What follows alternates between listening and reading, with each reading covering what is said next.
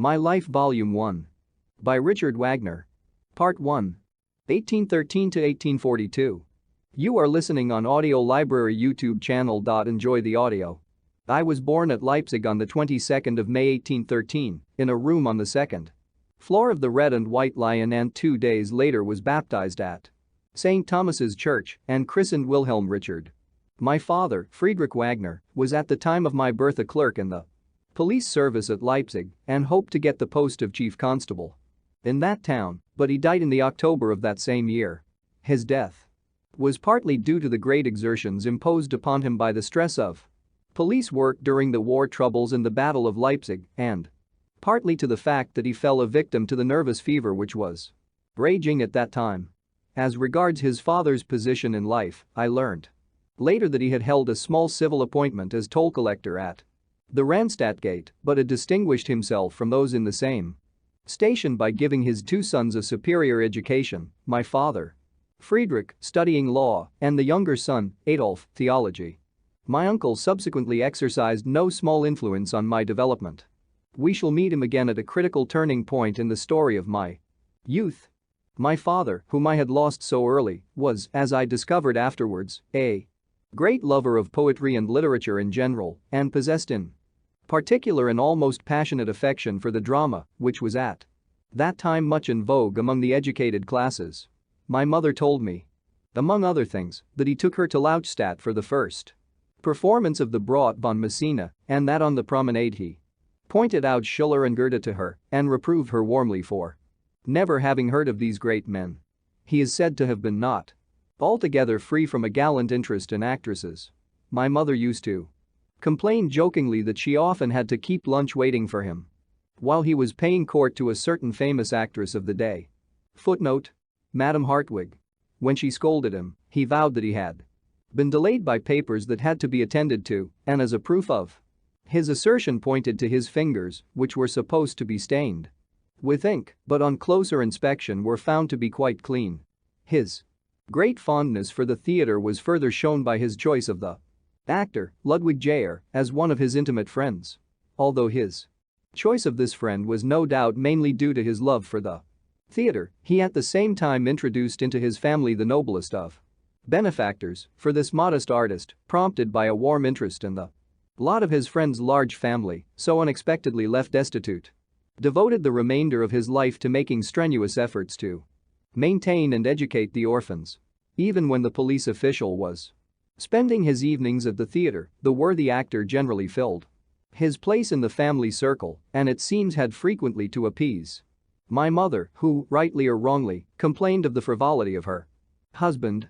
How deeply the homeless artist, hard-pressed by life and tossed to and fro, longed to feel himself at home in a sympathetic family circle was proved by the fact that a year after his friend's death he married his widow, and from that time forward became a most loving father to the 7 children that had been left behind.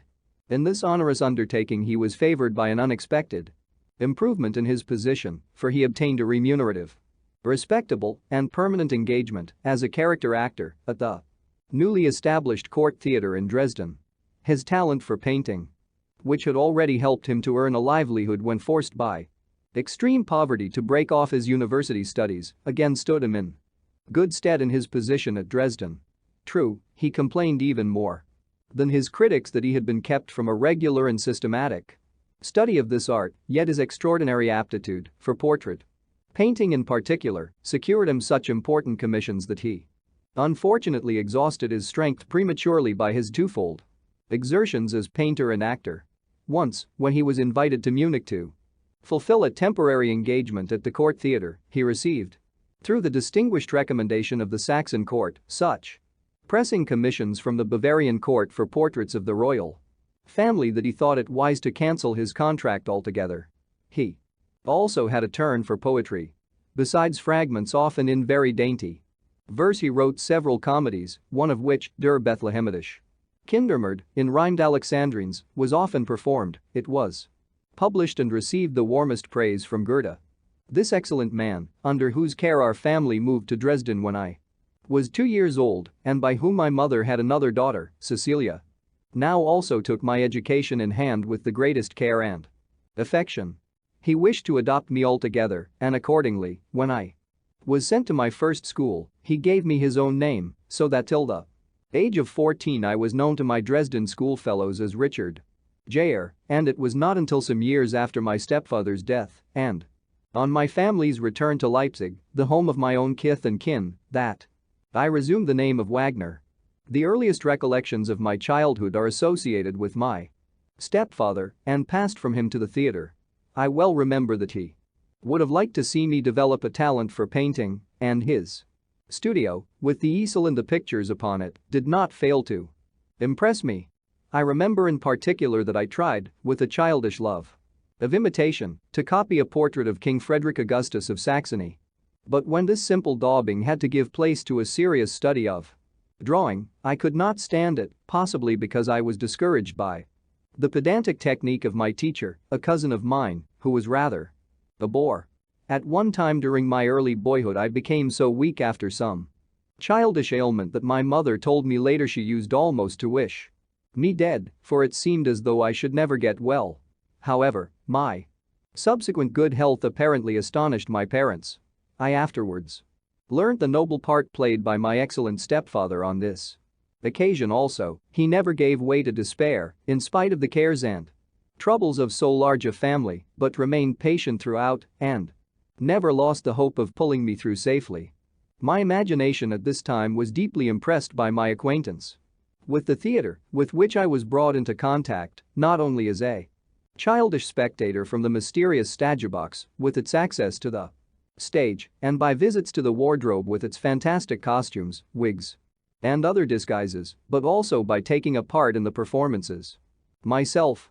After I had been filled with fear by seeing my father play the villain's part in such tragedies as Die Weis under Mortar, Die Beaten Galerensklaven, I occasionally took part in comedy. I remember that I appeared in Der Weinberg and Der Elbe, a piece specially written to welcome the King of Saxony on his return from captivity, with music by the conductor, C.M. von Weber. In this I figured in a tableau, vivant as an angel, sewn up in tights with wings on my back, in a graceful pose which I had laboriously practiced. I also remember on this occasion being given a big iced cake, which I was assured the king had intended for me personally. Lastly, I can recall taking a child's part in which I had a few words to speak in Kotzebue's Menschenhissund. Ryu footnote. Misanthropy and remorse, which furnished me with an excuse at school for not having learned my lessons. I said I had too much to do, as I had to learn by heart an important part in Den Menschen außer der Reihe. Footnote. The man out of the rank or row. In the German this is a simple phonetic corruption of Kotzebue's title, which might easily occur to a child who had only heard and not read that title. Editor. On the other hand, to show how seriously my father regarded my education, when I was 6 years old he took me to a clergyman in the country at Possendorf, near Dresden, where I was to be given a sound and healthy training with other boys of my own class. In the evening, the vicar, whose name was Wetzel, used to tell us the story of Robinson Crusoe and discuss it with us in a highly instructive manner. I was, moreover, much impressed by a biography of Mozart which was read aloud, and the newspaper accounts and monthly reports of the events of the Greek War of Independence stirred my imagination deeply. My love for Greece, which afterwards made me turn with enthusiasm to the mythology and history of ancient Hellas, was thus the natural outcome of the intense and painful interest I took in the events of this period. In after years the story of the struggle of the Greeks against the Persians always revived my impressions of this modern revolt of Greece against the Turks. One day, when I had been in this country home scarcely a year, a messenger came from town to ask the vicar to take me to my parents' house in Dresden, as my father was dying. We did the 3 hours journey on foot, and as I was very exhausted when I arrived, I scarcely understood why my mother was crying. The next day I was taken to my father's bedside. The extreme weakness with which he spoke to me, combined with all the precautions taken in the last desperate treatment of his complaint acute hydrothorax, made the whole scene appear like a dream to me, and I think I was too frightened and surprised to cry.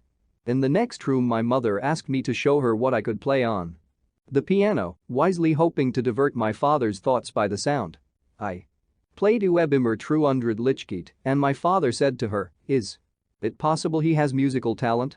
In the early hours of the next morning my mother came into the great night nursery and, standing by the bedside of each of us in turn, told us with sobs that our father was dead and gave us each a message. With his blessing. To me she said, "He hoped to make something of you." In the afternoon my schoolmaster, Wetzel, came to take me back to the country. We walked the whole way to Possendorf, arriving at nightfall. On the way I asked him many questions about the stars, of which he gave me my first intelligent idea. A week later my stepfather's brother arrived from Eisleben for the funeral. He promised, as far as he was able, to support the family, which was now once more destitute, and undertook to provide for my future education. I took leave of my companions and of the kind-hearted clergyman, and it was for his funeral that I paid my next visit to Possendorf a few years later. I did not go to the place again till long afterwards, when I visited it on an excursion such as I often made, far into the country.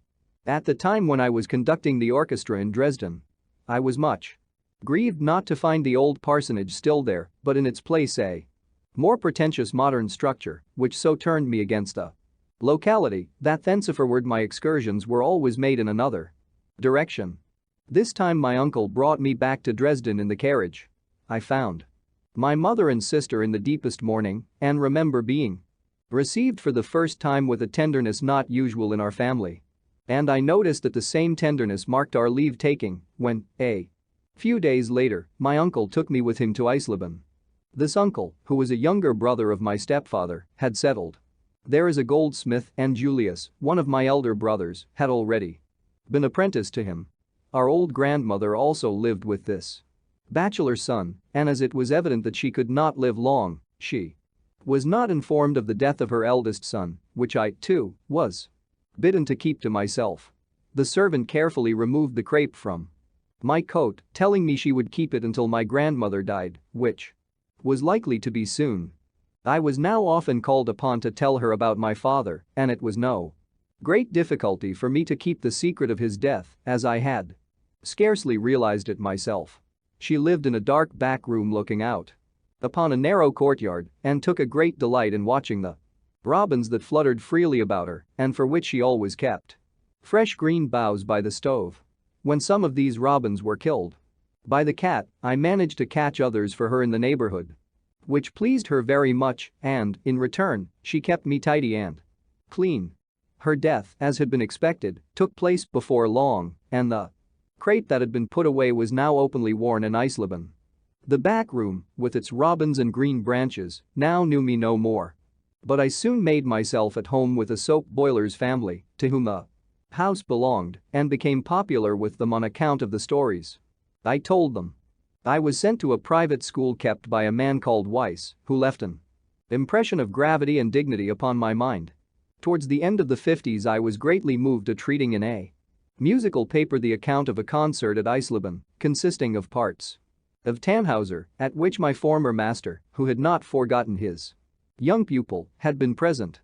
The little old town with Luther's house and the numberless memorials it contained of his stay there has often, in later days, come back to me in dreams. I have always wished to revisit it and verify the clearness of my recollections, but, strange to say, it has never been my fate to do so. We lived in the marketplace, where I was often entertained by strange sights, such, for instance, as performances by a troupe of acrobats, in which a man walked a rope stretched from tower to tower across the square, an achievement which long inspired me with a passion for such feats of daring. Indeed, I got so far as to walk a rope fairly easily myself with the help of a balancing pole.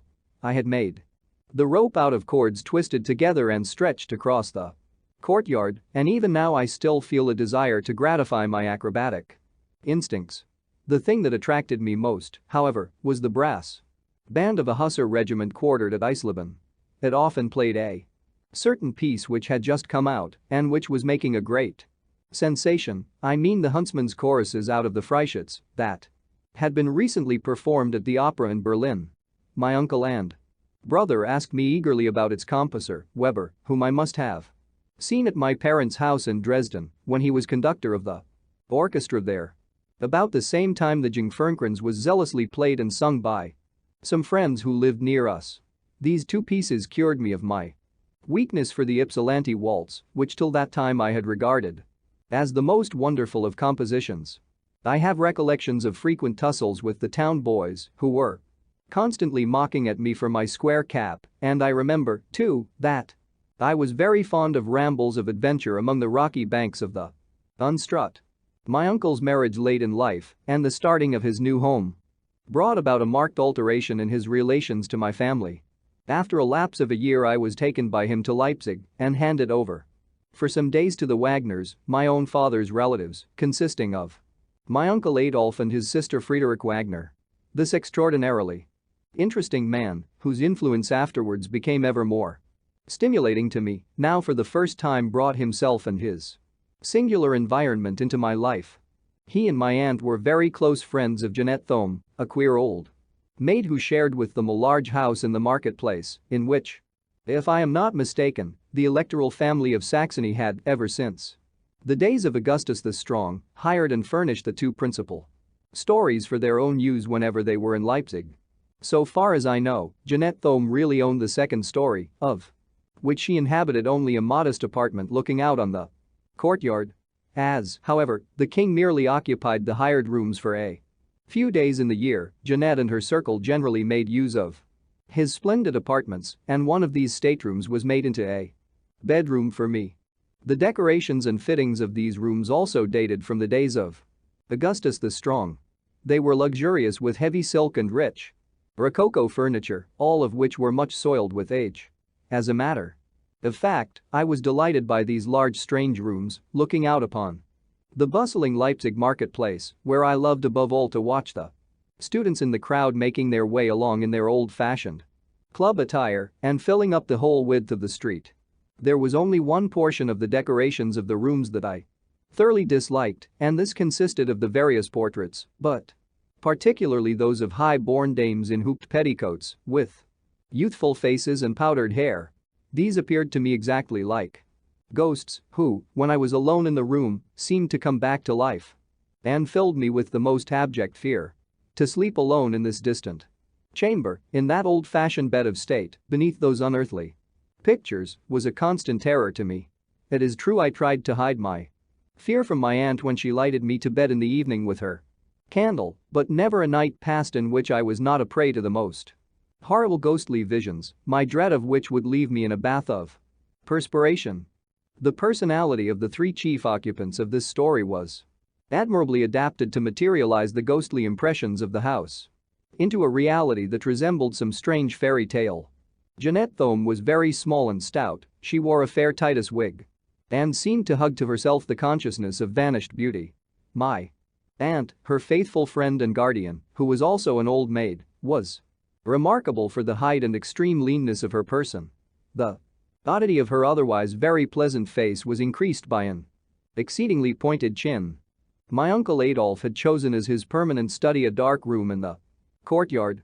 There it was that I saw him for the first time, surrounded by a great wilderness of books and attired in an unpretentious indoor costume, the most striking feature of which was a tall pointed felt cap, such as I had seen worn by the clown who belonged to the troupe of rope dancers at Eisleben. A great love of independence had driven him to this strange retreat. He had been originally destined for the church, but he soon gave that up in order to devote himself entirely to philological studies. But as he had the greatest dislike of acting as a professor and teacher in a regular post, he soon tried to make a meager livelihood by literary work. He had certain social gifts and especially a fine tenor voice, and appears in his youth to have been welcome as a man of letters among a fairly wide circle of friends at Leipzig. On a trip to Jena, during which he and a companion seemed to have found their way into various musical and oratorical associations, he paid a visit to Schiller. With this object in view, he had come armed with a request from the management of the Leipzig theater, who wanted to secure the rights of Wallenstein, which was just finished. He told me later of the magic impression made upon him by Schiller, with his tall, slight figure and irresistibly attractive blue eyes. His only complaint was that, owing to a well-meant trick played on him by his friend, he had been placed in a most trying position, for the latter had managed to send Schiller a small volume of Adolf Wagner's poems in advance. The young poet was much embarrassed to hear Schiller address him in flattering terms on the subject of his poetry, but was convinced that the great man was merely encouraging him out of kindness. Afterwards he devoted himself entirely to philological studios, one of his best-known publications in that department being his Parnaso Italiano, which he dedicated to Goethe in an Italian poem. True, I have heard experts say that the latter was written in unusually pompous Italian, but Goethe sent him a letter full of praise, as well as a silver cup from his own household plate. The impression that I, as a boy of 8, conceived of Adolf Wagner, amid the surroundings of his own home, was that he was a peculiarly puzzling character. I soon had to leave the influence of this environment and was brought back to my people at Dresden. Meanwhile, my family, under the guidance of my bereaved mother, had been obliged to settle down as well as they could under the circumstances. My eldest brother Albert, who originally intended to study medicine, had, upon the advice of Weber, who had much admired his beautiful tenor voice, started his theatrical career in Breslau. My second sister Louisa soon followed his example and became an actress. My eldest sister Rosalie had obtained an excellent engagement at the Dresden Court Theatre, and the younger members of the family all looked up to her, for she was now the main support of our poor sorrowing mother. My family still occupied the same comfortable home which my father had made for them. Some of the spare rooms were occasionally let to strangers, and Spohr was among those who at one time lodged with us. Thanks to her great energy and to help received from various sources, among which the continued generosity of the court, out of respect to the memory of my late stepfather, must not be forgotten, my mother managed so well in making both ends meet that even my education did not suffer. After it had been decided that my sister Clara, owing to her exceedingly beautiful voice, should also go on the stage, my mother took the greatest care to prevent me from developing any taste whatever for the theater. She never ceased to reproach herself for having consented to the theatrical career of my eldest brother, and as my second brother showed no greater talents than those which were useful to him as a goldsmith, it was now her chief desire to see some progress made towards the fulfillment of the hopes and wishes of my stepfather, who hoped to make something of me. On the completion of my 8th year I was sent to the Kreuz Grammar School in Dresden, where it was hoped I would study. There I was placed at the bottom of the lowest class and started my education under the most unassuming auspices. My mother noted with much interest the slightest signs I might show of a growing love and ability for my work. She herself, though not highly educated, always created a lasting impression on all who really learned to know her and displayed a peculiar combination of practical domestic efficiency and keen intellectual animation. She never gave one of her children any definite information concerning her antecedents. She came from Wiesenfels and admitted that her parents had been bakers. Footnote: according to more recent information, mill owners there. Even in regard to her maiden name, she always spoke with some embarrassment and intimated that it was Perth's, though, as we afterwards ascertained, it was in reality Bert's. Strange to say, she had been placed in a high-class boarding school in Leipzig, where she had enjoyed the advantage of the care and interest of one of her father's influential friends, to whom she afterwards referred as being a Weimar prince who had been very kind to her family in Wiesenfels. Her education in that establishment seems to have been interrupted on account of the sudden death of this friend. She became acquainted with my father at a very early age and married him in the first bloom of her youth, he also being very young, though he already held an appointment. Her chief characteristics seem to have been a keen sense of humor and an amiable temper, so we need not suppose that it was merely a sense of duty towards the family of a departed comrade that afterwards induced the admirable Ludwig Jayer to enter into matrimony with her when she was no longer youthful, but rather that he was impelled to that step by a sincere and warm regard for the widow of his friend. A portrait of her, painted by Jayer during the lifetime of my father, gives one a very favorable impression of what she must have been. Even from the time when my recollection of her is quite distinct. She always had to wear a cap owing to some slight affection of the head, so that I have no recollection of her as a young and pretty mother. Her trying position at the head of a numerous family, of which I was the seventh surviving member, the difficulty of obtaining the wherewithal to rear them and of keeping up appearances on very limited resources did not conduce to evolve that tender sweetness and solicitude which are usually associated with motherhood. I hardly ever recollect her having fondled me. Indeed, demonstrations of affection were not common in our family, although a certain impetuous, almost passionate and boisterous manner always characterized our dealings. This being so, it naturally seemed to me quite a great event when one night I, fretful with sleepiness, looked up at her with tearful eyes as she was taking me to bed and saw her gaze back at me proudly and fondly and speak of me to a visitor then present with a certain amount of tenderness. What struck me more particularly about her was the strange enthusiasm and almost pathetic manner with which she spoke of the great and of the beautiful in art. Under this heading, however, she would never have let me suppose that she included dramatic art, but only poetry, music, and painting. Consequently, she often even threatened me with her curse should I ever express a desire to go on the stage. Moreover, she was very religiously inclined. With intense fervor she would often give us long sermons about God and the divine quality in man, during which, now and again, suddenly lowering her voice in a rather funny way, she would interrupt herself in order to rebuke one of us. After the death of our stepfather she used to assemble us all round her bed every morning, when one of us would read out a hymn or a part of the church service from the prayer book before she took her coffee.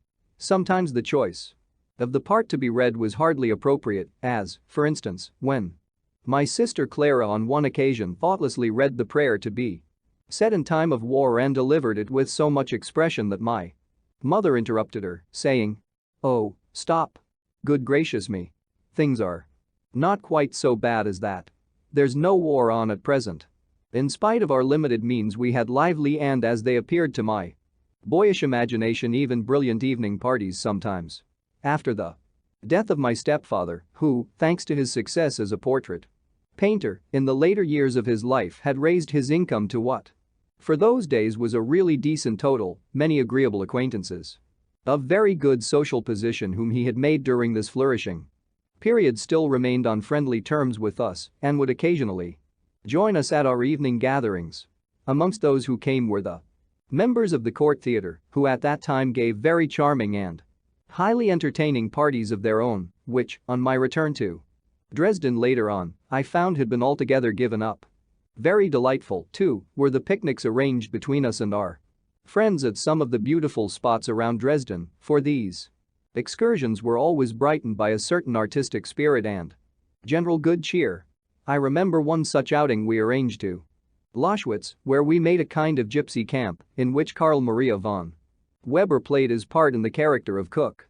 At home we also had some music. My sister Rosalie played the piano and Clara was beginning to sing.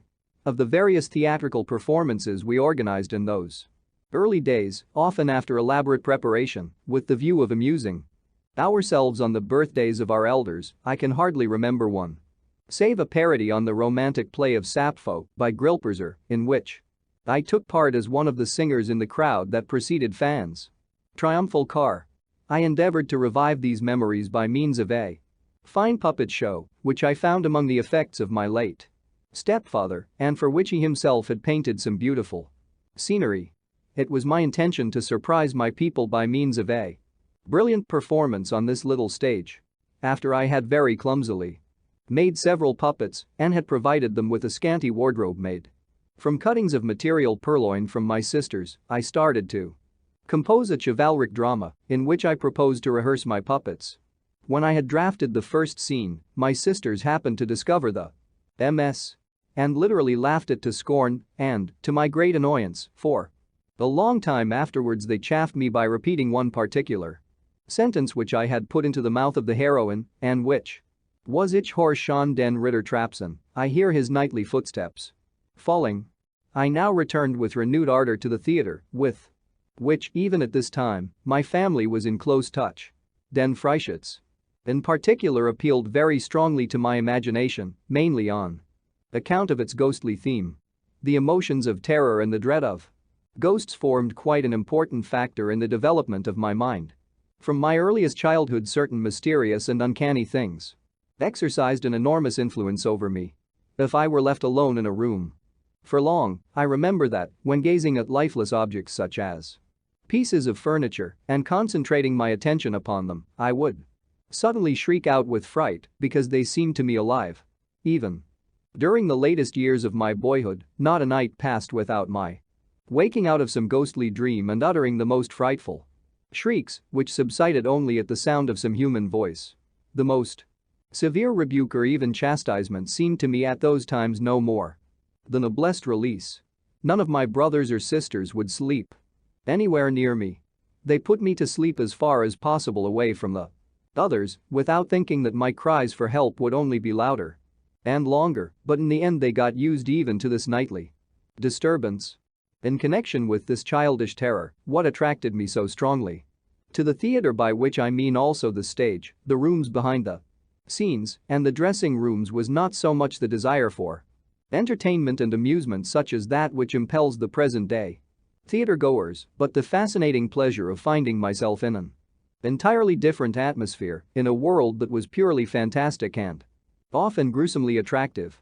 Thus to me a scene, even a wing representing a bush or some costume or characteristic part of it, seemed to come from another world, to be in some way as attractive as an apparition, and I felt that contact with it might serve as a lever to lift me from the dull reality of daily routine to that delightful region of spirits. Everything connected with the theatrical performance had for me the charm of mystery. It both bewitched and fascinated me. And while I was trying, with the help of a few playmates, to imitate the performance of Der Freischütz and to devote myself energetically to reproducing the needful costumes and masks in my grotesque style of painting the more elegant contents of my sister's wardrobes, in the beautifying of which I had often seen the family occupied, exercised a subtle charm over my imagination. Nay, my heart would beat madly at the very touch of one of their dresses. In spite of the fact that, as I already mentioned, our family was not given to outward manifestations of affection, yet the fact that I was brought up entirely among feminine surroundings must necessarily have influenced the development of the sensitive side of my nature. Perhaps it was precisely because my immediate circle was generally rough and impetuous that the opposite characteristics of womanhood, especially such as were connected with the imaginary world of the theater, created a feeling of such tender longing in me. Luckily, these fantastic humors, merging from the gruesome into the mawkish, were counteracted and balanced by more serious influences undergone at school at the hands of my teachers and schoolfellows. Even there, it was chiefly the weird that aroused my keenest interest. I can hardly judge whether I had what would be called a good head for study. I think that, in general, what I really liked I was soon able to grasp without much effort, whereas I hardly exerted myself at all in the study of subjects that were uncongenial. This characteristic was most marked in regard to arithmetic and, later on, mathematics.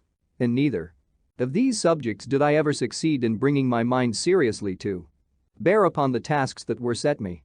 In the matter of the classics, too, I paid only just as much attention as was absolutely necessary to enable me to get a grasp of them, for I was stimulated by the desire to reproduce them to myself dramatically. In this way, Greek particularly attracted me because the stories from Greek mythology so seized upon my fancy that I tried to imagine their heroes as speaking to me in their native tongue so as to satisfy my longing for complete familiarity with them. In these circumstances, it will be readily understood that the grammar of the language seemed to me merely a tiresome obstacle and by no means in itself an interesting branch of knowledge. The fact that my study of languages was never very thorough, perhaps best explains the fact that I was afterwards so ready to cease troubling about them altogether. Not until much later did the study really begin to interest me again, and that was only when I learned to understand its physiological and philosophical side as it was revealed to our modern Germanists by the pioneer work of Jacob Grimm. Then, when it was too late to apply myself thoroughly to a study which at last I had learned to appreciate, I regretted that this newer conception of the study of languages had not yet found acceptance in our colleges when I was younger. Nevertheless, by my successes in philological work I managed to attract the attention of a young teacher at the Cruz Grammar School, a master of arts named Sillig, who proved very helpful to me. He often permitted me to visit him and show him my work, consisting of metric translations and a few original poems, and he always seemed very pleased with my efforts in recitation. What he thought of me may best be judged perhaps from the fact that he made me, as a boy of about 12, recite not only Hector's farewell from the Iliad, but even Hamlet's celebrated monologue. On one occasion, when I was in the fourth form of the school, one of my schoolfellows, a boy named Stark, suddenly fell dead, and the tragic event aroused so much sympathy that not only did the whole school attend the funeral, but the headmaster also ordered that a poem should be written in commemoration of the ceremony and that this poem should be published. Of the various poems submitted, among which there was one by myself, prepared very hurriedly, none seemed to the master worthy of the honor which he had promised, and he therefore announced his intention of substituting one of his own speeches in the place of our rejected attempts. Much distressed by this decision, I quickly sought out Professor Sillig with the view of urging him to intervene on behalf of my poem. We thereupon went through it together. Its well-constructed and well-rhymed verses, written in stanzas of 8 lines, determined him to revise the whole of it carefully. Much of its imagery was bombastic and far beyond the conception of a boy of my age. I recollect that in one part I had drawn extensively from the monologue in Addison's Cato, spoken by Cato just before his suicide. I had met with this passage in an English grammar, and it had made a deep impression upon me. The words, "The stars shall fade away, the sun himself grow dim with age, and nature sink in years," which, at all events, were a direct plagiarism, made Sillig laugh, a thing at which I was a little offended. However, I felt very grateful to him, for, thanks to the care and rapidity with which he cleared my poem of these extravagances, it was eventually accepted by the headmaster, printed, and widely circulated. The effect of this success was extraordinary, both on my schoolfellows and on my own family. My mother devoutly folded her hands in thankfulness, and in my own mind my vocation seemed quite a settled thing. It was clear, beyond the possibility of a doubt, that I was destined to be a poet. Professor Sillig wished me to compose a grand epic and suggested as a subject the Battle of Parnassus as described by Pausanias. His reasons for this choice were based upon the legend related by Pausanias, viz. that in the 2nd century BC the Muses from Parnassus aided the combined Greek armies against the destructive invasion of the Gauls by provoking a panic among the latter.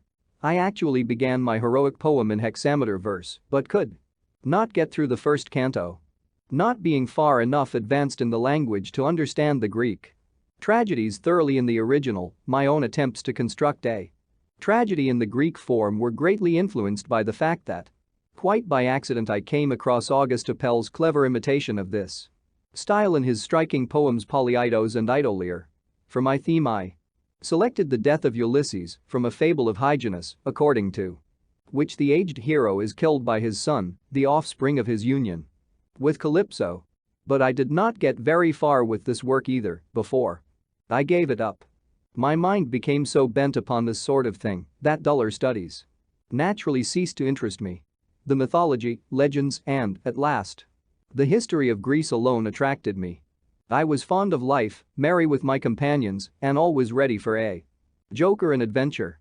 Moreover, I was constantly forming friendships, almost passionate in their ardor, with one or the other of my comrades, and in choosing my associates I was mainly influenced by the extent to which my new acquaintance appealed to my eccentric imagination. At one time it would be poetizing and versifying that decided my choice of a friend, at another, theatrical enterprises. While now and then it would be a longing for rambling and mischief. Furthermore, when I reached my 13th year, a great change came over our family affairs.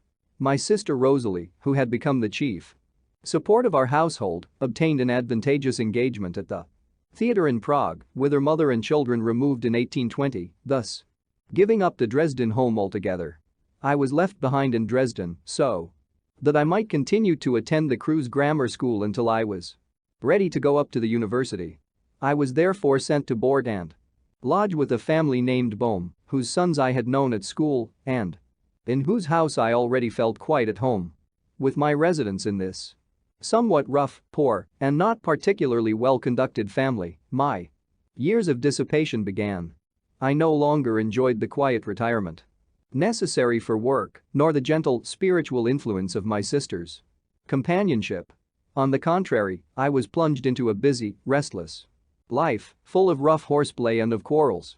Nevertheless, it was there that I began to experience the influence of the gentler sex in a manner hitherto unknown to me, as the grown-up daughters of the family and their friends often filled the scanty and narrow rooms of the house.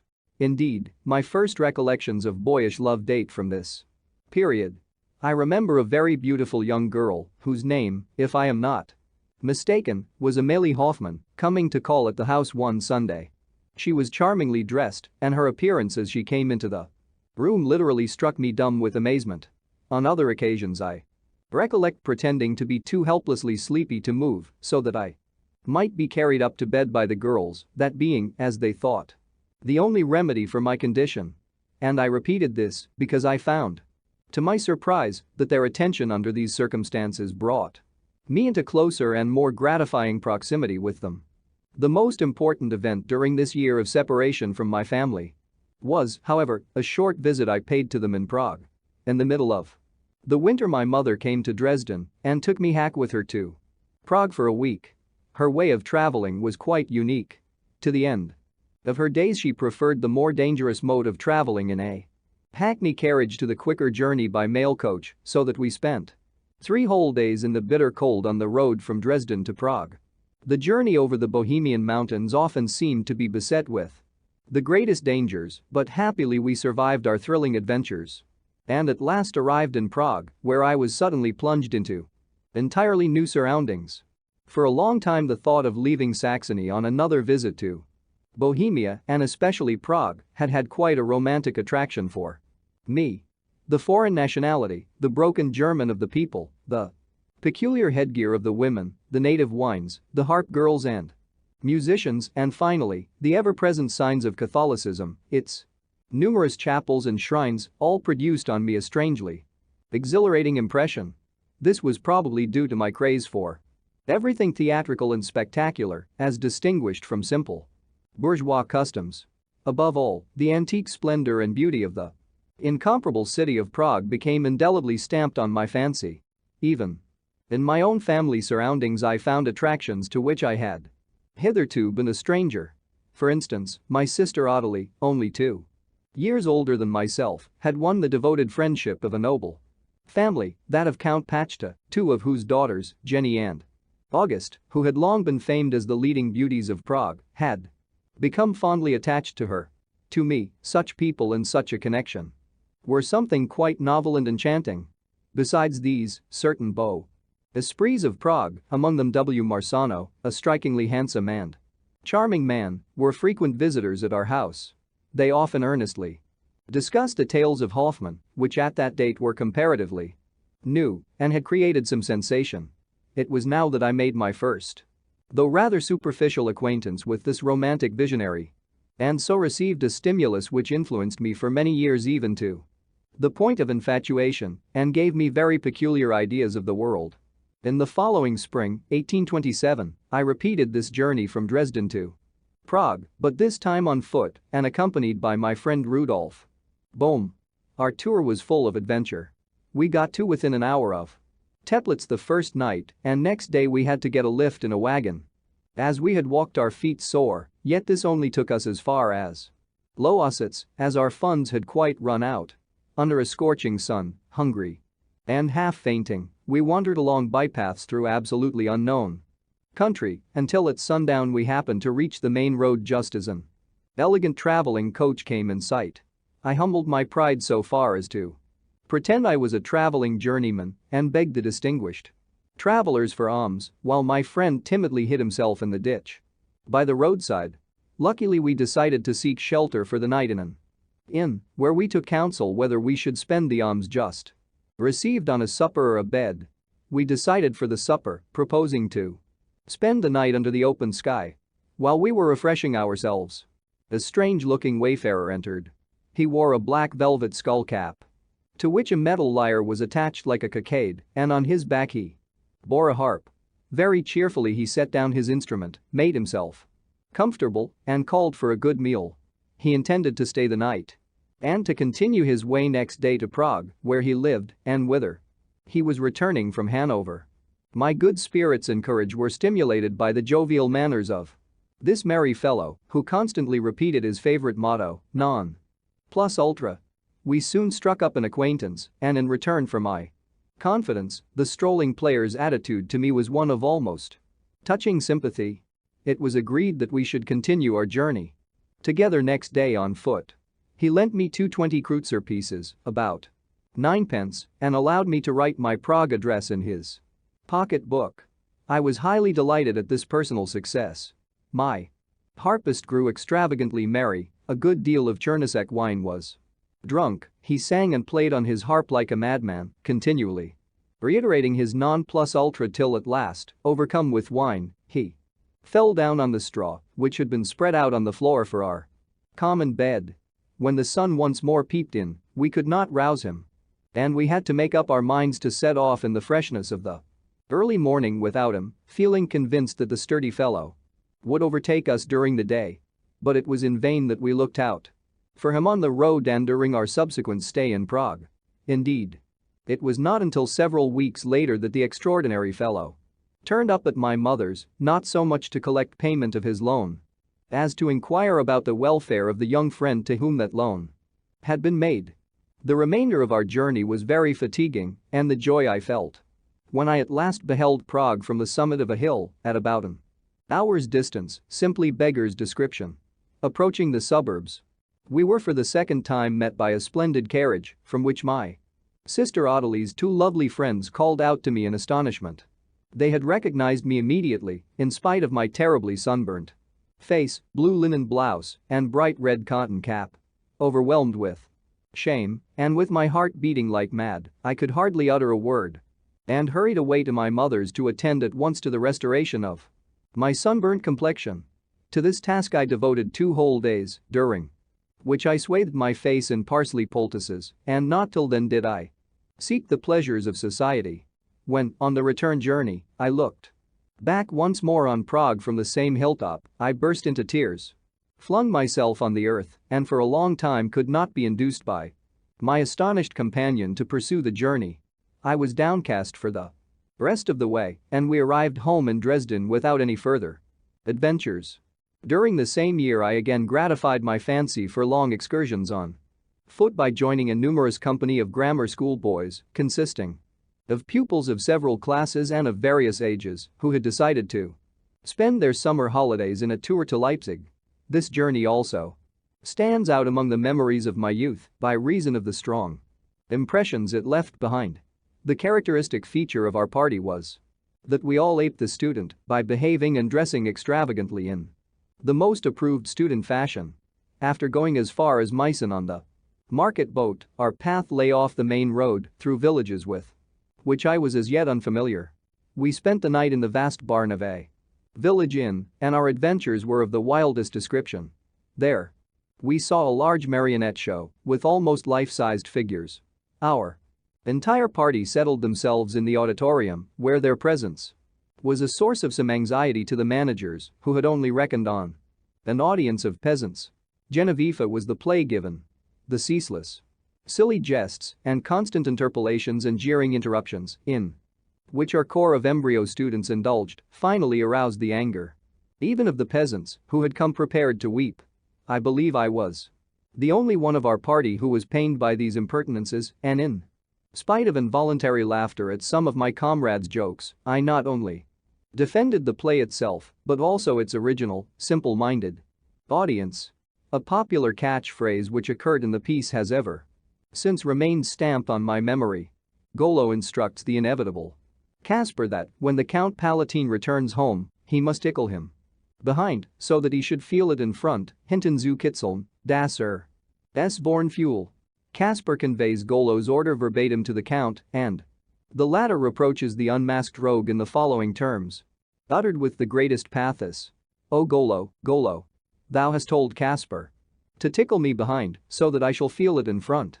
From Grimma our party rode into Leipzig in open carriages, but not until we had first carefully removed all the outward emblems of the undergraduate, lest the local students we were likely to meet might make us rue our presumption. Since my first visit, when I was 8 years old, I had only once returned to Leipzig, and then for a very brief stay, and under circumstances very similar to those of the earlier visit. I now renewed my fantastic impressions of the Thome house, but this time, owing to my more advanced education, I looked forward to more intelligent intercourse with my uncle Adolf. An opening for this was soon provided by my joyous astonishment on learning that a bookcase in the large anteroom, containing a goodly collection of books, was my property. Having been left me by my father, I went through the books with my uncle, selected at once a number of Latin authors in the handsome Zwiebrich edition, along with sundry attractive-looking works of poetry and Bell's letters, and arranged for them to be sent to Dresden. During this visit I was very much interested in the life of the students. In addition to my impressions of the theater and of Prague, now came those of the so-called swaggering undergraduate. A great change had taken place in this class when, as a lad of 8, I had my first glimpse of students, their long hair, their old German costume with the black velvet skull cap and the shirt collar turned back from the bare neck had quite taken my fancy. But since that time the old student associations which affected this fashion had disappeared in the face of police prosecutions. On the other hand, the national student clubs, no less peculiar to Germans, had become conspicuous. These clubs adopted, more or less, the fashion of the day, but with some little exaggeration. Albeit, their dress was clearly distinguishable from that of other classes, owing to its picturesqueness and especially its display of the various club colors. The comment that compendium of pedantic rules of conduct for the preservation of a defiant and exclusive esprit de corps, as opposed to the bourgeois classes, had its fantastic side, just as the most Philistine peculiarities of the Germans have, if you probe them deeply enough. To me it represented the idea of emancipation from the yoke of school and family. The longing to become a student coincided unfortunately with my growing dislike for drier studies and with my ever-increasing fondness for cultivating romantic poetry. The results of this soon showed themselves in my resolute attempts to make a change. At the time of my confirmation, at Easter, 1827, I had considerable doubt about this ceremony, and I already felt a serious falling off of my reverence for religious observances. The boy who, not many years before, had gazed with agonized sympathy on the altarpiece in the Kreuz Kirch, Church of the Holy Cross, and had yearned with ecstatic fervor to hang upon the cross in place of the Savior, had now so far lost his veneration for the clergyman, whose preparatory confirmation classes he attended, as to be quite ready to make fun of him, and even to join with his comrades in withholding part of his class fees and spending the money in sweets. How matters stood with me spiritually was revealed to me, almost to my horror, at the communion service, when I walked in procession with my fellow communicants to the altar to the sound of organ and choir. The shudder with which I received the bread and wine was so ineffaceably stamped on my memory that I never again partook of the communion, lest I should do so with levity. To avoid this was all the easier for me, seeing that among Protestants such participation is not compulsory. I soon, however, seized, or rather created, an opportunity of forcing a breach with the Kreuz grammar school, and thus compelled my family to let me go to Leipzig in self-defense against what I considered an unjust punishment with which I was threatened by the assistant headmaster, Baumgarten Crucius, for whom I otherwise had great respect. I asked to be discharged immediately from the school on the ground of sudden summons to join my family in Leipzig. I had already left the Bohm household 3 months before and now lived alone in a small garret where I was waited on by the widow of a court plate washer who, at every meal, served up the familiar thin Saxon coffee as almost my sole nourishment. In this attic I did little else but write verses. Here, too, I formed the first outlines of that stupendous tragedy which afterwards filled my family with such consternation. The irregular habits I acquired through this premature domestic independence induced my anxious mother to consent very readily to my removal to Leipzig, the more so as a part of our scattered family had already migrated there. My longing for Leipzig, originally aroused by the fantastic impressions I had gained there, and later by my enthusiasm for a student's life, had recently been still further stimulated. I had seen scarcely anything of my sister Louisa, at that time a girl of about 22. As she had gone to the theater of Breslau shortly after our stepfather's death. Quite recently she had been in Dresden for a few days on her way to Leipzig, having accepted an engagement at the theater there. This meeting with my almost unknown sister, her hearty manifestations of joy at seeing me again, as well as her sprightly, merry disposition, quite won my heart. To live with her seemed an alluring prospect, especially as my mother and Ottilie had joined her. For a while. For the first time a sister had treated me with some tenderness. When at last I reached Leipzig at Christmas in the same year, 1827, and there found my mother with Ottilie and Cecilia, my half-sister, I fancied myself in heaven. Great changes, however, had already taken place. Louisa was betrothed to a respected and well-to-do bookseller, Friedrich Brockhaus. This gathering together of the relatives of the penniless bride-elect did not seem to trouble her remarkably kind-hearted fiancé. But my sister may have become uneasy on the subject, for she soon gave me to understand that she was not taking it quite in good part. Her desire to secure an entree into the higher social circles of bourgeois life naturally produced a marked change in her manner, at one time so full of fun, and of this I gradually became so keenly sensible that finally we were estranged for a time. Moreover, I unfortunately gave her good cause to reprove my conduct. After I got to Leipzig I quite gave up my studies and all regular school work. Probably owing to the arbitrary and pedantic system in vogue at the school there. In Leipzig there were two higher-class schools, one called St. Thomas's School and the other, and the more modern, St. Nicholas's School. The latter at that time enjoyed a better reputation than the former, so there I had to go. But the council of teachers before whom I appeared for my entrance examination at the new year, 1828, thought fit to maintain the dignity of their school by placing me for a time in the upper third form, whereas at the Kreuz Grammar School in Dresden I had been in the second form. My disgust at having to lay aside my Homer, from which I had already made written translations of 12 songs, and take up the lighter Greek prose writers was indescribable. It hurt my feelings so deeply and so influenced my behavior that I never made a friend of any teacher in the school. The unsympathetic treatment I met with made me all the more obstinate, and various other circumstances in my position only added to this feeling.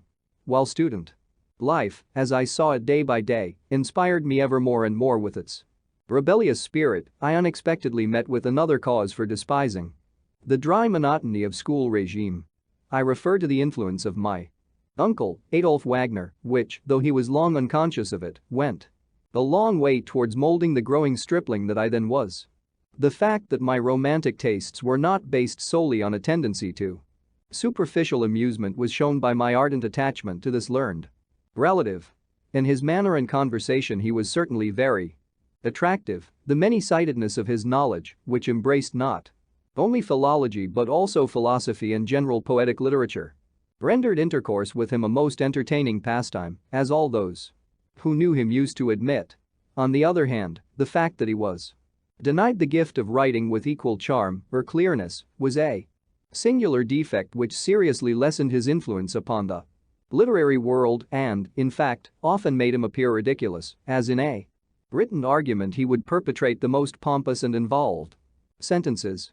This weakness could not have alarmed me, because in the hazy period of my youth the more incomprehensible any literary extravagance was, the more I admired it, besides which, I had more experience of his conversation than of his writings. He also seemed to find pleasure in associating with the lad who could listen with so much heart and soul. Yet unfortunately, possibly in the fervor of his discourses, of which he was not a little proud, he forgot that their substance, as well as their form, was far above my youthful powers of comprehension. I called daily to accompany him on his constitutional walk beyond the city gates, and I shrewdly suspect that we often provoked the smiles of those passers-by who overheard the profound and often earnest discussions between us. The subjects generally ranged over everything serious or sublime throughout the whole realm of knowledge. I took the most enthusiastic interest in his copious library and tasted eagerly of almost all branches of literature without really grounding myself in any one of them. My uncle was delighted to find in me a very willing listener to his recital of classic tragedies. He had made a translation of Oedipus and, according to his intimate friend Teek, justly flattered himself on being an excellent reader. I remember once, when he was sitting at his desk reading out a Greek tragedy to me, it did not annoy him when I fell fast asleep, and he afterwards pretended he had not noticed it. I was also induced to spend my evenings with him, owing to the friendly and genial hospitality his wife showed me. A very great change had come over my uncle's life since my first acquaintance with him at Jeanette Thome's, the home which he, together with his sister Friederich, had found in his friend's house, seemed, as time went on, to have brought in its train duties that were irksome. As his literary work assured him a modest income, he eventually deemed it more in accordance with his dignity to make a home of his own. A friend of his, of the same age as himself, the sister of the aesthete Wendt of Leipzig, who afterwards became famous, was chosen by him to keep house for him. Without saying a word to Jeanette, instead of going for his usual afternoon walk, he went to the church with his chosen bride and got through the marriage ceremonies as quickly as possible, and it was only on his return that he informed us he was leaving and would have his things removed that very day. He managed to meet the consternation, perhaps also the reproaches, of his elderly friend with quiet composure, and to the end of his life, he continued his regular daily visits to Mamselle Thome, who at times would coyly pretend to sulk. It was only poor Friederich who seemed obliged at times to atone for her brother's sudden unfaithfulness. What attracted me in my uncle most strongly was his blunt contempt of the modern pedantry in state, church, and school, to which he gave vent with some humor. Despite the great moderation of his usual views on life, he yet produced on me the effect of a thorough free thinker. I was highly delighted by his contempt for the pedantry of the schools.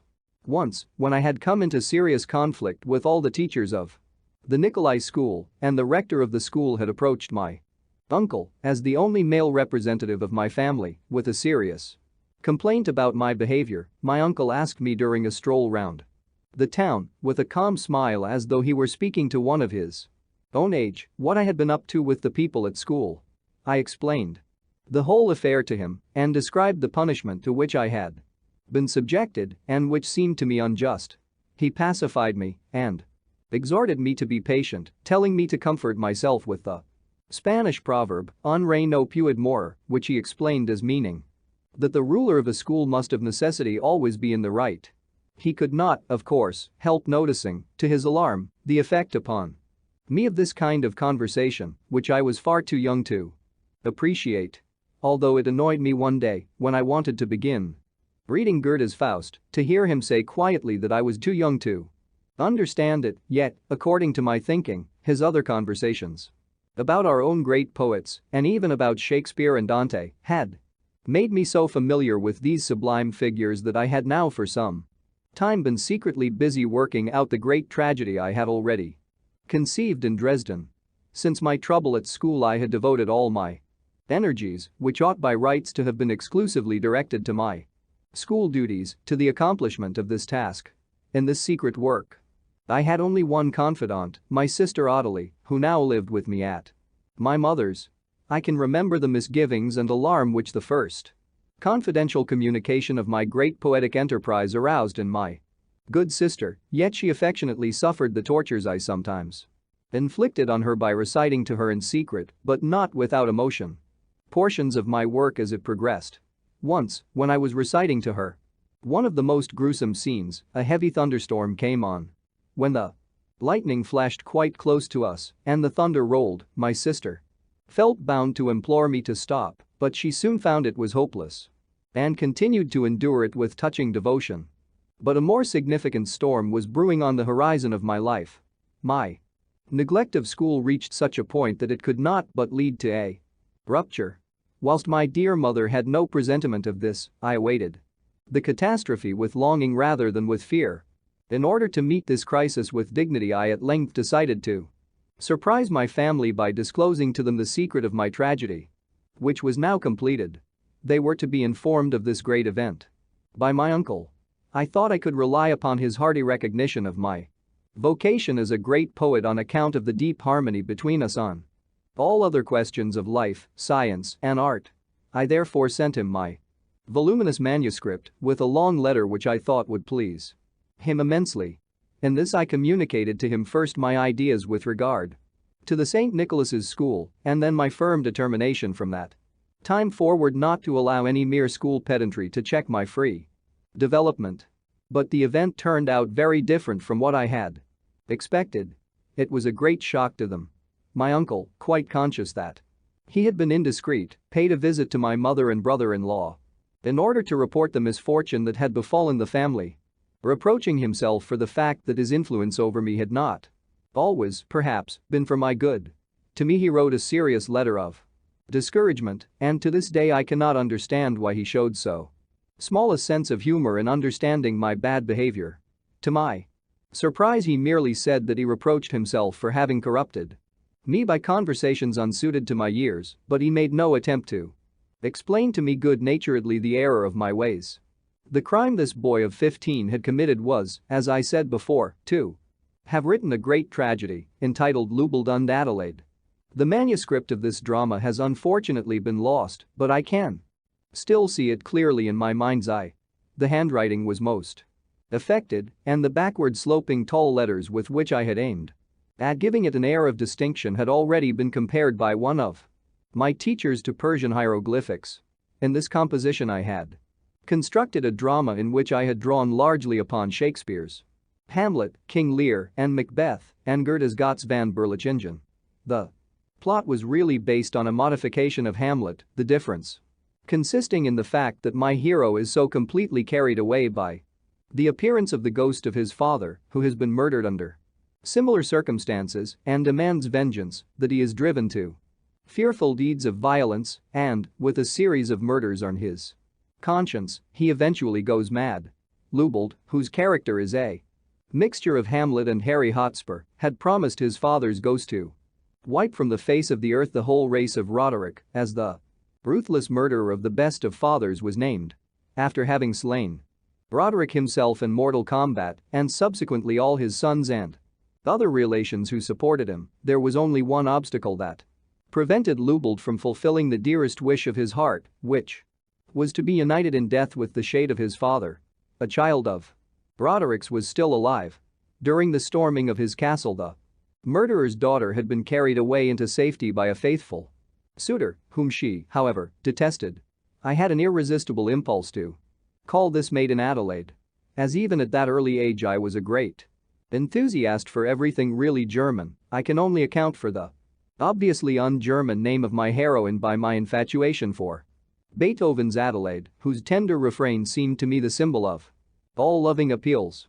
The course of my drama was now characterized by the strange delays which took place in the accomplishment of this last murder of vengeance, the chief obstacle to which lay in the sudden passionate love which arose between Lubeld and Adelaide.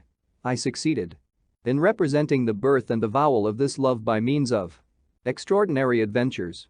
Adelaide was once more stolen away by a robber knight from the lover who had been sheltering her. After Lubeld had thereupon sacrificed the lover and all his relations, he hastened to the robber's castle, driven thither less by a thirst for blood than by a longing for death. For this reason he regrets his inability to storm the robber's castle forthwith, because it is well defended and, moreover, night is fast falling. He is therefore obliged to pitch his tent. After raving for a while he sinks down for the first time. Exhausted, but being urged, like his prototype Hamlet, by the spirit of his father to complete his vow of vengeance, he himself suddenly falls into the power of the enemy during a night assault. In the subterranean dungeons of the castle he meets Roderick's daughter for the first time. She is a prisoner like himself and is craftily devising flight. Under circumstances in which she produces on him the impression of a heavenly vision, she makes her appearance before him. They fall in love and fly together into the wilderness, where they realize that they are deadly enemies. The incipient insanity which was already noticeable in Lubeld breaks out more violently after this discovery, and everything that can be done to intensify it is contributed by the ghost of his father, which continually comes between the advances of the lovers. But this Ghost is not the only disturber of the conciliating love of Lubbold and Adelaide. The ghost of Roderick also appears, and according to the method followed by Shakespeare and Richard III, he is joined by the ghosts of all the other members of Adelaide's family whom Lubbold has slain. From the incessant importunities of these ghosts Lubbold seeks to free himself by means of sorcery and calls to his aid a rascal named Flaming. One of Macbeth's witches is summoned to lay the ghosts. As she is unable to do this efficiently, the furious Lubbold sends her also to the devil, but with her dying breath she dispatches the whole crowd of spirits who serve her to join the ghosts of those already pursuing him. Lubbold, tormented beyond endurance, and now at last raving mad, turns against his beloved, who is the apparent cause of all his misery. He stabs her in his fury, then finding himself suddenly at peace, he sinks his head into her lap and accepts her last caresses as her life blood streams over his own dying body.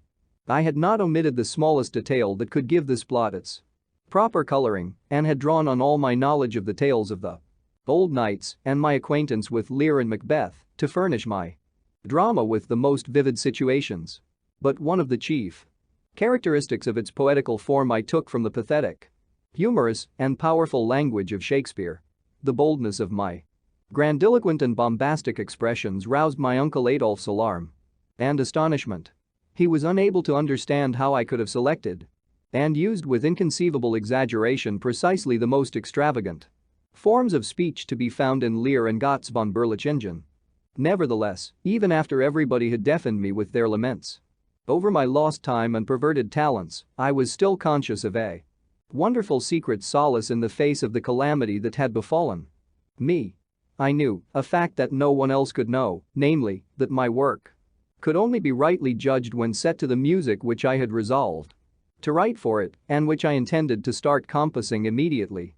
I must now explain my position with respect to music hitherto. For this purpose I must go back to my earliest attempts in the art. In my family, 2 of my sisters were musical. The elder one, Rosalie, played the piano, without, however, displaying any marked talent. Clara was more gifted, in addition to a great deal of musical feeling and a fine rich touch on the piano. She possessed a particularly sympathetic voice, the development of which was so premature and remarkable that, under the tuition of Meech, her singing master, who was famous at that time, she was apparently ready for the role of a prima donna as early as her 16th year and made her debut at Dresden in Italian opera as Cenerentola in Rossini's opera of that name. Incidentally, I may remark that this premature development proved injurious to Clara's voice and was detrimental to her whole career. As I have said, music was represented in our family by these 2 sisters. It was chiefly owing to Clara's career that the musical conductor C.M. von Weber often came to our house. His visits were varied by those of the great male soprano Sassaroli, and in addition to these 2 representatives of German and Italian music, we also had the company of Meech, her singing master.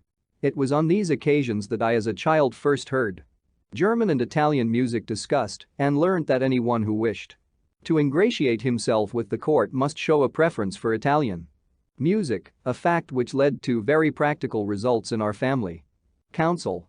Clara's talent, while her voice was still sound, was the object of competition between the representatives of Italian and German opera. I can remember quite distinctly that from the very beginning I declared myself in favor of German opera. My choice was determined by the tremendous impression made on me by the 2 figures of Sassaroli and Weber. The Italian male soprano, a huge pot-bellied giant, horrified me with his high effeminate voice, his astonishing volubility, and his incessant screeching laughter. In spite of his boundless good nature and amiability, particularly to my family, I took an uncanny dislike to him. On account of this dreadful person, the sound of Italian, either spoken or sung, seemed to my ears almost diabolical, and when, in consequence of my poor sister's misfortune, I heard them often talking about Italian intrigues and cabals, I conceived so strong a dislike for everything connected with this nation that even in much later years I used to feel myself carried away by an impulse of utter detestation and abhorrence. The less frequent visits of Weber, on the other hand, seemed to have produced upon me those first sympathetic impressions which I have never since lost. In contrast to Sasaroli's repulsive figure, Weber's really refined, delicate, and intellectual appearance excited my ecstatic admiration. His narrow face and finely cut features, his vivacious, though often half-closed eyes, captivated and thrilled me, whilst even the bad limp with which he walked, and which I often noticed from our windows when the master was making his way home past our house from the fatiguing rehearsals, stamped the great musician in my imagination as an exceptional and almost superhuman being. When, as a boy of 9, my mother introduced me to him, and he asked me what I was going to be, whether I wanted perhaps to be a musician, my mother told him that though I was indeed quite mad on Freischütz, yet she had as yet seen nothing in me which indicated any musical talent. This showed correct observation on my mother's part. Nothing had made so great an impression on me as the music of Freischütz, and I tried in every possible way to procure a repetition of the impressions I had received from it, but, strange to say, least of all by the study of music itself. Instead of this, I contented myself with hearing bits from Freischütz played by my sisters. Yet my passion for it gradually grew so strong that I can remember taking a particular fancy for a young man called Spiess, chiefly because he could play the overture to Freischütz, which I used to ask him to do whenever I met him. It was chiefly the introduction to this overture which at last led me to attempt, without ever having received any instruction on the piano, to play this piece in my own peculiar way, for, oddly enough, I was the only child in our family who had not been given music lessons. This was probably due to my mother's anxiety to keep me away from any artistic interests of this kind in case they might arouse in me a longing for the theater. When I was about 12 years old, however, my mother engaged a tutor for me named Human, from whom I received regular music lessons, though only of a very mediocre description. As soon as I had acquired a very imperfect knowledge of fingering, I begged to be allowed to play overtures in the form of duets, always keeping Weber as the goal of my ambition. When at length I had got so far as to be able to play the overture to Freischütz myself, though in a very faulty manner, I felt the object of my study had been attained, and I had no inclination to devote any further attention to perfecting my technique. Yet I had attained this much. I was no longer dependent for music on the playing of others. From this time forth I used to try and play, albeit very imperfectly, everything I wanted to know. I also tried Mozart's Don Juan, but was unable to get any pleasure out of it, mainly because the Italian text in the arrangement for the piano placed the music in a frivolous light in my eyes, and much in it seemed to me trivial and unmanly. I can remember that when my sister used to sing Zerlinen's Ariette, Badi, Badi, Ben Macedo, the music repelled me, as it seemed so mawkish and effeminate. On the other hand, my bent for music grew stronger and stronger, and I now tried to possess myself of my favorite pieces by making my own copies. I can remember the hesitation with which my mother for the first time gave me the money to buy the scored paper on which I copied out Weber's Lützow's Jag, which was the first piece of music I transcribed. Music was still a secondary occupation with me when the news of Weber's death and the longing to learn his music to Oberon fanned my enthusiasm into flame again. This received fresh impetus from the afternoon concerts in the Grosser Garten at Dresden, where I often heard my favorite music played by Zillmann's town band, as I thought exceedingly well. The mysterious joy I felt in hearing an orchestra play quite close to me still remains one of my most pleasant memories. The mere tuning up of the instruments put me in a state of mystic excitement. Even the striking of fifths on the violin seemed to me like a greeting from the spirit world, which, I may mention incidentally, had a very real meaning for me. When I was still almost a baby, the sound of these fifths, which has always excited me, was closely associated in my mind with ghosts and spirits. I remember that even much later in life I could never pass the small palace of Prince Anthony, at the end of the Osterallee in Dresden, without a shudder. For it was there I had first heard the sound of a violin, a very common experience to me afterwards. It was close by me and seemed to my ears to come from the stone figures with which this palace is adorned, some of which are provided with musical instruments. When I took up my post as musical conductor at Dresden and had to pay my official visit to Morgenrath, the president of the concert committee, an elderly gentleman who lived for many years opposite that princely palace. It seemed odd to find that the player of fifths who had so strongly impressed my musical fancy as a boy was anything but a supernatural specter. And when I saw the well-known picture in which a skeleton plays on his violin to an old man on his deathbed, the ghostly character of those very notes impressed itself with particular force upon my childish imagination. When at last, as a young man, I used to listen to the Zillman Orchestra in the Grosser Garten almost every afternoon, one may imagine the rapturous thrill with which I drew in all the chaotic variety of sound that I heard as the orchestra tuned up. The long-drawn A of the oboe, which seemed like a call from the dead to rouse the other instruments, never failed to raise all my nerves to a feverish pitch of tension, and when the swelling C in the overture to Freischütz told me that I had stepped, as it were with both feet, right into the magic realm of awe, anyone who had been watching me at that moment could hardly have failed to see the state I was in. And this in spite of the fact that I was such a bad performer on the piano. Another work also exercised a great fascination over me, namely, the overture to Fidelio in E major, the introduction to which affected me deeply. I asked my sisters about Beethoven and learned that the news of his death had just arrived. Obsessed as I still was by the terrible grief caused by Weber's death, this fresh loss, due to the decease of this great master of melody, who had only just entered my life, filled me with strange anguish, a feeling nearly akin to my childish dread of the ghostly fifths on the violin. It was now Beethoven's music that I longed to know more thoroughly. I came to Leipzig and found his music to Egmont on the piano at my sister Louisa's. After that I tried to get hold of his sonatas. At last, at a concert at the Juanthos, I heard one of the master's symphonies for the first time. It was the symphony in A major.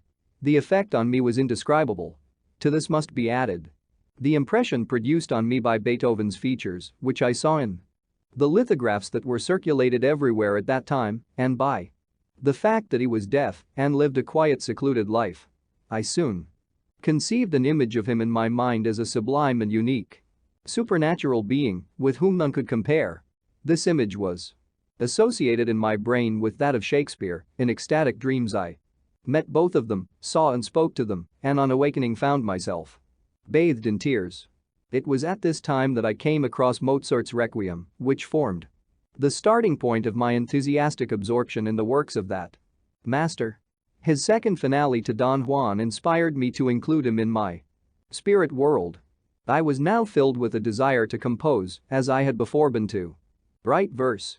I had, however, in this case to master the technique of an entirely separate and complicated subject. This presented greater difficulties than I had met with in writing verse, which came to me fairly easily. It was these difficulties that drove me to adopt a career which bore some resemblance to that of a professional musician, whose future distinction would be to win the titles of conductor and writer of opera. I now wanted to set Lübel und Adelaide to music, similar to that which Beethoven wrote to Goethe's Egmont. The various ghosts from the spirit world, who were each to display different characteristics, were to borrow their own distinctive coloring from appropriate musical accompaniment. In order to acquire the necessary technique of composition quickly, I studied Laugier's Méthode des Généralbasses, a work which was specially recommended to me at a musical lending library as a suitable textbook from which this art might be easily mastered. I have distinct recollections that the financial difficulties with which I was continually harassed throughout my life began at this time. I borrowed Laugier's book on the weekly payment system in the fond hope of having to pay for it only during a few weeks out of the savings of my weekly pocket money. But the weeks ran on into months, and I was still unable to compose as well as I wished. Mr. Frederick Wieck, whose daughter afterwards married Robert Schumann, was at that time the proprietor of that lending library. He kept sending me troublesome reminders of the debt I owed him, and when my bill had almost reached the price of Laugier's book, I had to make a clean breast of the matter to my family, who thus not only learnt of my financial difficulties in general, but also of my latest transgression into the domain of music, from which, of course, at the very most, they expected nothing better than a repetition of Lübel und Adelaide. There was great consternation at home My mother, sister, and brother-in-law, with anxious faces, discussed how my studies should be superintended in future to prevent my having any further opportunity for transgressing in this way. No one, however, yet knew the real state of affairs at school, and they hoped I would soon see the error of my ways in this case as I had in my former craze for poetry. But other domestic changes were taking place which necessitated my being for some little time alone in our house at Leipzig during the summer of 1829, when I was left entirely to my own devices. It was during this period that my passion for music rose to an extraordinary degree. I had secretly been taking lessons in harmony from G. Muller, afterwards organist of Altenburg, an excellent musician belonging to the Leipzig Orchestra. Although the payment of these lessons was also destined to get me into hot water at home later on, I could not even make up to my teacher for the delay in the payment of his fees by giving him the pleasure of watching me improve in my studies. His teaching and exercises soon filled me with the greatest disgust, as to my mind it all seemed so dry. For me music was a spirit, a noble and mystic monster, and any attempt to regulate it seemed to lower it in my eyes. I gathered much more congenial instruction about it from Hoffmann's Phantasiastiken than from my Leipzig orchestra player, and now came the time when I really lived and breathed in Hoffmann's artistic atmosphere of ghosts and spirits. With my head quite full of Kreisler, Crespel, and other musical specters from my favorite author, I imagined that I had at last found in real life a creature who resembled them. This ideal musician in whom for a time I fancied I had discovered a second Kreisler was a man called Flatches. He was a tall, exceedingly thin man with a very narrow head and an extraordinary way of walking, moving, and speaking, whom I had seen of all those open-air concerts which formed my principal source of musical education. He was always with the members of the orchestra, speaking exceedingly quickly. First to one and then the other, for they all knew him and seemed to like him. The fact that they were making fun of him I only learned, to my great confusion, much later. I remember having noticed this strange figure from my earliest days in Dresden, and I gathered from the conversations which I overheard that he was indeed well known to all Dresden musicians. This circumstance alone was sufficient to make me take a great interest in him, but the point about him which attracted me more than anything was the manner in which he listened to the various items in the program. He used to give peculiar, convulsive nods of his head and blow out his cheeks as though with sighs. All this I regarded as a sign of spiritual ecstasy. I noticed, moreover, that he was quite alone, that he belonged to no party and paid no attention to anything in the garden save the music, whereupon my identification of this curious being with the conductor Kreisler seemed quite natural. I was determined to make his acquaintance, and I succeeded in doing so. Who shall describe my delight when, on going to call on him at his rooms for the first time, I found innumerable bundles of scores. I had as yet never seen a score. It is true I discovered, to my regret, that he possessed nothing either by Beethoven, Mozart, or Weber, in fact, nothing but immense quantities of works, masses, and cantatas by composers such as Sterkel, Stamitz, Stiebelt, etc., all of whom were entirely unknown to me. Yet Flatches was able to tell me so much that was good about them that the respect which I felt for scores in general helped me to overcome my regret at not finding anything by my beloved masters. It is true I learned later that poor Flatches had only come into the possession of these particular scores through unscrupulous dealers who had traded on his weakness of intellect and palmed off this worthless music on him for large sums of money.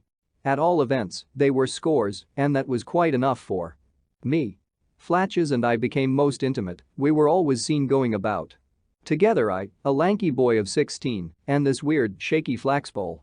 The doors of my deserted home were often open for this strange guest, who made me play my compositions to him while he ate bread and cheese. In return, he once arranged one of my airs for wind instruments, and, to my astonishment, it was actually accepted and played by the band in Kinchy's Swiss chalet. That this man had not the smallest capacity to teach me anything never once occurred to me. I was so firmly convinced of his originality that there was no need for him to prove it further than by listening patiently to my enthusiastic outpourings. But as, in course of time, several of his own friends joined us, I could not help noticing that the worthy Flatches was regarded by them all as a half-witted fool. At first this merely pained me, but a strange incident unexpectedly occurred which converted me to the general opinion about him. Flatches was a man of some means and had fallen into the toils of a young lady of dubious character who he believed was deeply in love with him. One day, without warning, I found his house closed to me and discovered, to my astonishment, that jealousy was the cause. The unexpected discovery of this liaison, which was my first experience of such a case, filled me with a strange horror. My friend suddenly appeared to me even more mad than he really was. I felt so ashamed of my persistent blindness that for some time to come I never went to any of the garden concerts for fear I should meet my sham Chrysler. By this time I had composed my first sonata in D minor. I had also begun a pastoral play and had worked it out in what I felt sure must be an entirely unprecedented way. I chose Goethe's Lawn der Verliebten as a model for the form and plot of my work. I scarcely even drafted out the libretto, however, but worked it out at the same time as the music and orchestration, so that while I was writing out one page of the score, I had not even thought out the words for the next page. I remember distinctly that following this extraordinary method, although I had not acquired the slightest knowledge about writing for instruments, I actually worked out a fairly long passage which finally resolved itself into a scene for 3 female voices followed by the air for the tenor. My bent for writing for the orchestra was so strong that I procured a score of Don Juan and set to work on what I then considered a very careful orchestration of a fairly long air for soprano. I also wrote a quartet in D major. After I had myself sufficiently mastered the alto for the viola, my ignorance of which had caused me great difficulty only a short time before, when I was studying a quartet by Haydn. Armed with these works, I set out in the summer on my first journey as a musician. My sister Clara, who was married to the singer Wolfram, had an engagement at the theater at Magdeburg, whither, in characteristic fashion, I set forth upon my adventure on foot. My short stay with my relations provided me with many experiences of musical life. It was there that I met a new freak whose influence upon me I have never been able to forget. He was a musical conductor of the name of Kunlein, a most extraordinary person. Already advanced in years, delicate and, unfortunately, given to drink, this man nevertheless impressed one by something striking and vigorous in his expression. His chief characteristics were an enthusiastic worship of Mozart and a passionate depreciation of Weber. He had read only one book, Goethe's Faust, and in this work there was not a page in which he had not underlined some passage and made some remark in praise of Mozart or in disparagement of Weber. It was to this man that my brother-in-law confided the compositions which I had brought with me in order to learn his opinion of my abilities. One evening, as we were sitting comfortably in an inn, old Kunlein came in and approached us with a friendly, though serious manner. I thought I read good news in his features, but when my brother-in-law asked him what he thought of my work, he answered quietly and calmly, "There is not a single good note in it." My brother-in-law, who was accustomed to Kunlein's eccentricity, gave a loud laugh which reassured me somewhat. It was impossible to get any advice or coherent reasons for his opinion out of Kunlein. He merely renewed his abuse of Weber and made some references to Mozart which, nevertheless, made a deep impression upon me, as Kunlein's language was always very heated and emphatic. On the other hand, this visit brought me a great treasure, which was responsible for leading me in a very different direction from that advised by Kunlein. This was the score of Beethoven's great quartet in E-flat major, which had only been fairly recently published and of which my brother-in-law had a copy made for me. Richer in experience and in the possession of this treasure, I returned to Leipzig to the nursery of my queer musical studies. But my family had now returned with my sister Rosalie, and I could no longer keep secret from them the fact that my connection with the school had been entirely suspended. For a notice was found saying that I had not attended the school for the last 6 months. As a complaint addressed by the rector to my uncle about me had not received adequate attention, the school authorities had apparently made no further attempts to exercise any supervision over me, which I had indeed rendered quite impossible by absenting myself altogether. A fresh council of war was held in the family to discuss what was to be done with me. As I laid particular stress on my bent for music, my relations thought that I ought, at any rate, to learn one instrument thoroughly. My brother-in-law, Brockhaus, proposed to send me to Hummel at Weimar to be trained as a pianist, but as I loudly protested that by music I meant compassing and not playing an instrument, they gave way and decided to let me have regular lessons in harmony from Muller, the very musician from whom I had had instruction on the slice a little while before and who had not yet been paid. In return for this I promised faithfully to go back to work conscientiously at St. Nicholas's School. I soon grew tired of both. I could brook no control, and this unfortunately applied to my musical instruction as well. The dry study of harmony disgusted me more and more, though I continued to conceive fantasias, sonatas, and overtures and worked them out by myself. On the other hand, I was spurred on by ambition to show what I could do at school if I liked. When the upper schoolboys were set the task of writing a poem, I composed a chorus in Greek on the recent War of Liberation. I can well imagine that this Greek poem had about as much resemblance to a real Greek oration and poetry as the sonatas and overtures I used to compose at that time had. To thoroughly professional music, my attempt was scornfully rejected as a piece of impudence. After that I have no further recollections of my school. My continued attendance was a pure sacrifice on my side, made out of consideration for my family. I did not pay the slightest attention to what was taught in the lessons, but secretly occupied myself all the while with reading any book that happened to attract me. As my musical instruction also did me no good, I continued in my willful process of self-education by copying out the scores of my beloved masters, and in so doing acquired a neat handwriting, which in later years has often been admired. I believe my copies of the C minor Symphony and the Ninth Symphony by Beethoven are still preserved as souvenirs. Beethoven's Ninth Symphony became the mystical goal of all my strange thoughts and desires about music. I was first attracted to it by the opinion prevalent among musicians, not only in Leipzig but elsewhere, that this work had been written by Beethoven when he was already half mad. It was considered the non plus ultra of all that was fantastic and incomprehensible, and this was quite enough to rouse in me a passionate desire to study this mysterious work.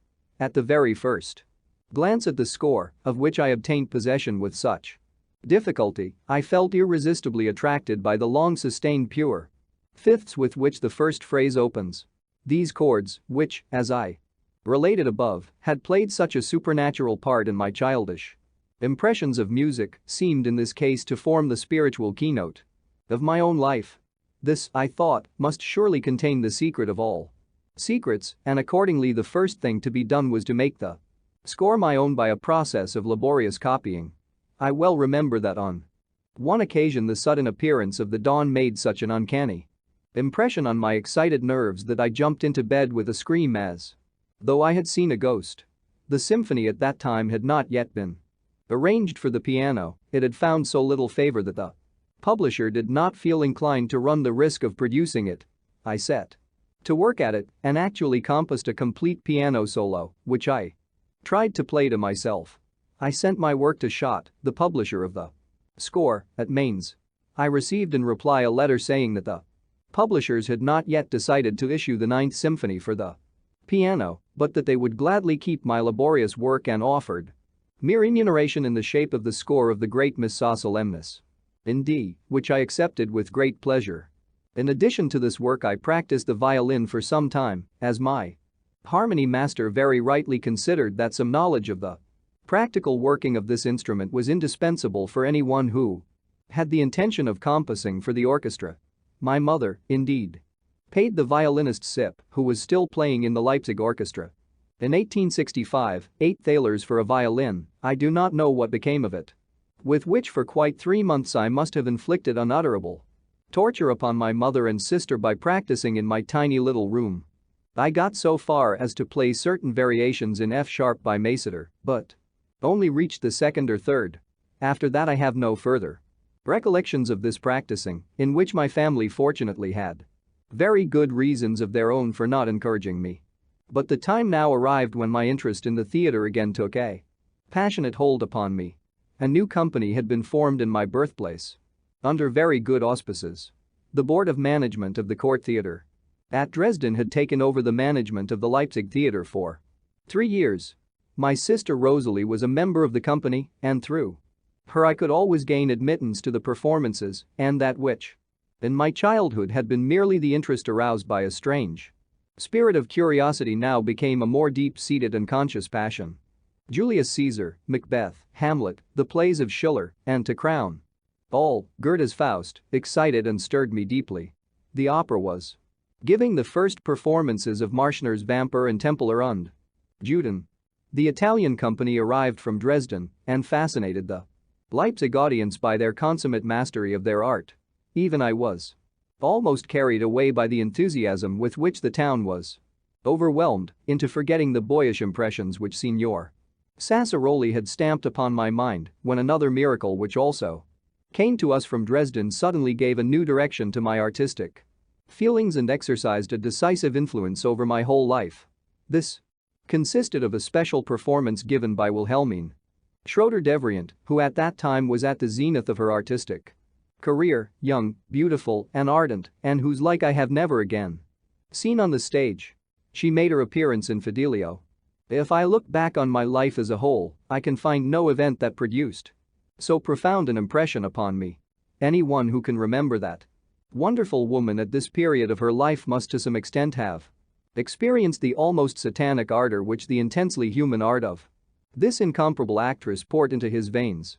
After the performance, I rushed to a friend's house and wrote a short note to the singer, in which I briefly told her that from that moment my life had acquired its true significance, and that if in days to come she should ever hear my name praised in the world of art, she must remember that she had that evening made me what I then swore it was my destiny to become. This note I left at her hotel and ran out into the night as if I were mad. In the year 1842, when I went to Dresden to make my debut with Rienzi, I paid several visits to the kind-hearted singer, who startled me on one occasion by repeating this letter word for word. It seemed to have made an impression on her too, as she had actually kept it. At this point I feel myself obliged to acknowledge that the great confusion which now began to prevail in my life, and particularly in my studies, was due to the inordinate effect this artistic interpretation had upon me. I did not know where to turn or how to set about producing something myself which might place me in direct contact with the impression I had received, while everything that could not be brought into touch with it seemed to me so shallow and meaningless that I could not possibly trouble myself with it.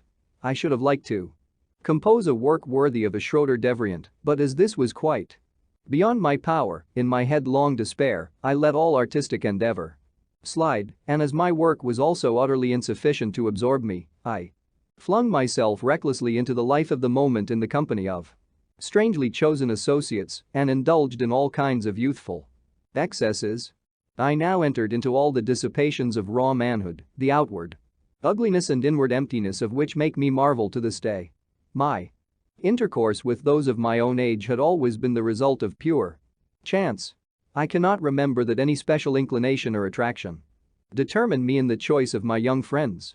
While I can honestly say that I was never in a position to stand aloof out of envy from any one who was specially gifted, I can only explain my indifference in the choice of my associates by the fact that through inexperience regarding the sort of companionship that would be of advantage to me, I cared only to have someone who would accompany me in my excursions and to whom I could pour out my feelings to my heart's content without caring what effect it might have upon him. The result of this was that after a stream of confidences to which my own excitement was the only response, I at length reached the point when I turned and looked at my friend. To my astonishment, I generally found that there was no question of response at all, and as soon as I set my heart on drawing something from him in return and urged him to confide in me when he really had nothing to tell, the connection usually came to an end and left no trace on my life. In a certain sense, my strange relationship with Flatches was typical of the great majority of my ties in after life. Consequently, as no lasting personal bond of friendship ever found its way into my life, it is easy to understand how delight in the Dissipations of student life could become a passion of some duration. Because in it individual intercourse is entirely replaced by a common circle of acquaintances. In the midst of rowdyism and ragging of the most foolish description, I remained quite alone, and it is quite possible that these frivolities formed a protecting hedge round my inmost soul, which needed time to grow to its natural strength and not be weakened by reaching maturity too soon. My life seemed to break up in all directions. I had to leave St. Nicholas's School at Easter 1830, as I was too deeply in disgrace with the staff of masters ever to hope for any promotion in the university. From that quarter, it was now determined that I should study privately for 6 months and then go to St. Thomas's School, where I should be in fresh surroundings and be able to work up and qualify in a short time for the university. My uncle Adolphe, with whom I was constantly renewing my friendship and who also encouraged me about my music and exercised a good influence over me in that respect, in spite of the utter degradation of my life at that time, kept arousing in me an ever fresh desire for scientific studies. I took private lessons in Greek from a scholar and read Sophocles with him. For a time I hoped this noble poet would again inspire me to get a real hold on the language. But the hope was vain. I had not chosen the right teacher, and moreover, his sitting room in which we pursued our studies looked out on a tan yard, the repulsive odor of which affected my nerves so strongly that I became thoroughly disgusted both with Sophocles and Greek. My brother-in-law, Brokos, who wanted to put me in the way of earning some pocket money, gave me the correcting of the proof sheets of a new edition he was bringing out of Becker's Universal History, revised by Labelle. This gave me a reason for improving by private study the superficial general instruction on every subject which is given at school, and I thus acquired the valuable knowledge which I was destined to have in later life of most of the branches of learning so uninterestingly taught in class. I must not forget to mention that, to a certain extent, the attraction exercised over me by this first closer study of history was due to the fact that it brought me an 8-pence a sheet, and I thus found myself in one of the rarest positions in my life, actually earning money, yet I should be doing myself an injustice if I did not bear in mind the vivid impressions I now for the first time received upon turning my serious attention to those periods of history with which I had hitherto had a very superficial acquaintance. All I recollect about my school days in this connection is that I was attracted by the classical period of Greek history. Marathon, Salamis, and Thermopylae compassed the canon of all that interested me in the subject. Now for the first time I made an intimate acquaintance with the Middle Ages and the French Revolution, as my work in correcting dealt precisely with the 2 volumes which contained these 2 periods. I remember in particular that the description of the Revolution filled me with sincere hatred for its heroes. Unfamiliar as I was with the previous history of France, my human sympathy was horrified by the cruelty of the men of that day, and this purely human impulse remained so strong in me that I remember how even quite recently it cost me a real struggle to give any weight to the true political significance of those acts of violence. How great, then, was my astonishment when one day the current political events of the time enabled me, as it were, to gain a personal experience of the sort of national upheavals with which I had come into distant contact in the course of my proof correcting. The special editions of the Leipzig Gazette brought us the news of the July Revolution in Paris. The King of France had been driven from his throne. Lafayette, who a moment before had seemed a myth to me, was again riding through a cheering crowd in the streets of Paris. The Swiss guards had once more been butchered in the Tuileries, and a new king knew no better way of commending himself to the populace than by declaring himself the embodiment of the Republic. Suddenly to become conscious of living at a time in which such things took place could not fail to have a startling effect on a boy of 17. The world as a historic phenomenon began from that day in my eyes, and naturally my sympathies were wholly on the side of the revolution, which I regarded in the light of a heroic popular struggle crowned with victory and free from the blemish of the terrible excesses that stained the First French Revolution. As the whole of Europe, including some of the German states, was soon plunged more or less violently into rebellion, I remained for some time in a feverish state of suspense and now first turned my attention to the causes of these upheavals, which I regarded as struggles of the young and hopeful against the old and effete. portion of mankind. Saxony also did not remain unscathed. In Dresden it came to actual fighting in the streets, which immediately produced a political change in the shape of the proclamation of the regency of the future King Frederick and the granting of a constitution. This event filled me with such enthusiasm that I composed a political overture, the prelude of which depicted dark oppression in the midst of which a strain was at last heard, under which, to make my meaning clearer, I wrote the words Friedrich und Freiheil. This strain was intended to develop gradually and majestically into the fullest triumph, which I hoped shortly to see successfully performed at one of the Leipzig garden concerts. However, before I was able to develop my politico-musical conceptions further, disorders broke out in Leipzig itself, which summoned me from the precincts of art to take a direct share in national life. National life in Leipzig at this time meant nothing more than antagonism between the students and the police, the latter being the archenemy upon whom the youthful love of liberty vented itself. Some students had been arrested in a street broil who were now to be rescued. The undergraduates, who had been restless for some days, assembled one evening in the marketplace, and the clubs mustered together and made a ring round their leaders. The whole proceeding was marked by a certain measured solemnity, which impressed me deeply. They sang Gaudeamus igitur, formed up into column, and picking up from the crowd any young men who sympathized with them, marched gravely and resolutely from the marketplace to the university buildings to open the cells and set free the students who had been arrested. My heart beat fast as I marched with them to this taking of the Bastille, but things did not turn out as we expected, for in the courtyard of the Polonum the solemn procession was stopped by Rector Krug, who had come down to meet it with his grey head bared. His assurance that the captives had already been released at his request was greeted with a thundering cheer, and the matter seemed at an end. But the tense expectation of a revolution had grown too great not to demand some sacrifice. A summons was suddenly spread calling us to a notorious alley in order to exercise popular justice upon a hated magistrate who, it was rumored, had unlawfully taken under his protection a certain house of ill fame in that quarter. When I reached the spot with the tail end of the crowd, I found the house had been broken into and all sorts of violence had been committed. I recall with horror the intoxicating effect this unreasoning fury had upon me, and cannot deny that without the slightest personal provocation I shared, like one possessed, in the frantic onslaught of the undergraduates, who madly shattered furniture and crockery to bits. I do not believe that the ostensible motive for this outrage, which, it is true, was to be found in a fact that was a grave menace to public morality, had any weight with me whatever. On the contrary, it was the purely devilish fury of these popular outbursts that drew me, too, like a madman into their vortex. The fact that such fits of fury are not quick to abate but, in accordance with certain natural laws, reach their proper conclusion only after they have degenerated into frenzy, I was to learn in my own person. Scarcely did the summons ring out for us to march to another resort of the same kind than I too found myself in the tide which set towards the opposite end of the town. There the same exploits were repeated and the most ludicrous outrages perpetrated.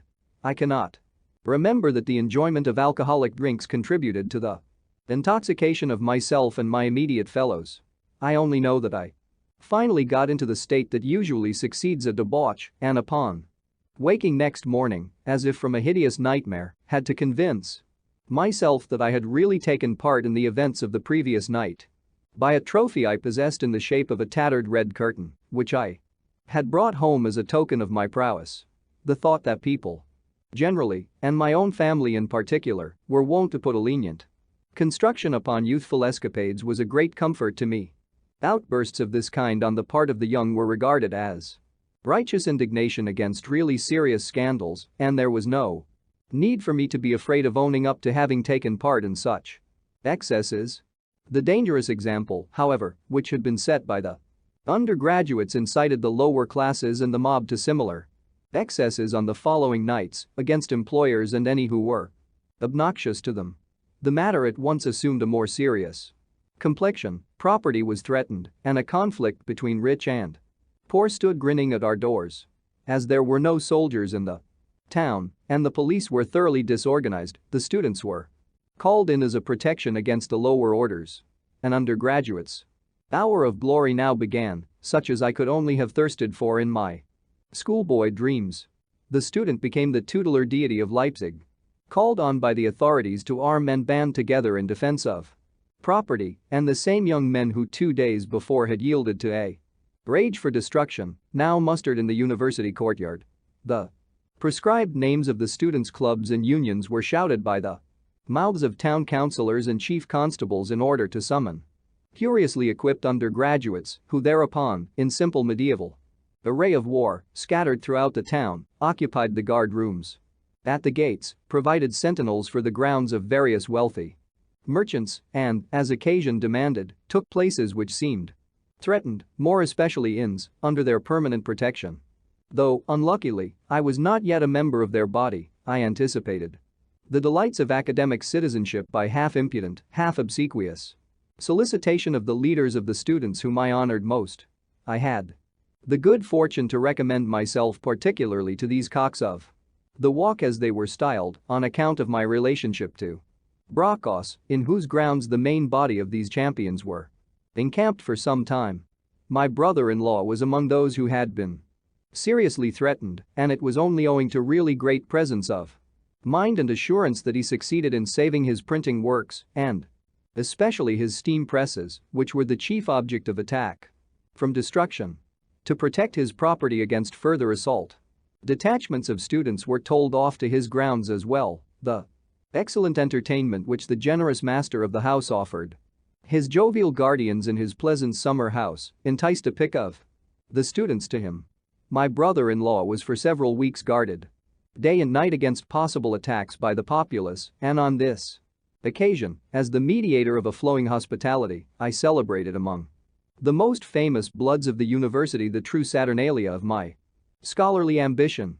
For a still longer period the guarding of the gates was entrusted to the students. The unheard-of splendor which accordingly became associated with this post drew fresh aspirants to the spot from far and near. Every day huge chartered vehicles discharged at the Halle gate.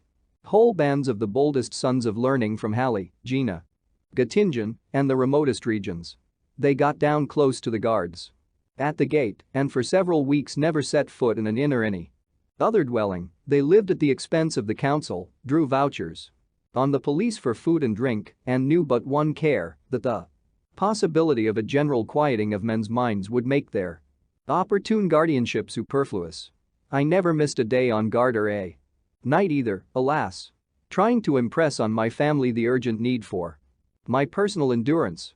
Of course, the quieter and really studious spirits among us soon resigned these duties, and only the flower of the flock of undergraduates remained so staunch that it became difficult for the authorities to relieve them of their task. I held out to the very last and succeeded in making most astonishing friends for my age. Many of the most audacious remained in Leipzig even when there was no guard duty to fulfill, and peopled the place for some time with champions of an extraordinarily desperate and dissipated type who had been repeatedly sent down from various universities for rowdyism or debt, and who now, thanks to the exceptional circumstances of the day, found a refuge in Leipzig, where at first they had been received with open arms by the general enthusiasm of their comrades.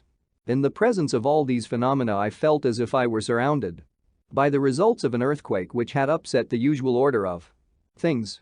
My brother-in-law, Friedrich Brockhaus, who could justly taunt the former authorities of the place with their inability to maintain peace and order, was carried away by the current of a formidable movement of opposition. He made a daring speech at the Guildhall before their worships the town council, which brought him popularity, and he was appointed second in command of the newly constituted Leipzig Municipal Guard. This body at length ousted my adored students from the guard rooms of the town gates, and we no longer had the right of stopping travelers and inspecting their passes. On the other hand, I flattered myself that I might regard my new position as a boy citizen as equivalent to that of the French National Guard, and my brother-in-law, Brockhaus, as a Saxon Lafayette, which, at all events, succeeded in furnishing my soaring excitement with a healthy stimulant. I now began to read the papers and cultivate politics enthusiastically. However, the social intercourse of the civic world did not attract me. sufficiently to make me false to my beloved academic associates. I followed them faithfully from the guard rooms to the ordinary bars, where their splendor as men of the literary world now sought retirement. My chief ambition was to become one of them as soon as possible. This, however, could only be accomplished by being again entered at a grammar school. St. Thomas's, whose headmaster was a feeble old man, was the place where my wishes could be most speedily attained. I joined the school in the autumn of 1830 simply with the intention of qualifying myself for the leaving examination by merely nominal attendance there. The chief thing in connection with it was that I and friends of the same bent succeeded in establishing a sham students' association called the Freshmen's Club. It was formed with all possible pedantry. The institution of the comment was introduced. Fencing practice and sword bouts were held, and an inaugural meeting to which several prominent students were invited and at which I presided, as vice in white buckskin trousers and great jack boots, gave me a foretaste of the delights awaiting me as a full-blown son of the muses. The masters of St. Thomas's, however, were not quite so ready to fall in with my aspirations to studentship. At the end of the half-year they were of the opinion that I had not given a thought to their institution, and nothing could persuade them that I had earned a title to academic citizenship by any acquisition of knowledge. Some sort of decision was necessary, so I accordingly informed my family that I had made up my mind not to study for a profession at the university, but to become a musician. There was nothing to prevent me matriculating as studiosus musici and, without therefore troubling myself about the pedantries of the authorities at St. Thomas's, I defiantly quitted that seat of learning from which I had derived small profit and presented myself forthwith to the rector of the university, whose acquaintance I had made on the evening of the riot, to be enrolled as a student of music. This was accordingly done without further ado, on the payment of the usual fees. I was in a great hurry about it, for in a week the Easter vacation would begin, and the men would go down from Leipzig, when it would be impossible to be elected member of a club until the vacation was over. And to stay all those weeks at home in Leipzig without having the right to wear the coveted colors seemed to me unendurable torture. Straight from the rector's presence I ran like a wounded animal to the fencing school to present myself for admission to the Saxon Club, showing my card of matriculation. I attained my object. I could wear the colors of the Saxonia, which was in the fashion at that time, and in great request because it numbered so many delightful members in its ranks. The strangest fate was to befall me in this Easter vacation, during which I was really the only remaining representative of the Saxon Club in Leipzig. In the beginning this club consisted chiefly of men of good family as well as the better class elements of the student world. All of them were members of highly placed and well-to-do families in Saxony in general, and in particular from the capital, Dresden, and spent their vacation at their respective homes. There remained in Leipzig during the vacations only those wandering students who had no homes and for whom in reality it was always or never holiday time. Among those a separate club had arisen of daring and desperate young reprobates who had found a last refuge, as I said, at Leipzig in the glorious period I have recorded. I had already made the personal acquaintance of these swashbucklers, who pleased my fancy greatly when they were guarding the Brockhaus grounds. Although the regular duration of a university course did not exceed 3 years, most of these men had never left their universities for 6 or 7 years. I was particularly fascinated by a man called Gebhardt, who was endowed with extraordinary physical beauty and strength, and whose slim heroic figure towered head and shoulders above all his companions. When he walked down the street arm in arm with 2 of the strongest of his comrades, he used suddenly to take it into his head, by an easy movement of his arm, to lift his friends high in the air and flutter along in this way as though he had a pair of human wings. When a cab was going along the streets at a sharp trot, he would seize a spoke of the wheel with one hand and force it to pull up. Nobody ever told him that he was stupid because they were afraid of his strength, hence his limitations were scarcely noticed. His redoubtable strength, combined with a temperate disposition, lent him a majestic dignity which placed him above the level of an ordinary mortal. He had come to Leipzig from Mecklenburg in the company of a certain Degelow, who was as powerful and adroit, though by no means of such gigantic proportions, as his friend and whose chief attraction lay in his great vivacity and animated features. He had led a wild and dissipated life in which play, drink, passionate love affairs, and constant and prompt dueling had rung the changes. Ceremonious politeness, an ironic and pedantic coldness which testified to bold self-confidence, combined with a very hot temper, formed the chief characteristics of this personage, and natures akin to his. Degelo's wildness and passion were lent a curious, diabolical charm by the possession of a malicious humor which he often turned against himself, whereas towards others he exercised a certain chivalrous tenderness. These two extraordinary men were joined by others who possessed all the qualities essential to a reckless life, together with real and headstrong valor. One of them, named Stelzer, a regular berserker out of the Nibelungenlied, who was nicknamed Lope, was in his 20th term. While these men openly and consciously belonged to a world doomed to destruction, and all their actions and escapades could only be explained by the hypothesis that they all believed that inevitable ruin was imminent, I made in their company the acquaintance of a certain Schroeder, who particularly attracted me by his cordial disposition, pleasant Hanoverian accent, and refined wit. He was not one of the regular young daredevils, towards whom he adopted a calm, observant attitude. While they were all fond of him and glad to see him, I made a real friend of this Schroeder, although he was much older than I was. Through him I became acquainted with the works and poems of H. Heine. And from him I acquired a certain neat and saucy wit, and I was quite ready to surrender myself to his agreeable influence in the hope of improving my outward bearing. It was his company in particular that I sought every day. In the afternoon I generally met him in the Rosenthal or Kinchi's chalet, though always in the presence of those wonderful Goths who excited at once my alarm and admiration. They all belonged to university clubs which were on hostile terms with the one of which I was a member. What this hostility between the various clubs meant only those can judge who are familiar with the tone prevalent among them in those days. The mere sight of hostile colors sufficed to infuriate these men, who otherwise were kind and gentle, provided they had taken the slightest drop too much. At all events, as long as the old stagers were sober, they would look with good-natured complacency at a slight young fellow like me in the hostile colors, moving among them so amicably. Those colors I wore in my own peculiar fashion. I had made use of the brief week during which my club was still in Leipzig to become the possessor of a splendid Saxon cap, richly embroidered with silver and worn by a man called Muller, who was afterwards a prominent constable at Dresden. I had been seized with such a violent craving for this cap that I managed to buy it from him, as he wanted money to go home. In spite of this remarkable cap I was, as I have said, welcome in the den of this band of rowdies. My friend Schroeder saw to that.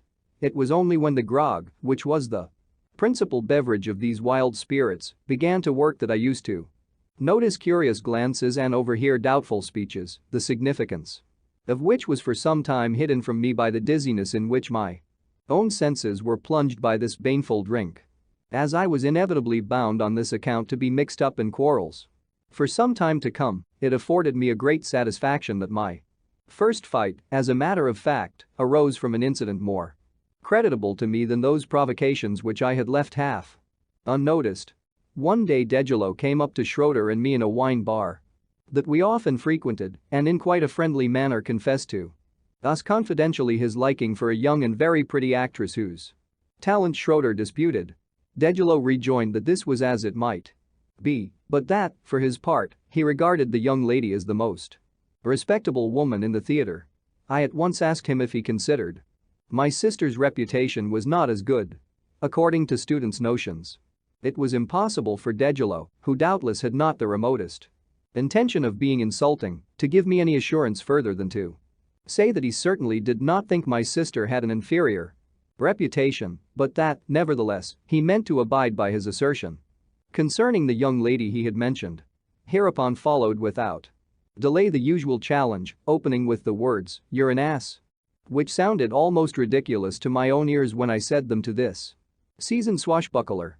I remember that Degelo too gasped with astonishment, and lightning seemed to flash from his eyes, but he controlled himself in the presence of my friend and proceeded to observe the usual formalities of a challenge and chose broadswords, crumb sable, as the weapons for the fight. The event made a great stir among our companions, but I saw less reason than before to abstain from my usual intercourse with them.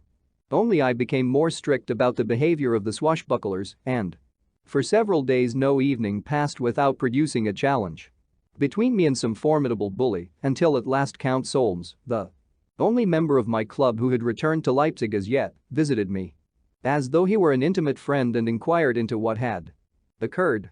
He applauded my conduct but advised me not to wear my colors until the return of our comrades from the vacation and to keep away from the bad company into which I had ventured. Fortunately, I had not long to wait. University life soon began again, and the fencing ground was filled. The unenviable position in which, in student phrase, I was suspended with a half-dozen of the most terrible swordsmen earned me a glorious reputation among the freshmen and juniors and even among the older champions of the Saxonia. My seconds were duly arranged, the dates for the various duels on hand settled, and by the care of my seniors, the needful time was secured for me to acquire some sort of skill in fencing. The light heart with which I awaited the fate which threatened me in at least one of the impending encounters I myself could not understand at the time. On the other hand, the way in which that fate preserved me from the consequences of my rashness seems truly miraculous in my eyes to this day and worthy of further description. The preparations for a duel included obtaining some experience of these encounters by being present at several of them. We freshmen attained this object by what is called carrying duty, that is to say, we were entrusted with the rapiers of the corps, precious weapons of honor belonging to the association, and had to take them first to the grinder and thence to the scene of encounter, a proceeding which was attended with some danger, as it had to be done surreptitiously, since dueling was forbidden by law. In return, we acquired the right of assisting as spectators at the impending engagements. When I had earned this honor, the meeting place chosen for the duel I was to watch was the billiard room of an inn in the Bergstrasse. The table had been moved to one side, and on it the authorized spectators took their places. Among them I stood up with a beating heart to watch the dangerous encounters between those doughty champions. I was told on this occasion of the story of one of my friends, a Jew named Levy, but known as Lippert, who on this very floor had given so much ground before his antagonist that the door had to be opened for him, and he fell back through it down the steps into the street, still believing he was engaged in the duel. When several bouts had been finished, two men came onto the pitched temple, the president of the Markomannen, and a certain Wolfert, an old stager, already in his 14th half year of study, with whom I also was booked for an encounter later on. When this was the case, a man was not allowed to watch, in order that the weak points of the duelist might not be betrayed to his future opponent. Wolfert was accordingly asked by my chiefs whether he wanted me removed, whereupon he replied with calm contempt, "Let them leave the little freshman there, in God's name." Thus I became an eyewitness of the disablement of a swordsman who nevertheless showed himself so experienced and skillful on the occasion that I might well have become alarmed for the issue of my future encounter with him. His gigantic opponent cut the artery of his right arm, which at once ended the fight. The surgeon declared that Wolfert would not be able to hold a sword again for years, under which circumstances my proposed meeting with him was at once cancelled. I do not deny that this incident cheered my soul. Shortly afterwards, the first general reunion of our club was held at the Green Tap. These gatherings are regular hotbeds for the production of duels. Here I brought upon myself a new encounter with one Tischer, but learned at the same time that I had been relieved of two of my most formidable previous engagements of the kind by the disappearance of my opponents, both of whom had escaped on account of debt and left no trace behind them. The only one of whom I could hear anything was the terrible Stelzer, surnamed Lope.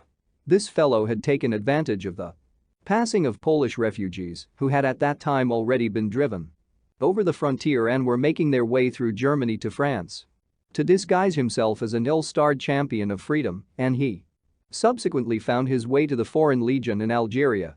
On the way home from the gathering, Degelow, whom I was to meet in a few weeks, proposed a truce. This was a device which, if it was accepted, as it was in this case, enabled the future combatants to entertain and talk to one another, which was otherwise most strictly forbidden. We Wandered back to the town arm in arm, with chivalrous tenderness my interesting and formidable opponent declared that he was delighted at the prospect of crossing swords with me in a few weeks' time, that he regarded it as an honor and a pleasure, as he was fond of me and respected me for my valorous conduct. Seldom has any personal success flattered me more. We embraced, and amid protestations which, owing to a certain dignity about them, acquired a significance I can never forget, we parted. He informed me that he must first pay a visit to Jena, where he had an appointment to fight a duel. A week later the news of his death reached Leipzig. He had been mortally wounded in the duel at Jena. I felt as if I were living in a dream, out of which I was aroused by the announcement of my encounter with Tischer. Though he was a first-rate and vigorous fighter, he had been chosen by our chiefs for my first passage of arms because he was fairly short. In spite of being unable to feel any great confidence in my hastily acquired and little practiced skill in fencing, I looked forward to this my first duel with a light heart. Although it was against the rules, I never dreamed of telling the authorities that I was suffering from a slight rash which I had caught at that time and which I was informed made wounds so dangerous that if it were reported it would postpone the meeting. In spite of the fact that I was modest enough to be prepared for wounds, I was sent for at 10 in the morning and left home smiling to think what my mother and sisters would say if in a few hours I were brought back in the alarming state I anticipated. My chief, Herr V. Schonfeld, was a pleasant, quiet sort of man who lived on the marsh. When I reached his house, he leant out of the window with his pipe in his mouth and greeted me with the words, "You can go home, my lad, it is all off. Tischer is in hospital." When I got upstairs I found several leading men assembled, from whom I learned that Tischer had got very drunk the night before and had in consequence laid himself open to the most outrageous treatment by the inhabitants of a house of ill fame. He was terribly hurt and had been taken by the police in the first instance to the hospital. This inevitably meant rustication and, above all, expulsion from the academic association to which he belonged. I cannot clearly recall the incidents that removed from Leipzig the few remaining fire-eaters to whom I had pledged myself since that fatal vacation time. I only know that this aid of my fame as a student yielded to another. We celebrated the freshmen's gathering to which all those who could manage it drove a four in hand in a long procession through the town. After the president of the club had profoundly moved me with his sudden and yet prolonged solemnity, I conceived the desire to be among the very last to return home from the outing.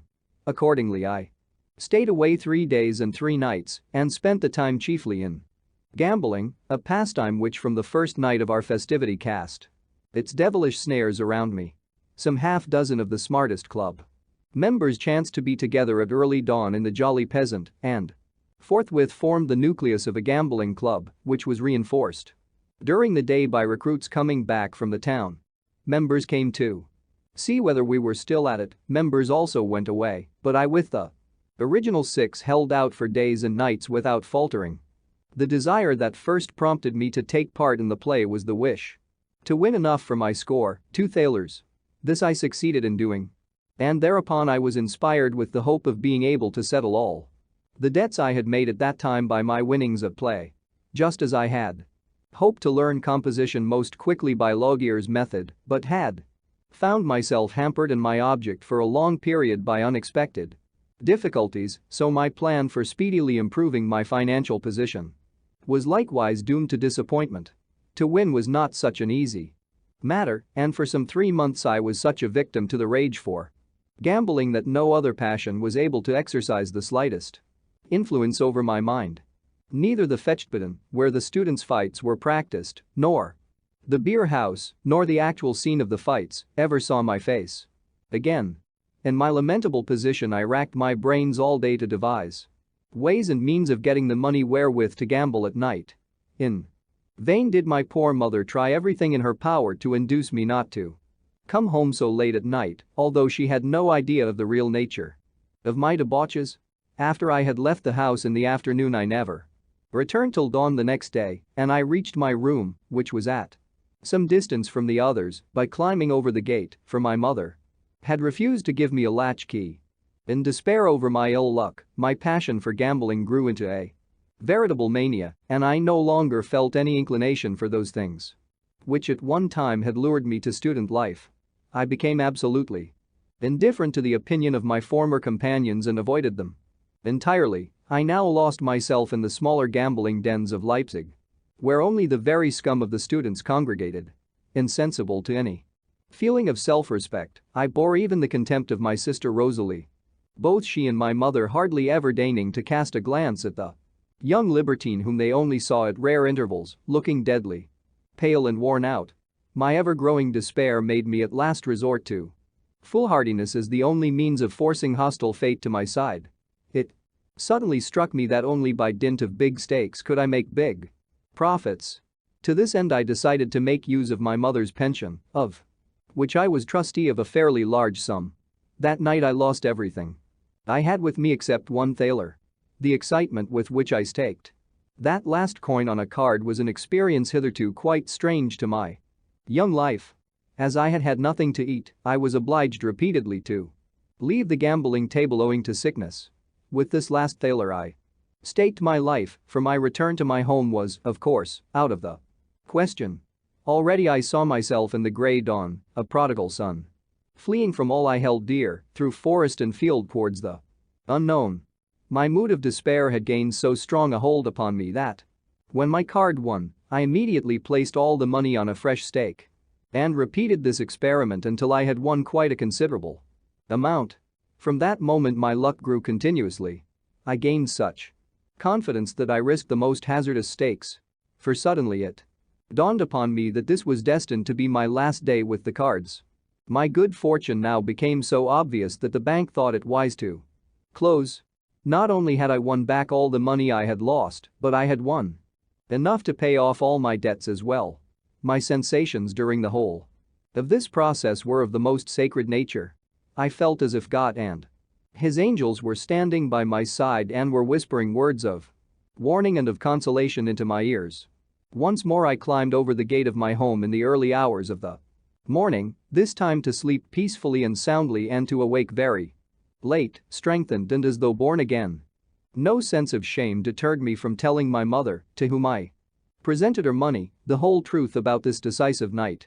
I voluntarily confessed my sin in having utilized her pension, sparing no detail. She folded her hands and thanked God for His mercy and forthwith regarded me as saved, believing it impossible for me ever to commit such a crime again. And, truth to tell, gambling had lost all fascination for me from that moment. The world, in which I had moved like one demented, suddenly seemed stripped of all interest or attraction. My rage for gambling had already made me quite indifferent to the usual student's vanities, and when I was freed from this passion also, I suddenly found myself face to face with an entirely new world. To this world I belonged henceforth. It was the world of real and serious musical study, to which I now devoted myself heart and soul. Even during this wild period of my life, my musical development had not been entirely at a standstill. On the contrary, it daily became plainer that music was the only direction towards which my mental tendencies had a marked bent. Only I had got quite out of the habit of musical study.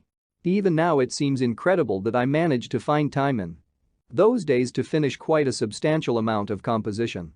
I have but the faintest recollection of an overture in C major, 6/8 time, and of a sonata in B-flat major arranged as a duet. The latter pleased my sister Audley, who played it with me, so much that I arranged it for orchestra.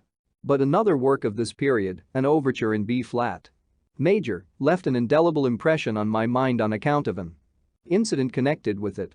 This composition, in fact, was the outcome of my study of Beethoven's Ninth Symphony in about the same degree as Lubeld und Adelaide was the result of my study of Shakespeare. I had made a special point of bringing out the mystic meaning in the orchestra, which I divided into three distinctly different and opposite elements. I wanted to make the characteristic nature of these elements clear to the score reader the moment he looked at it by a striking display of color, and only the fact that I could not get any green ink made this picturesque idea impossible. I employed black ink for the brass instruments alone. The strings were to have red in the wind green ink. This extraordinary score I gave for perusal to Heinrich Dorn, who was at that time musical director of the Leipzig theater. He was very young and impressed me as being a very clever musician and a witty man of the world whom the Leipzig public made much of. Nevertheless, I have never been able to understand how he could have granted my request to produce this overture. Some time afterwards I was rather inclined to believe with others who knew how much he enjoyed a good joke that he intended to treat himself to a little fun. At the time, however, he vowed that he thought the work interesting and maintained that if it were only brought out as a hitherto unknown work by Beethoven, the public would receive it with respect, though without understanding. It was the Christmas of the fateful year 1830, as usual, there would be no performance at the theater on Christmas Eve, but instead a concert for the poor had been organized, which received but scant support. The first item on the program was called by the exciting title New Overture Nothing More. I had surreptitiously listened to the rehearsal with some misgiving. I was very much impressed by the coolness with which Dorn fenced with the apparent confusion which the members of the orchestra showed with regard to this mysterious composition. The principal theme of the allegro was contained in 4 bars. After every 4th bar, however, a 5th bar had been inserted, which had nothing to do with the melody and which was announced by a loud bang on the kettle drum on the 2nd beat.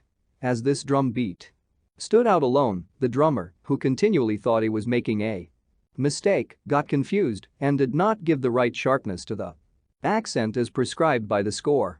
Listening from my hidden corner and frightened at my original intention, this accidentally different rendering did not displease me. To my genuine annoyance, however, Dorn called the drummer to the front and insisted on his playing the accents with the prescribed sharpness. When, after the rehearsal, I told the musical director of my misgivings about this important fact, I could not get him to promise a milder interpretation of the fatal drum beat. He stuck to it that the thing would sound very well as it was. In spite of this assurance, my restlessness grew, and I had not the courage to introduce myself to my friends in advance as the author of the new overture. My sister Ottilie, who had already been forced to survive the secret readings of Lubeld und Adelaide, was the only person willing to come with me to hear my work. It was Christmas Eve, and there was to be the usual Christmas tree, presents, etc. at my brother-in-law's, Friedrich Brockhaus, and both of us naturally wanted to be there. My sister, in particular, who lived there, had a good deal to do with the arrangements and could only get away for a short while, and that with great difficulty. Our amiable relation accordingly had the carriage ready for her so that she might get back more quickly. I made use of this opportunity to inaugurate, as it were, my entree into the musical world in a festive manner. The carriage drew up in front of the theater. Ottilie went into my brother-in-law's box, which forced me to try and find a seat in the pit. I had forgotten to buy a ticket and was refused admission by the man at the door. Suddenly the tuning up of the orchestra grew louder and louder, and I thought I should have to miss the beginning of my work. In my anxiety I revealed myself to the man at the door as the composer of the new overture and in this way succeeded in passing without a ticket. I pushed my way through to one of the first rows of the pit and sat down in terrible anxiety. The overture began. After the theme of the black brass instruments had made itself heard with great emphasis, the red allegro theme started, in which, as I have already mentioned, every 5th bar was interrupted by the drum beat from the black world. What kind of effect the green theme of the wind instruments, which joined in afterwards, produced upon the listeners, and what they must have thought when black, red and green themes became intermingled, has always remained a mystery to me, for the fatal drum beat, brutally hammered out, entirely deprived me of my senses, especially as this prolonged and continually recurring effect now began to rouse not only the attention but the merriment of the audience. I heard my neighbors calculating the return of this effect, knowing the absolute correctness of their calculation. I suffered 10,000 torments and became almost unconscious. At last I awoke from my nightmare when the overture, to which I had disdained to give what I considered a trite ending, came to a standstill most unexpectedly. No phantoms like those in Hoffmann's tales could have succeeded in producing the extraordinary state in which I came to my senses on noticing the astonishment of the audience at the end of the performance. I heard no exclamations of disapproval, no hissing, no remarks, not even laughter. All I saw was intense astonishment at such a strange occurrence, which impressed them, as it did me, like a horrible nightmare. The worst moment, however, came when I had to leave the pit and take my sister home. To get up and pass through the people in the pit was horrible indeed. Nothing, however, equaled the pain of coming face to face with the man at the door. The strange look he gave me haunted me ever afterwards, and for a considerable time I avoided the pit of the Leipzig theater. My next step was to find my sister, who had gone through the whole sad experience with infinite pity. In silence we drove home to be present at a brilliant family festivity, which contrasted with grim irony with the gloom of my bewilderment. In spite of it all, I tried to believe in myself and thought I could find comfort in my overture to the Braut von Messina, which I believed to be a better work than the fatal one I had just heard. A reinstatement, however, was out of the question, for the directors of the Leipzig theater regarded me for a long time as a very doubtful person, in spite of Dorn's friendship. It is true that I still tried my hand at sketching out compositions to Goethe's Faust, some of which have been preserved to this day. But soon my wild student's life resumed its sway and drowned the last remnant of serious musical study in me. I now began to imagine that because I had become a student I ought to attend the university lectures from Traugott Krug, who was well known to me on account of his having suppressed the students' revolt. I tried to learn the first principles of philosophy. A single lesson sufficed to make me give this up. 2 or 3 times, however, I attended the lectures on aesthetics given by one of the younger professors, a man called Weiss. This perseverance was due to the interest which Weiss immediately aroused in me.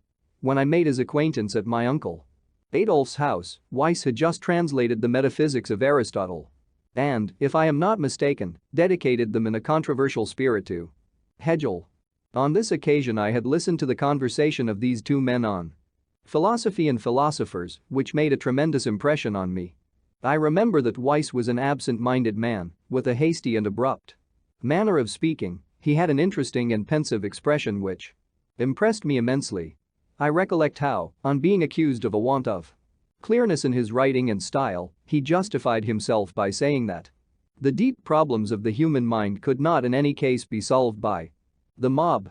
This maxim, which struck me as being very plausible, I at once accepted as the principle for all my future writing. I remember that my eldest brother Albert, to whom I once had to write for my mother, grew so disgusted with my letter and style that he said he thought I must be going mad. In spite of my hopes that Weiss's lectures would do me much good, I was not capable of continuing to attend them, as my desires in those days drove me to anything but the study of aesthetics. Nevertheless, my mother's anxiety at this time on my behalf made me try to take up music again. As Muller, the teacher under whom I had studied till that time, had not been able to inspire me with a permanent love of study, it was necessary to discover whether another teacher might not be better able to induce me to do serious work. Theodor Weinlich, who was choirmaster and musical director at St. Thomas's Church, held at that time this important and ancient post, which was afterwards occupied by Schicht, and before him by no less a person than Sebastian Bach. By education he belonged to the old Italian school of music and had studied in Bologna under Pater Martini. He had made a name for himself in this art by his vocal compositions, in which his fine manner of treating the parts was much praised.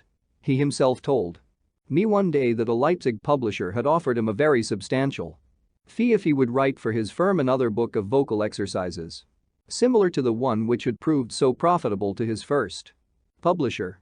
Weinlich told him that he had not got any exercises of the kind ready at the moment, but offered him instead a new mass, which the publisher refused with the words, "Let him who got the meat gnaw the bones." The modesty with which Weinlich told me this little story showed how excellent a man he was, as he was in a very bad and weak state of health when my mother introduced me to him. He at first refused to take me as a pupil, but, after having resisted all persuasions, he at last took pity on my musical education, which, as he soon discovered from a fugue which I had brought with me, was exceedingly faulty. He accordingly promised to teach me, on condition that I should give up all attempts at compassing for 6 months and follow his instructions implicitly. To the first part of my promise I remained faithful thanks to the vast vortex of dissipation into which my life as a student had drawn me. When, however, I had to occupy myself for any length of time with nothing but 4-part harmony exercises in strictly rigorous style, it was not only the student in me, but also the composer of so many overtures and sonatas that was thoroughly disgusted. Weinlich, too, had his grievances against me and decided to give me up. During this period I came to the crisis of my life, which led to the catastrophe of that terrible evening at the gambling den. But an even greater blow than this fearful experience awaited me when Weinlich decided not to have anything more to do with me. Deeply humiliated and miserable, I besought the gentle old man, whom I loved dearly, to forgive me, and I promised him from that moment to work with unflagging energy. One morning at 7 o'clock Weinlich sent for me to begin the rough sketch for a fugue. He devoted the whole morning to me, following my work bar by bar with the greatest attention and giving me his valuable advice. At 12 o'clock he dismissed me with the instruction to perfect and finish the sketch by filling in the remaining parts at home. When I brought him the fugue finished, he handed me his own treatment of the same theme for comparison. This common task of fugue writing established between me and my good-natured teacher the tenderest of ties, for, from that moment, we both enjoyed the lessons. I was astonished how quickly the time flew. In 8 weeks I had not only gone through a number of the most intricate fugues, but had also waded through all kinds of difficult evolutions in counterpoint. When one day, on bringing him an extremely elaborate double fugue, he took my breath away by telling me that after this there was nothing left for him to teach me. As I was not aware of any great effort on my part, I often wondered whether I had really become a well-equipped musician. Weinlich himself did not seem to attach much importance to what he had taught me. He said, "Probably you will never write fugues or canons, but what you have mastered is independence. You can now stand alone and rely upon having a fine technique at your fingers' ends if you should want it." The principal result of his influence over me was certainly the growing love of clearness and fluency to which he had trained me. I had already had to write the above-mentioned fugue for ordinary voices. My feeling for the melodious and vocal had in this way been awakened. In order to keep me strictly under his calming and friendly influence, he had at the same time given me a sonata to write which, as a proof of my friendship for him, I had to build up on strictly harmonic and thematic lines, for which he recommended me a very early and childlike sonata by Pleyel as a model. Those who had only recently heard my overture must, indeed, have wondered how I ever wrote this sonata, which has been published through the indiscretion of Messrs. Breitkopf and Hartel. To reward me for my abstemiousness, Weinlich induced them to publish this poor composition. From that moment he gave me a free hand. To begin with, I was allowed to compose a fantasia for the pianoforte in F-sharp minor, which I wrote in a quite informal style by treating the melody in recitative form. This gave me intense satisfaction because it won me praise from Weinlich. Soon afterwards I wrote 3 overtures which all met with his entire approval. In the following winter, 1831 to 1832, I succeeded in getting the first of them, in D minor, performed at one of the Juandos concerts. At that time a very simple and homely tone reigned supreme in this institution. The instrumental works were not conducted by what we call a conductor of the orchestra but were simply played to the audience by the leader of the orchestra. As soon as the singing began, Pollens took his place at the conductor's desk. He belonged to the type of fat and pleasant musical directors and was a great favorite with the Leipzig public. He used to come on the platform with a very important-looking blue baton in his hand. One of the strangest events which occurred at that time was the yearly production of the Ninth Symphony of Beethoven. After the first 3 movements had been played straight through like a Haydn symphony, as well as the orchestra could manage it, Pollens, instead of having to conduct a vocal quartet, a cantata, or an Italian aria, took his place at the desk to undertake this highly complicated instrumental work, with its particularly enigmatical and incoherent opening, one of the most difficult tasks that could possibly be found for a musical conductor. I shall never forget the impression produced upon me at the First rehearsal by the anxiously and carefully played 3/4 time, and the way in which the wild shrieks of the trumpet, with which this movement begins, resulted in the most extraordinary confusion of sound. He had evidently chosen this tempo in order, in some way, to manage the recitative of the double basses, but it was utterly hopeless. Poland's was in a bath of perspiration, the recitative did not come off, and I really began to think that Beethoven must have written nonsense. The double bass player, Temler, a faithful veteran of the orchestra, prevailed upon Poland's at last, in rather coarse and energetic language, to put down the baton, and in this way the recitative really proceeded properly. All the same, I felt at this time that I had come to the humble conclusion, in a way I can hardly explain, that this extraordinary work was still beyond my comprehension. For a long time I gave up brooding over this composition, and I turned my thoughts with simple longing towards a clearer and calmer musical form. My study of counterpoint had taught me to appreciate, above all, Mozart's light and flowing treatment of the most difficult technical problems, and the last movement of his great symphony in C major in particular served me as example for my own work. My D minor overture, which clearly showed the influence of Beethoven's Coriolanus overture, had been favorably received by the public. My mother began to have faith in me again, and I started at once on a second overture, in C major, which really ended with a fugato that did more credit to my new model than I had ever hoped to accomplish. This overture, also, was soon afterwards performed at a recital given by the favorite singer, Mlle. Palazzesi, of the Dresden Italian Opera. Before this I had already introduced it at a concert given by a private musical society called Euterpe when I had conducted it myself. I remember the strange impression I received from a remark that my mother made on that occasion. As a matter of fact, this work, which was written in a counterpoint style, without any real passion or emotion, had produced a strange effect upon her.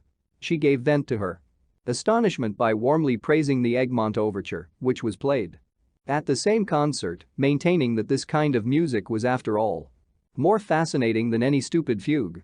At this time I also wrote, as my third opus, an overture to Ropach's drama, Conegenzio, in which again Beethoven's influence made itself even more strongly felt. My sister Rosalie succeeded in getting it performed at the theater before the play. For the sake of prudence they did not announce it on the program the first time. Dorn conducted it.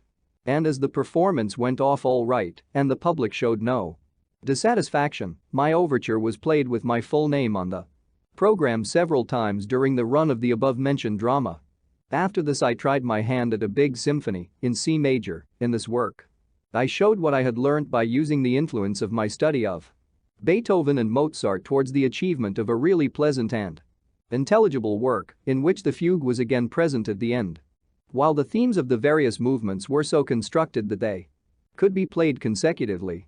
Nevertheless, the passionate and bold element of the Sinfonia Eroica was distinctly discernible, especially in the first movement.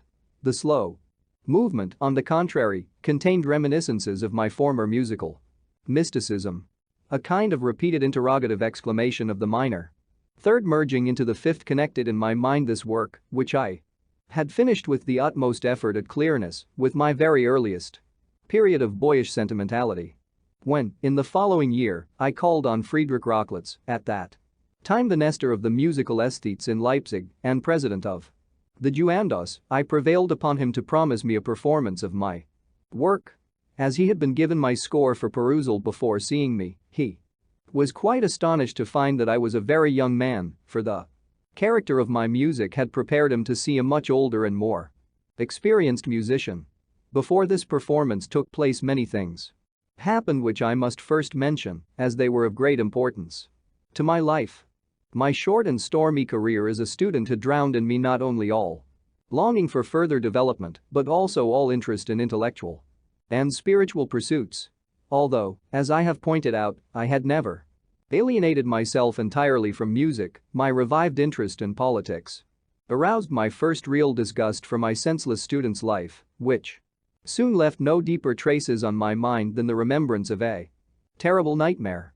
The Polish War of Independence against Russian supremacy filled me with growing enthusiasm. The victories which the Poles obtained for a short period during May 1831 aroused my enthusiastic admiration.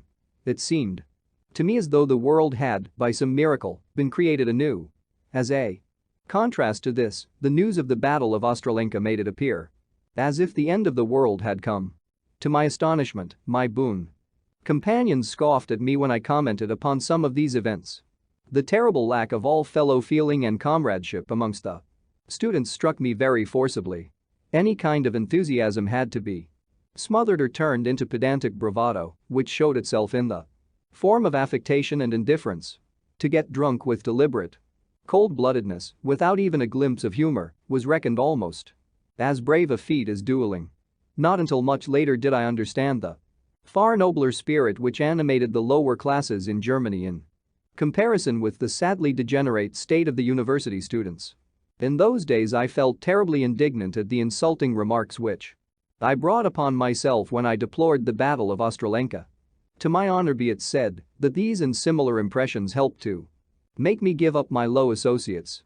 During my studies with Weinlich, the only little dissipation I allowed myself was my daily evening visit to Kinchy, the confectioner in the Klostergasse, where I passionately devoured the latest newspapers. Here I found many men who held the same political views as myself, and I especially loved to listen to the eager political discussions of some of the old men who frequented the place. The literary journals, too, began to interest me. I read a great deal, but was not very particular in my choice. Nevertheless, I now began to appreciate intelligence and wit, whereas before only the grotesque and the fantastic had had any attraction for me. My interest in the issue of the Polish War, however, remained paramount. I felt the siege and capture of Warsaw as a personal calamity. My excitement when the remains of the Polish army began to pass through Leipzig on their way to France was indescribable, and I shall never forget the impression produced upon me by the first batch of these unfortunate soldiers on the occasion of their being quartered at the Green Shield, a public house in the meat market. Much as this depressed me, I was soon roused to a high pitch of enthusiasm, for in the lounge of the Leipzig Juandos, where that night Beethoven's C minor symphony was being played, a group of heroic figures, the principal leaders of the Polish Revolution, excited my admiration. I felt more particularly attracted by Count Vincent-Tyszkiewicz, a man of exceptionally powerful physique and noble appearance, who impressed me by his dignified and aristocratic manner and his quiet self-reliance, qualities with which I had not met before. When I saw a man of such kingly bearing in a tight-fitting coat and red velvet cap, I at once realized my foolishness in ever having worshipped the ludicrously dressed-up little heroes of our students' world. I was delighted to meet this gentleman again at the house of my brother-in-law, Friedrich Brockhaus, where I saw him frequently. My brother-in-law had the greatest pity and sympathy for the Polish rebels and was the president of a committee whose task it was to look after their interests, and for a long time he made many personal sacrifices for their cause. The Brockhaus establishment now became tremendously attractive to me. Around Count Vincent-Tyszkiewicz, who remained the lodestar of this small Polish world, gathered a great many other wealthy exiles, amongst whom I chiefly remember a cavalry captain of the name of Bansimer, a man of unlimited kindness, but of a rather frivolous nature. He possessed a marvelous team of 4 horses which he drove at such breakneck speed as to cause great annoyance to the people of Leipzig. Another man of importance with whom I remember dining was General Bem, whose artillery had made such a gallant stand at Ostralenka. Many other exiles passed through this hospitable house, some of whom impressed us by their melancholy, warlike bearing, others by their refined behavior. Vincent-Tyszkiewicz, however, remained my ideal of a true man, and I loved him with a profound adoration. He, too, began to be interested in me. I used to call upon him nearly every day and was sometimes present at a sort of martial feast, from which he often withdrew in order to be able to open his heart to me about the anxieties which oppressed him. He had, in fact, received absolutely no news of the whereabouts of his wife and little son since they separated at Volhynian. Besides this, he was under the shadow of a great sorrow, which drew all sympathetic natures to him. To my sister Louise he had confided the terrible calamity that had once befallen him. He had been married before, and while staying with his wife in one of his lonely castles. In the dead of night he had seen a ghostly apparition at the window of his bedroom. Hearing his name called several times, he had taken up a revolver to protect himself from possible danger and had shot his own wife, who had had the eccentric idea of teasing him by pretending to be a ghost. I had the pleasure of sharing his joy on hearing that his family was safe. His wife joined him in Leipzig with their beautiful boy, Janice. I felt sorry not to be able to feel the same sympathy for this lady as I did for her husband. Perhaps one of the reasons of my antipathy was the obvious and conspicuous way in which she made herself up, by means of which the poor woman probably tried to hide how much her beauty had suffered through the terrible strain of the past events. She soon went back to Galicia to try and save what she could of their property and also to provide her husband with a pass from the Austrian government by means of which he could follow her. Then came the 3rd of May.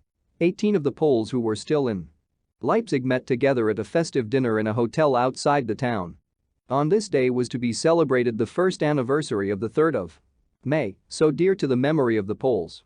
Only the chiefs of the Leipzig Polish committee received invitations, and as a special favor I also was asked. I shall never forget that occasion. The dinner became an orgy. Throughout the evening a brass band from the town played Polish folk songs, and these were sung by the whole company, led by a Lithuanian called Zan, in a manner now triumphant and now mournful. The beautiful 3rd of May song more particularly drew forth a positive uproar of enthusiasm. Tears and shouts of joy grew into a terrible tumult. The excited men grouped themselves on the grass swearing eternal friendship in the most extravagant terms, for which the word Ojczyzna, fatherland, provided the principal theme, until at last night threw her veil over this wild debauch. That evening afterwards served me as the theme for an orchestral composition, in the form of an overture, named Polonia. I shall recount the fate of this work later on. My friend Tiskiuch's passport now arrived, and he made up his mind to go back to Galicia via Brunn. Although his friends considered it was very rash of him to do so, I very much wanted to see something of the world, and Tiskiuch's offer to take me with him induced my mother to consent to my going to Vienna, a place that I had long wished to visit. I took with me the scores of my 3 overtures which had already been performed, and also that of my great symphony as yet unproduced, and had a grand time with my Polish patron, who took me in his luxurious traveling coach as far as the capital of Moravia. During a short stop at Dresden, the exiles of all classes gave our beloved Count a friendly farewell dinner in Perna, at which the champagne flowed freely while the health was drunk of the future dictator of Poland. At last we separated at Brunn, from which place I continued my journey to Vienna by coach. During the afternoon and night, which I was obliged to spend in Brunn by myself, I went through terrible agonies from fear of the cholera which, as I unexpectedly heard, had broken out in this place. There I was all alone in a strange place, my faithful friend just departed, and on hearing of the epidemic I felt as if a malicious demon had caught me in his snare in order to annihilate me. I did not betray my terror to the people in the hotel, but when I was shown into a very lonely wing of the house and left by myself in this wilderness, I hid myself in bed with my clothes on and lived once again through all the horrors of ghost stories as I had done in my boyhood. The cholera stood before me like a living thing. I could see and touch it. It lay in my bed and embraced me. My limbs turned to ice. I felt frozen to the very marrow. Whether I was awake or asleep I never knew. I only remember how astonished I was when, on awakening, I felt thoroughly well and healthy. At last I arrived in Vienna, where I escaped the epidemic which had penetrated as far as that town.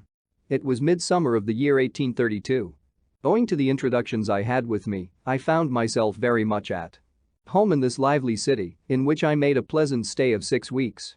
As my sojourn, however, had no really practical purpose, my mother looked upon the cost of this holiday, short as it seemed, as an unnecessary extravagance on my part. I visited the theaters, heard Strauss, made excursions, and altogether had a very good time.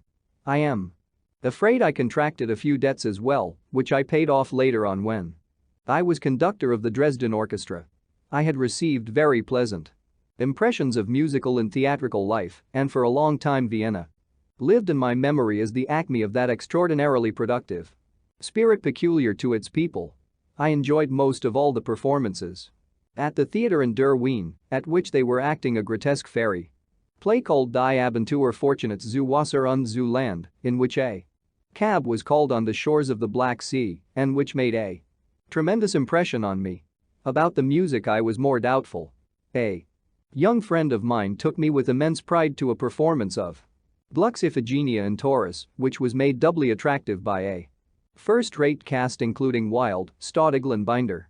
I must confess that on the whole I was bored by this work, but I did not dare say so. My ideas of Gluck had attained gigantic proportions from my reading of Hoffmann's well-known fantasies. My anticipation of this work, therefore, which I had not studied yet, had led me to expect a treatment full of overpowering dramatic force. It is possible that Schroeder-Devrient acting in Fidelio had taught me to judge everything by her exalted standard. With the greatest trouble I worked myself up to some kind of enthusiasm for the great scene between Orestes and the Furies.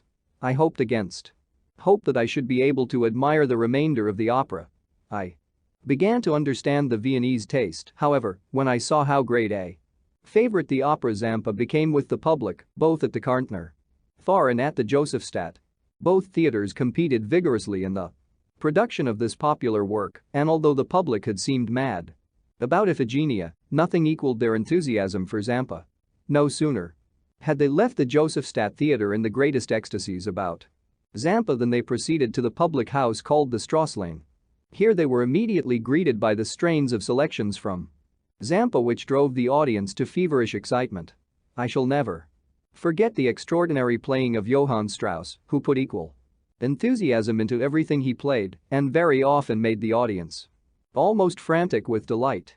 At the beginning of a new waltz, this demon of the Viennese musical spirit shook like a Pythian priestess on the tripod, and veritable groans of ecstasy, which, without doubt, were more due to his music than to the drinks in which the audience had indulged, raised their worship for the magic violinist to almost bewildering heights of frenzy.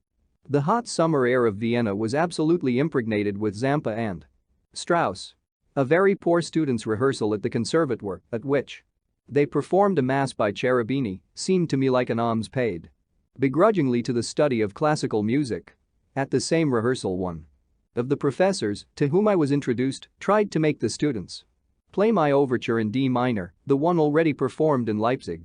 I do not know what his opinion was, nor that of the students, with regard to this attempt. I only know they soon gave it up.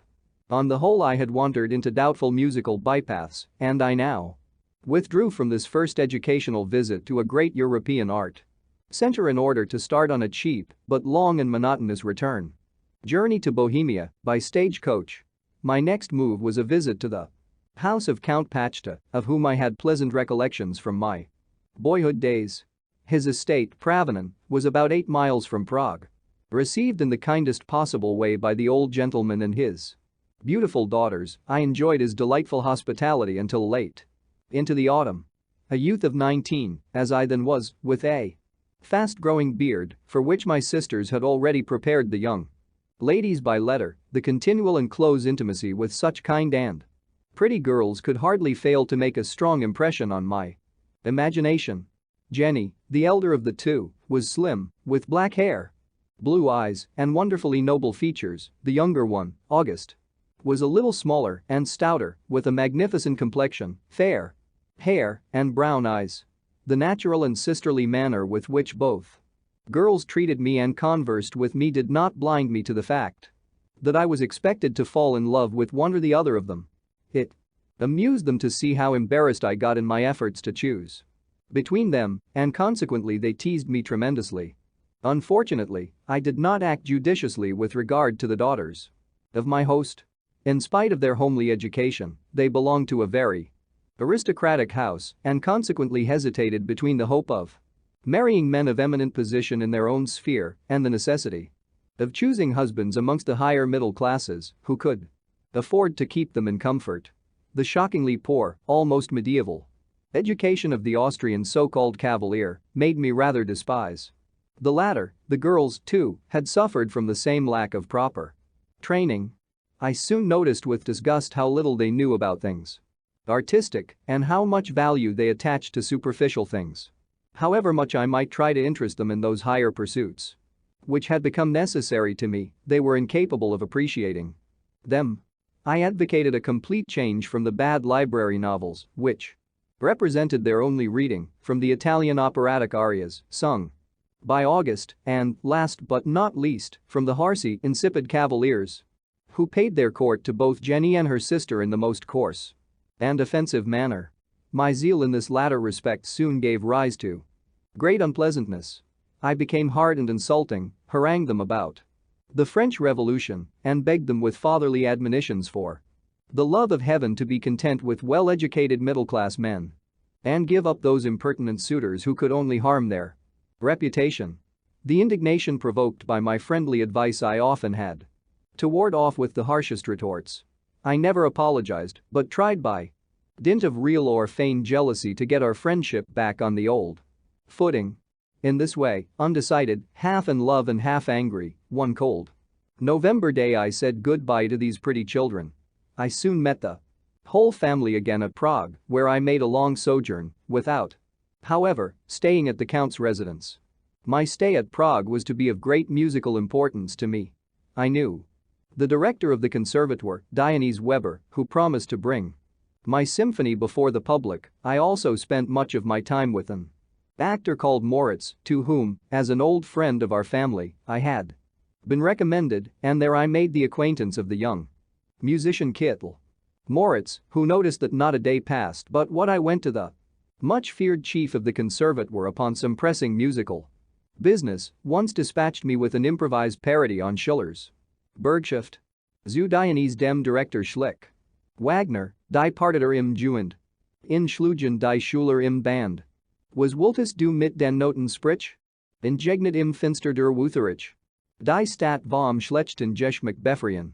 Das sollst du in den Rezensionen beruhen. Footnote. To Dionys, the director. Crept Wagner, the score in his pocket. The students arrested him forthwith. What dost thou with that music, say? Thus asked him the angry tyrant. To free the town from taste too vile. For this the critics will make thee suffer. Truly I had to deal with a kind of Dionysius the tyrant. A man who did not acknowledge Beethoven's genius beyond his second symphony, a man who looked upon the Eroica as the acme of bad taste on the master's part, who praised Mozart alone, and next to him tolerated only Lindpintner. Such a man was not easy to approach, and I had to learn the art of making use of tyrants for one's own purposes. I dissimulated, I pretended to be struck by the novelty of his ideas, never contradicted him, and, to point out the similarity of our standpoints, I referred him to the N fugue in my overture and in my symphony, both in C major, which I had only succeeded in making what they were through having studied Mozart. My reward soon followed. Dionys set to work to study my orchestral creations with almost youthful energy. The students of the conservatoire were compelled to practice with the greatest exactitude my new symphony under his dry and terribly noisy baton.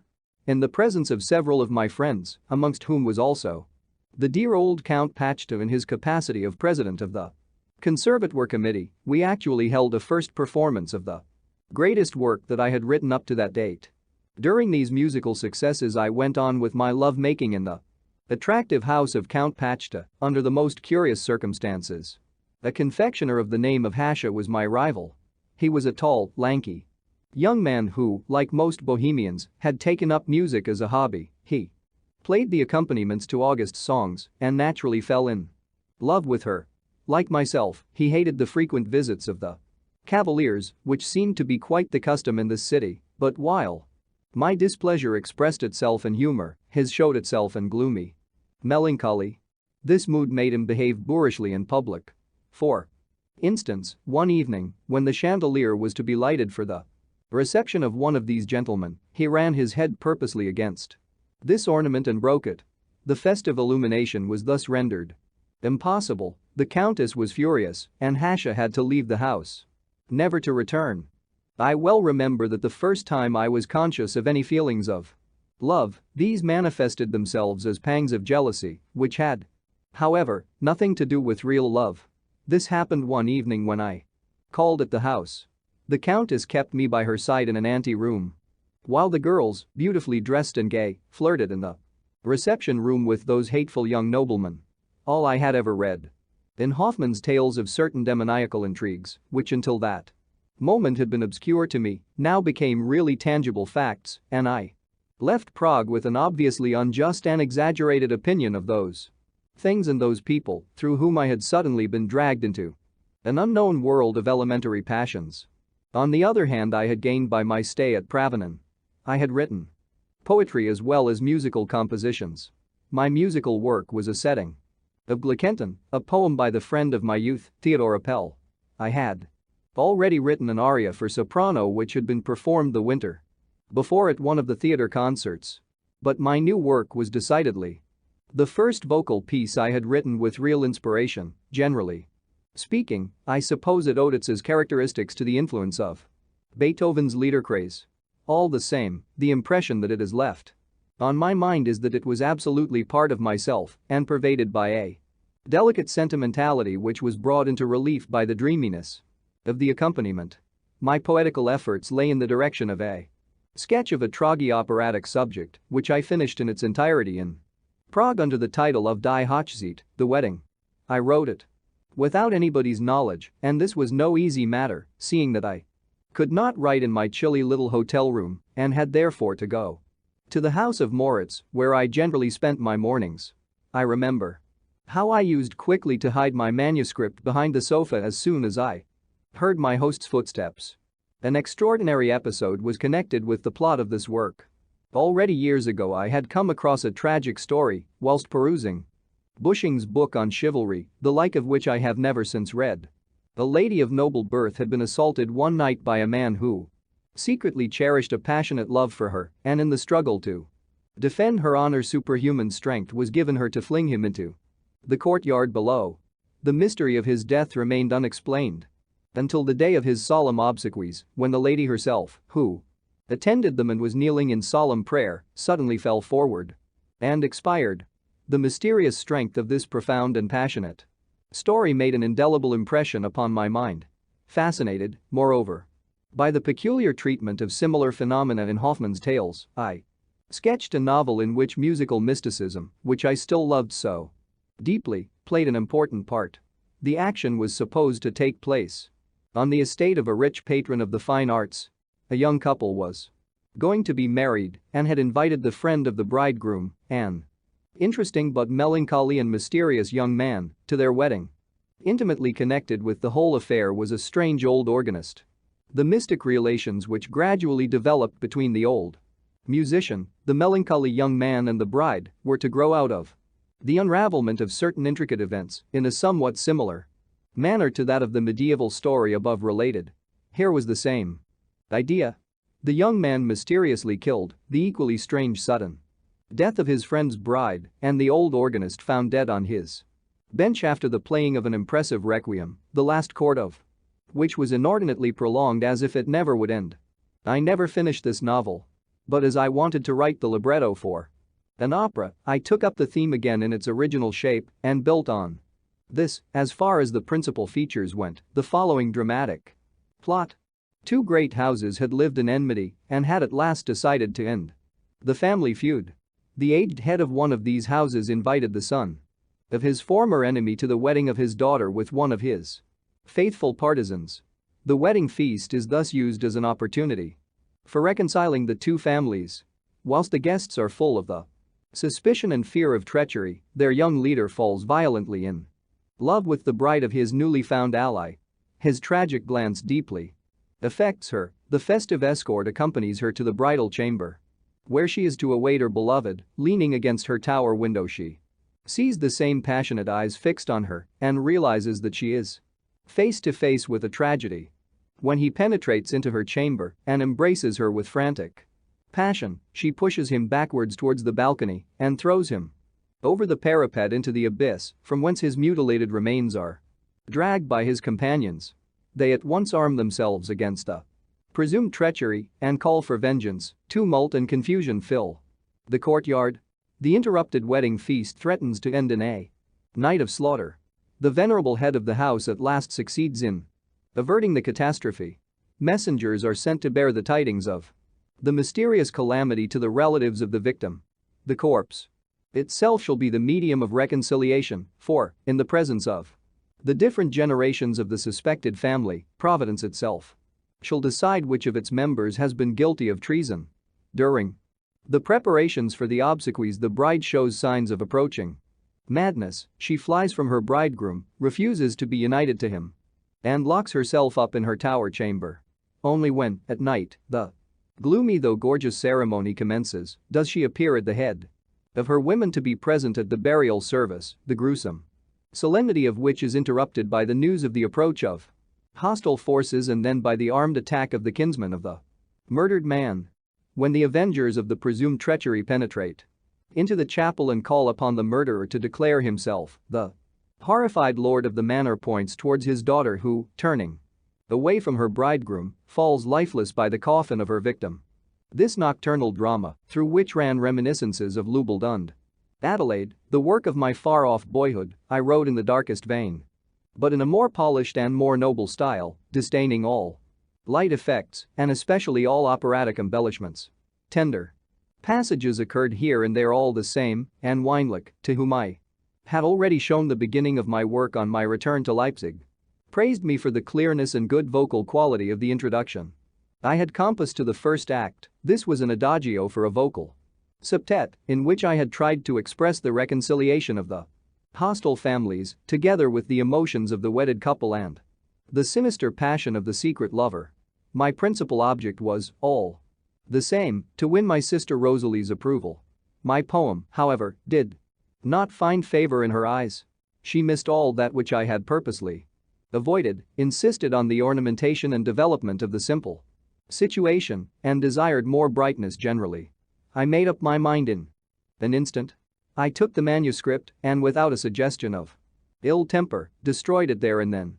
This action had nothing whatever to do with wounded vanity.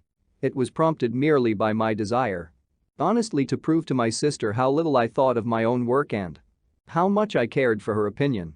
She was held in great and loving esteem by my mother and by the rest of our family, for she was their principal breadwinner. The important salary she earned as an actress constituted nearly the whole income out of which my mother had to defray the household expenses. For the sake of her profession, she enjoyed many advantages at home. Her part of the house had been specially arranged so that she should have all the necessary comfort and peace for her studies. On marketing days, when the others had to put up with the simplest fare, she had to have the same dainty food as usual. But more than any of these things did her charming gravity and her refined way of speaking place her above the younger children. She was thoughtful and gentle and never joined us in our rather loud conversation. Of course, I had been the one member of the family who had caused the greatest anxieties both to my mother and to my motherly sister, and during my life as a student the strained relations between us had made a terrible impression on me. When therefore they tried to believe in me again and once more showed some interest in my work, I was full of gratitude and happiness. The thought of getting this sister to look kindly upon my aspirations and even to expect great things of me had become a special stimulus to my ambition. Under these circumstances, a tender and almost sentimental relationship grew up between Rosalie and myself, which in its purity and sincerity could vie with the noblest form of friendship between man and woman. This was principally due to her exceptional individuality. She had not any real talent, at least not for acting, which had often been considered stagey and unnatural. Nevertheless, she was much appreciated owing to her charming appearance as well as to her pure and dignified womanliness. And I remember many tokens of esteem which she received in those days.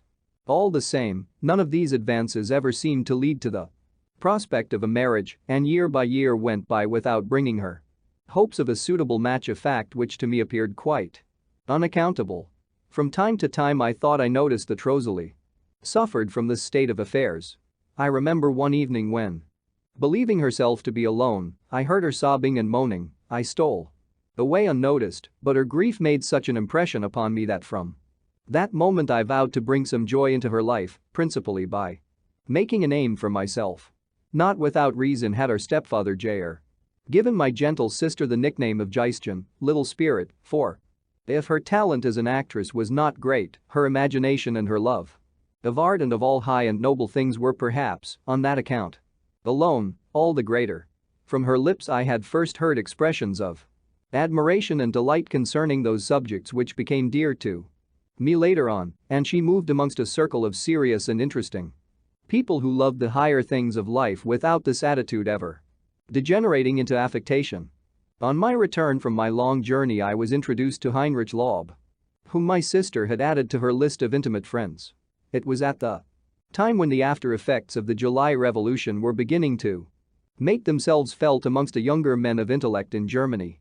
And of these Laub was one of the most conspicuous. As a young man he came from Silesia to Leipzig, his principal object being to try and form connections in this publishing center which might be of use to him in Paris, whither he was going, and from which place Born also made a sensation amongst us by his letters.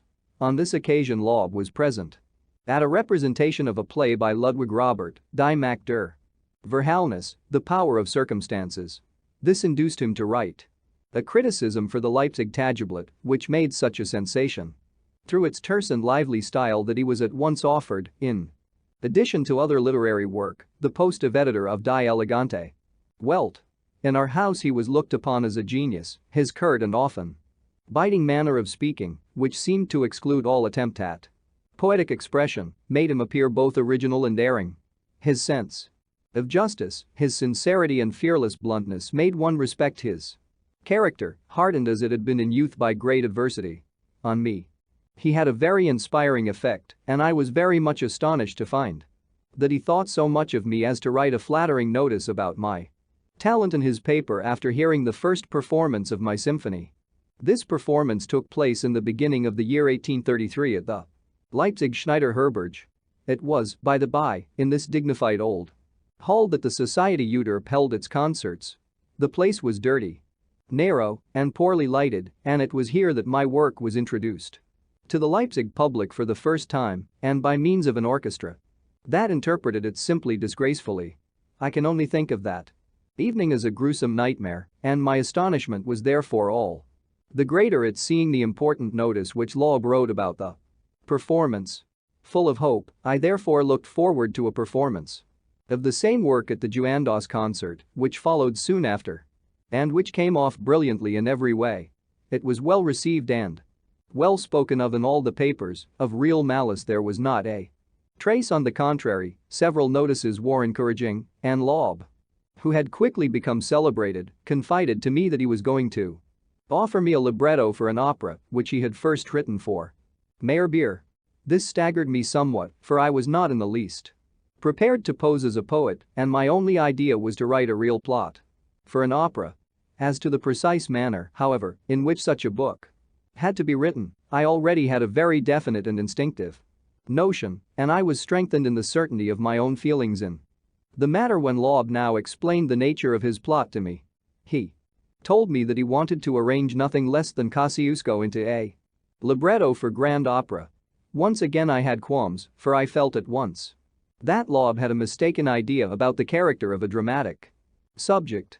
When I inquired into the real action of the play, Laub was astonished that I should expect more than the story of the Polish hero, whose life was crowded with incident. In any case, he thought there was quite sufficient action in it to describe the unhappy fate of a whole nation.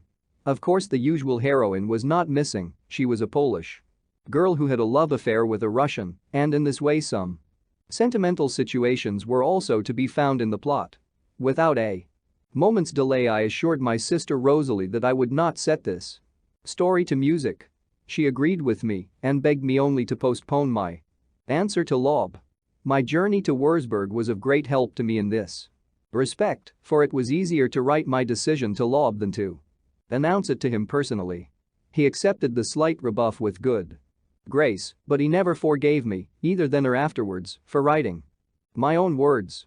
When he heard what subject I had preferred to his brilliant political poem, he made no effort to conceal his contempt for my choice. I had borrowed the plot from a dramatic fairy tale by Gozzi, La Donna Serpente, and called it Die Feen, the fairies. The names of my Heroes I chose from different ocean and similar poems. My prince was called Arindal. He was loved by a fairy called Ada, who held him under her spell and kept him in fairyland, away from his realm, until his faithful friends at last found him and induced him to return, for his country was going to rack and ruin, and even its capital had fallen into the enemy's hands. The loving fairy herself sends the prince back to his country, for the oracle has decreed that she shall lay upon her lover the severest of tasks. Only by performing this task triumphantly can he make it possible for her to leave the immortal world of fairies in order to share the fate of her earthly lover as his wife. In a moment of deepest despair about the state of his country, the fairy queen appears to him and purposely destroys his faith in her by deeds of the most cruel and inexplicable nature. Driven mad by 1,000 fears, Arindal begins to imagine that all the time he has been dealing with a wicked sorceress and tries to escape the fatal spell by pronouncing a curse upon Ada. Wild with sorrow, the unhappy fairy sinks down and reveals their mutual fate to the lover, now lost to her forever, and tells him that, as a punishment for having disobeyed the decree of fate, she is doomed to be turned into stone. In Gozzi's version, she becomes a serpent. Immediately afterwards, it appears that all the catastrophes which the fairy had prophesied were but deceptions. Victory over the enemy as well as the growing prosperity and welfare of the kingdom now follow in quick succession. Ada is taken away by the fates, and Arindal, a raving madman, remains behind alone. The terrible sufferings of his madness do not, however, satisfy the fates. To bring about his utter ruin, they appear before the repentant man and invite him to follow them to the nether world on the pretext of enabling him to free Ada from the spell. Through the treacherous promises of the wicked fairies, Arindal's madness grows into sublime exultation, and one of his household magicians, a faithful friend, having in the meantime equipped him with magic weapons and charms, he now follows the traitresses.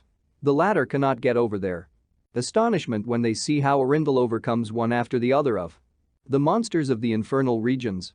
Only when they arrive at the vault in which they show him the stone in human shape do they recover their hope of vanquishing the valiant prince, for, unless he can break the charm which binds Ada, he must share her fate and be doomed to remain a stone forever.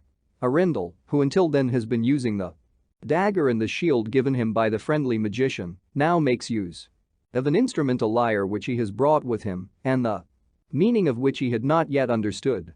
To the sounds of this instrument he now expresses his plaintive moans, his remorse, and his overpowering longing for his enchanted queen. The stone is moved by the magic of his love. The beloved one is released. Fairyland with all its marvels opens its portals, and the mortal learns that, owing to his former inconstancy, Ada has lost the right to become his wife on earth. But that her beloved, through his great and magic power, has earned the right to live forever by her side in fairyland. Although I had written Die Hochzeit in the darkest vein, without operatic embellishments, I painted this subject with the utmost color and variety. In contrast to the lovers out of fairyland, I depicted a more ordinary couple, and I even introduced a third pair that belonged to the coarser and more comical servant world. I purposely went to no pains in the matter of the poetic diction and the verse. My idea was not to encourage my former hopes of making a name as a poet. I was now really a musician and a composer and wished to write a decent opera libretto simply because I was sure that nobody else could write one for me, the reason being that such a book is something quite unique and cannot be written either by a poet or by a mere man of letters. With the intention of setting this libretto to music, I left Leipzig in January 1833 to stay in Wurzburg with my eldest brother Albert, who at the time held an appointment at the theater. It now seemed necessary for me to begin to apply my musical knowledge to a practical purpose. And to this end my brother had promised to help me in getting some kind of post at the small Wurzburg theater. I traveled by post to Bamberg via Hof, and in Bamberg I stayed a few days in the company of a young man called Schunke, who from a player on the horn had become an actor. With the greatest interest I learned the story of Caspar Hauser, who at that time was very well known and who, if I am not mistaken, was pointed out to me. In addition to this, I admired the peculiar costumes of the market women, thought with much interest of Hoffmann's stay at this place and of how it had led to the writing of his tales, and resumed my journey to Würzburg with a man called Hodderer and suffered miserably from the cold all the way. My brother Albert, who was almost a new acquaintance to me, did his best to make me feel at home in his not over-luxurious establishment. He was pleased to find me less mad than he had expected me to be from a certain letter with which I had succeeded in frightening him some time previously, and he really managed to procure me an exceptional occupation as choir master at the theater, for which I received the monthly fee of 10 guilders. The remainder of the winter was devoted to the serious study of the duties required of a musical director. In a very short time I had to tackle 2 new grand operas, namely Marschner's Vamper and Meyerbeer's Robert der Teufel, in both of which the chorus played a considerable part. At first I felt absolutely like a beginner and had to start on Camilla von Paar, the score of which was utterly unknown to me. I still remember that I felt I was doing a thing which I had no right to undertake. I felt quite an amateur at the work. Soon, however, Marschner's score interested me sufficiently to make the labor seem worth my while. The score of Robert was a great disappointment to me. From the newspapers I had expected plenty of originality and novelty. I could find no trace of either in this transparent work, and an opera with a finale like that of the second act could not be named in the same breath with any of my favorite works. The only thing that impressed me was the unearthly keyed trumpet, which, in the last act, represented the voice of the mother's ghost. It was remarkable to observe the aesthetic demoralization into which I now fell through having daily to deal with such a work. I gradually lost my dislike for this shallow and exceedingly uninteresting composition, a dislike I shared with many German musicians in the growing interest which I was compelled to take in its interpretation. And thus it happened that the insipidness and affectation of the commonplace melodies ceased to concern me save from the standpoint of their capability of eliciting applause or the reverse. As, moreover, my future career as musical conductor was at stake, my brother, who was very anxious on my behalf, looked favorably on this lack of classical obstinacy on my part, and thus the ground was gradually prepared for that decline in my classical taste which was destined to last some considerable time. All the same, this did not occur before I had given some proof of my great inexperience in the lighter style of writing. My brother wanted to introduce a cavatine from the Puritan, by Bellini, into the same composer's opera, Straniera. The score was not to be had, and he entrusted me with the instrumentation of this work. From the piano score alone I could not possibly detect the heavy and noisy instrumentation of the ritornelles and intermezzi which, musically, were so very thin. The composer of a great C major symphony with an end fugue could only help himself out of the difficulty by the use of a few flutes and clarinets playing in thirds. At the rehearsal the cavatine sounded so frightfully thin and shallow that my brother made me serious reproaches about the waste of copying expenses. But I had my revenge. To the tenor aria of Aubrey and Marschner's Vamper, I added an allegro, for which I also wrote the words. My work succeeded splendidly and earned the praise of both the public and my brother. In a similar German style I wrote the music to my Fiend. In the course of the year 1833, my brother and his wife left Würzburg after Easter in order to avail themselves of several invitations at friends' houses. I stayed behind with the children, 3 little girls of tender years, which placed me in the extraordinary position of a responsible guardian, a post for which I was not in the least suited at that time of my life. My time was divided between my work and pleasure, and in consequence I neglected my charges. Amongst the friends I made there, Alexander Muller had much influence over me. He was a good musician and pianist, and I used to listen for hours to his improvisations on given themes, an accomplishment in which he so greatly excelled that I could not fail to be impressed with him and some other friends, amongst whom was also Valentin Ham. I often made excursions in the neighborhood, on which occasions the Bavarian beer and the Frankish wine were wont to fly. Valentin Ham was a grotesque individual who entertained us often with his excellent violin playing. He had an enormous stretch on the piano, for he could reach an interval of a twelfth. Der letzte Hieb, a public beer garden situated on a pleasant height, was a daily witness of my fits of wild and often enthusiastic boisterousness. Never once during those mild summer nights Did I return to my charges without having waxed enthusiastic over art and the world in general? I also remember a wicked trick which has always remained a blot in my memory. Amongst my friends was a fair and very enthusiastic Swabian called Frolic, with whom I had exchanged my score of the C minor symphony for his, which he had copied out with his own hand. This very gentle but rather irritable young man had taken such a violent dislike to one André, whose malicious face I also detested, that he declared that this person spoilt his evenings for him merely by being in the same room with him. The unfortunate object of his hatred tried all the same to meet us whenever he could. Friction ensued, but André would insist upon aggravating us. One evening, Frolic lost patience. After some insulting retort, he tried to chase him from our table by striking him with a stick. The result was a fight in which Frolic's friends felt they must take part, though they all seemed to do so with some reluctance. A mad longing to join the fray also took possession of me. With the others I helped in knocking our poor victim about, and I even heard the sound of one terrible blow, which I struck André on the head whilst he fixed his eyes on me in bewilderment.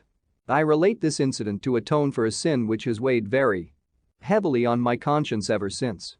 I can compare this sad experience only with one out of my earliest boyhood days, namely the drowning of some puppies in a shallow pool behind my uncle's house in Eisleben. Even to this day I cannot think of the slow death of these poor little creatures without horror. I have never quite forgotten some of my thoughtless and reckless actions, for the sorrows of others, and in particular those of animals, have always affected me deeply to the extent of filling me with a disgust of life. My first love affair stands out in strong contrast against these recollections. It was only natural that one of the young chorus ladies with whom I had to practice daily should know how to attract my attentions. Therese Ringelmann, the daughter of a grave digger, thanks to her beautiful soprano voice, led me to believe that I could make a great singer of her. After I told her of this ambitious scheme, she paid much attention to her appearance and dressed elegantly for the rehearsals, and a row of white pearls which she wound through her hair specially fascinated me. During the summer holidays I gave Therese regular lessons in singing, according to a method which has always remained a mystery to me ever since. I also called on her very often at her house, where, fortunately, I never met her unpleasant father, but always her mother and her sisters. We also met in the public gardens. But false vanity always kept me from telling my friends of our relations. I do not know whether the fault lay with her lowly birth, her lack of education, or my own doubt about the sincerity of my affections, but in any case when, in addition to the fact that I had my reasons for being jealous, they also tried to urge me to a formal engagement, this love affair came quietly to an end. An infinitely more genuine affair was my love for Friederich Galvani, the daughter of a mechanic who was undoubtedly of Italian origin. She was very musical and had a lovely voice. My brother had patronized her and helped her to a debut at his theater, which test she stood brilliantly. She was rather small but had large dark eyes and a sweet disposition. The first oboist of the orchestra, a good fellow as well as a clever musician, was thoroughly devoted to her. He was looked upon as her fiancé, but, owing to some incident in his past, he was not allowed to visit at her parents' house, and the marriage was not to take place for a long time yet. When the autumn of my year in Würzburg drew near, I received an invitation from friends to be present at a country wedding at a little distance from Würzburg. The oboist and his fiancée had also been invited. It was a jolly though primitive affair. We drank and danced, and I even tried my hand at violin playing, but I must have forgotten it badly, for even with the second violin I could not manage to satisfy the other musicians. But my success with Friederich was all the greater. We danced like mad through the many couples of peasants until at one moment we got so excited that, losing all self-control, we embraced each other while her real lover was playing the dance music. For the first time in my life I began to feel a flattering sensation of self-respect when Friederich's fiancée, on seeing how we two flirted, accepted the situation with good grace, if not without some sadness. I had never had the chance of thinking that I could make a favorable impression on any young girl. I never imagined myself good-looking, Neither had I ever thought it possible that I could attract the attention of pretty girls.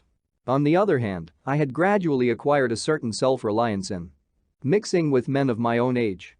Owing to the exceptional vivacity and innate susceptibility of my nature, qualities which were brought home to me in my relations with members of my circle, I gradually became conscious of a certain power of transporting or bewildering my more indolent companions. From my poor oboist silent self-control on becoming aware of the ardent advances of his betrothed towards me, I acquired, as I have said, the first suggestion of the fact that I might count for something, not only among men, but also among women. The Frankish wine helped to bring about a state of ever greater confusion, and under the cover of its influence I at length declared myself, quite openly, to be Friederic's lover. Ever so far into the night, in fact, when day was already breaking, we set off home together to Würzburg in an open wagon.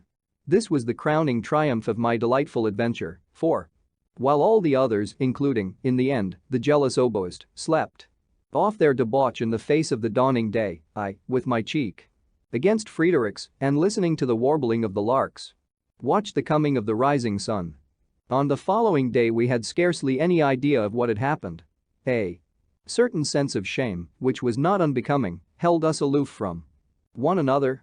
And yet I easily won access to Friederic's family, and from that time forward was daily a welcome guest when for some hours I would linger in unconcealed intimate intercourse with the same domestic circle from which the unhappy betrothed remained excluded. No word was ever mentioned of this last connection, never once did it even dawn upon Friedrich to effect any change in the state of affairs, and it seemed to strike no one that I ought, so to speak, to take the fiancé's place. The confiding manner in which I was received by all, and especially by the girl herself, was exactly similar to one of nature's great processes, as, for instance, when spring steps in and winter passes silently away.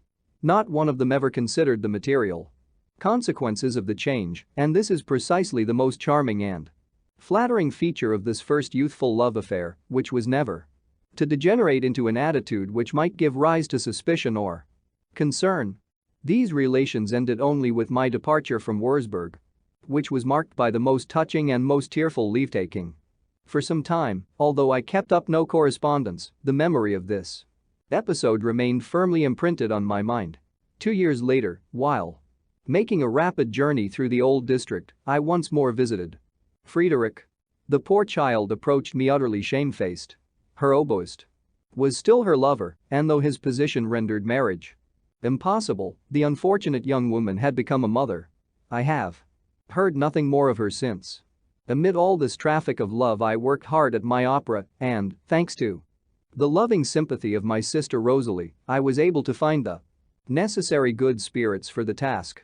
When at the commencement of the summer my earnings as a conductor came to an end, this same sister again made it her business loyally to provide me with ample pocket money so that I might devote myself solely to the completion of my work without troubling about anything or being a burden to anyone. At a much later date I came across a letter of mine written to Rosalie. In those days, which were full of a tender, almost adoring love for that noble creature. When the winter was at hand my brother returned and the theater reopened. Truth to tell, I did not again become connected with it, but acquired a position, which was even more prominent, in the concerts of the musical society in which I produced my great overture in C major, my symphony, and eventually portions of my new opera as well. An amateur with a splendid voice, Mademoiselle Friedel, sang the great aria from Ada. In addition to this, a trio was given which, in one of its passages, had such a moving effect upon my brother, who took part in it, that, to his astonishment, as he himself admitted, he completely lost his cue on account of it. By Christmas my work had come to an end, my score was written out, complete with the most laudable neatness, and now I was to return to Leipzig for the new year in order to get my opera accepted by the theater there. On the way home I visited Nuremberg, where I stayed a week with my sister Clara and with her husband, who were engaged at the theater there. I well remember how happy and comfortable I felt during this pleasant visit to the very same relatives who a few years previously, when I had stayed with them at Magdeburg, had been upset by my resolve to adopt music as a calling. now I had become a real musician, had written a grand opera, and had already brought out many things without coming to grief. The sense of all this was a great joy to me, while it was no less flattering to my relatives, who could not fail to see that the supposed misfortune had in the end proved to my advantage.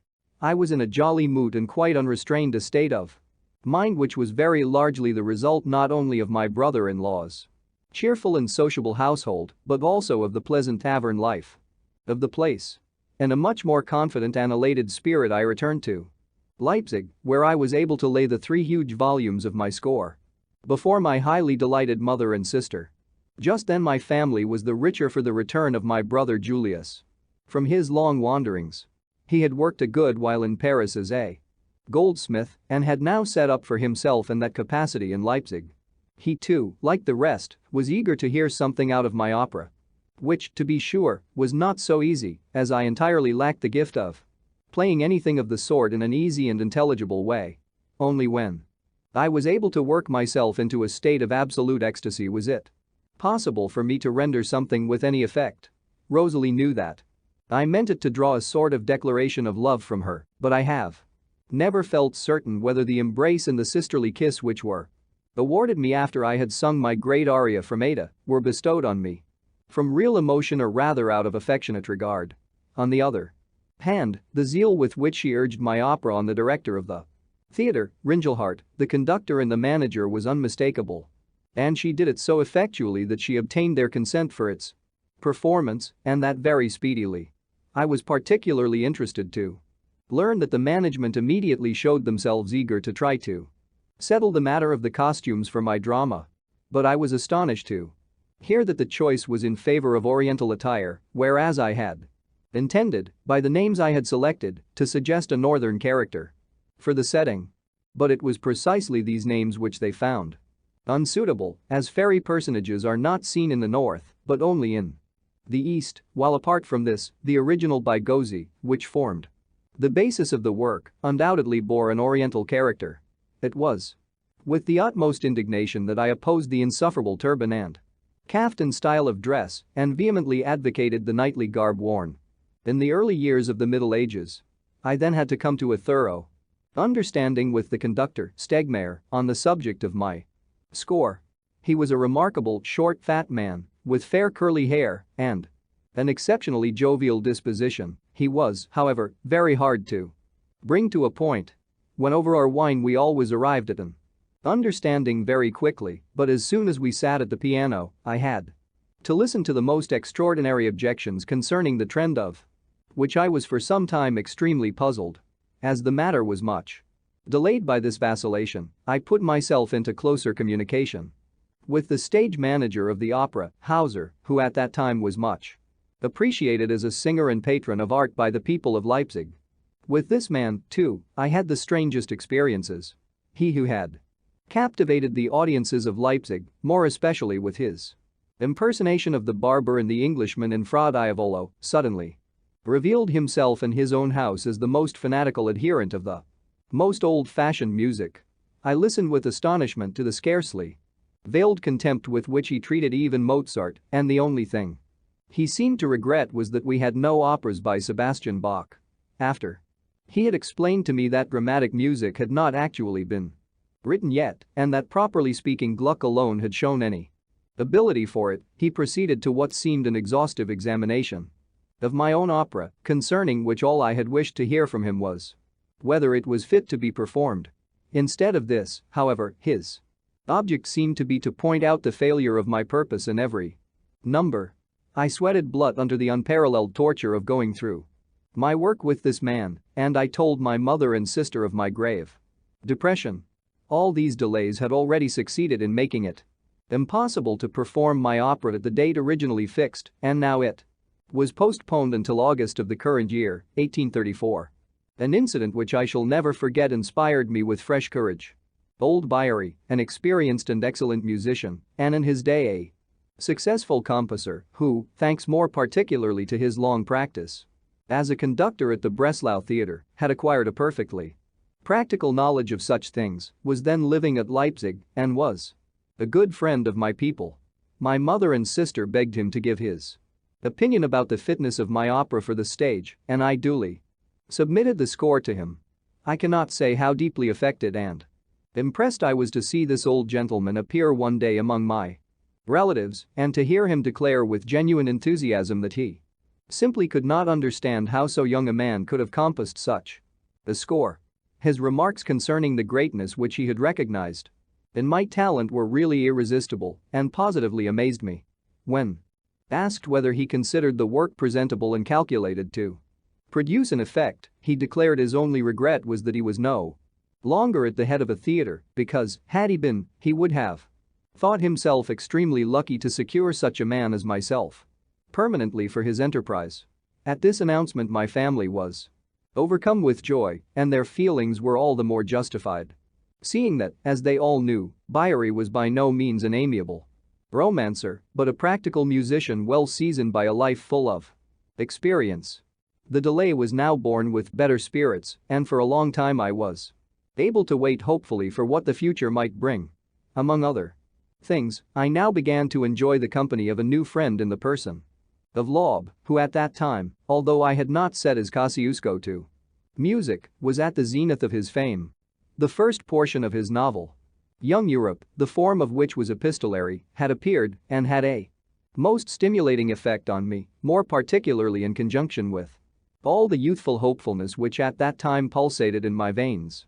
Though his teaching was essentially only a repetition of that in Heinz's Ardinghello, the forces that then surged in young breasts were given full and eloquent expression.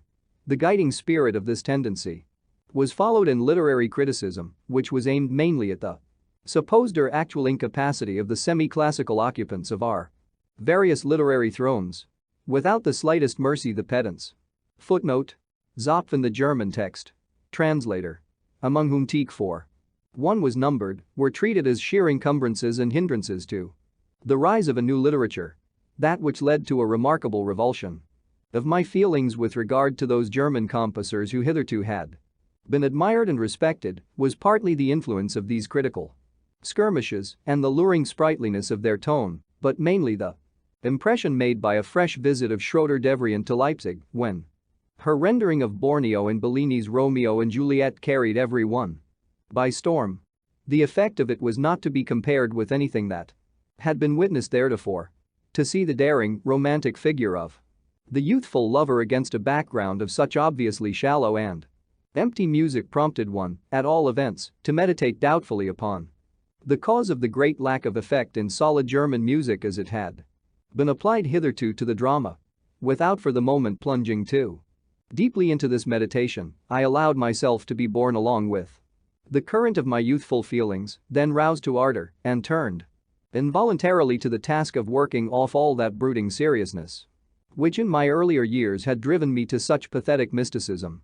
What Polan's had not done by his conducting of the Ninth Symphony, what the Vienna Conservatoire, Dionys Weber, and many other clumsy performances which had led me to regard classical music as absolutely colorless, had not fully accomplished, was achieved by the inconceivable charm of the most unclassical Italian music, thanks to the wonderful, thrilling, and entrancing impersonation of Romeo by Schroeder-Devrient.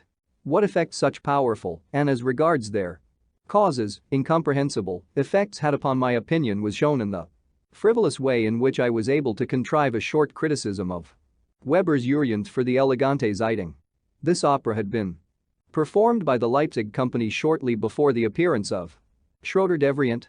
Cold and colorless performers, among whom the singer in the title role, appearing in the wilderness with the full sleeves which were then the pink of fashion, is still a disagreeable memory. Very laboriously and without verve, but simply with the object of satisfying the demands of classical rules, this company did its utmost to dispel even the enthusiastic impressions of Weber's music which I had formed in my youth. I did not know what answer to make to a brother critic of Loeb's when he pointed out to me the labored character of this operatic performance as soon as he was able to contrast it with the entrancing effect of that Romeo evening. Here I found myself confronted with a problem, the solving of which I was just at that time disposed to take as easily as possible, and displayed my courage by discarding all prejudice, and that daringly, in the short Criticism just mentioned in which I simply scoffed at Urianth. Just as I had had my season of wild oat sowing as a student, so now I boldly rushed into the same courses in the development of my artistic taste. It was May and beautiful spring weather and a pleasure trip that I now undertook with a friend into the promised land of my youthful romance. Bohemia was destined to bring the unrestrained young European mood in me to full maturity. This friend was Theodore Appel. I had known him a long while and had always felt particularly flattered by the fact that I had won his hearty affection, for, as the son of the gifted master of meter and imitator of Greek forms of poetry, Auguste Appel, I felt that admiring deference for him which I had never yet been able to bestow upon the descendant of a famous man. Being well-to-do and of a good family, his friendship gave me such opportunities of coming into touch with the easy circumstances of the upper classes as were not of frequent occurrence in my station of life.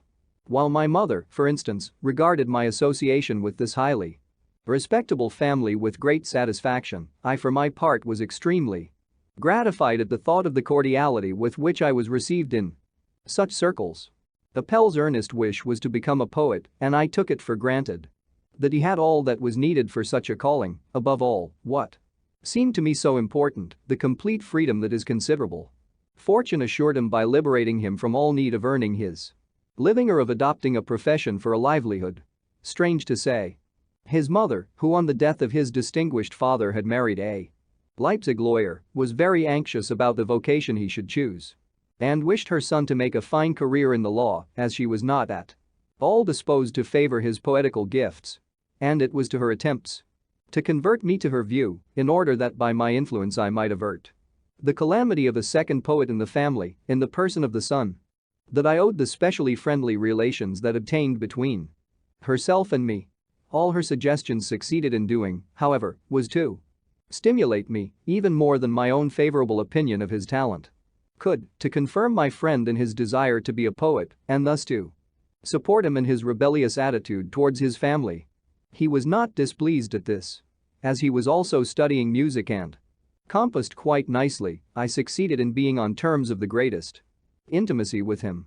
The fact that he had spent the very year in which I had sunk into the lowest depths of undergraduate madness, studying at Heidelberg and not at Leipzig, had kept him unsullied by any share in my strange excesses, and when we now met again at Leipzig, in the spring of 1834, the only thing that we still had in common was the aesthetic aspiration of our lives, which we now strove by way of experiment to divert into the direction of the enjoyment of life. Gladly would we have flung ourselves into lively adventures if only the conditions of our environment and of the whole middle-class world in which we lived had in any way admitted of such things. Despite all the promptings of our instincts, however, we got no further than planning this excursion to Bohemia. At all events, it was something that we made the journey not by the post, but in our own carriage, and our genuine pleasure continued to lie in the fact that at Teplitz, for instance, we daily took long drives in a fine carriage. When in the evening we had supped off trout at the Wilhelmsburg, drunk good Chernisek wine with Bill and water, and duly excited ourselves over Hoffmann, Beethoven, Shakespeare, Heinz's Ardinghello, and other matters, and then, with our limbs comfortably outstretched in our elegant carriage, drove back in the summer twilight to the King of Prussia, where we occupied the large balcony room on the first floor. We felt that we had spent the day like young gods, and for sheer exuberance could think of nothing better to do than to indulge in the most frightful quarrels which, especially when the windows were open, would collect numbers of alarmed listeners in the square before the inn.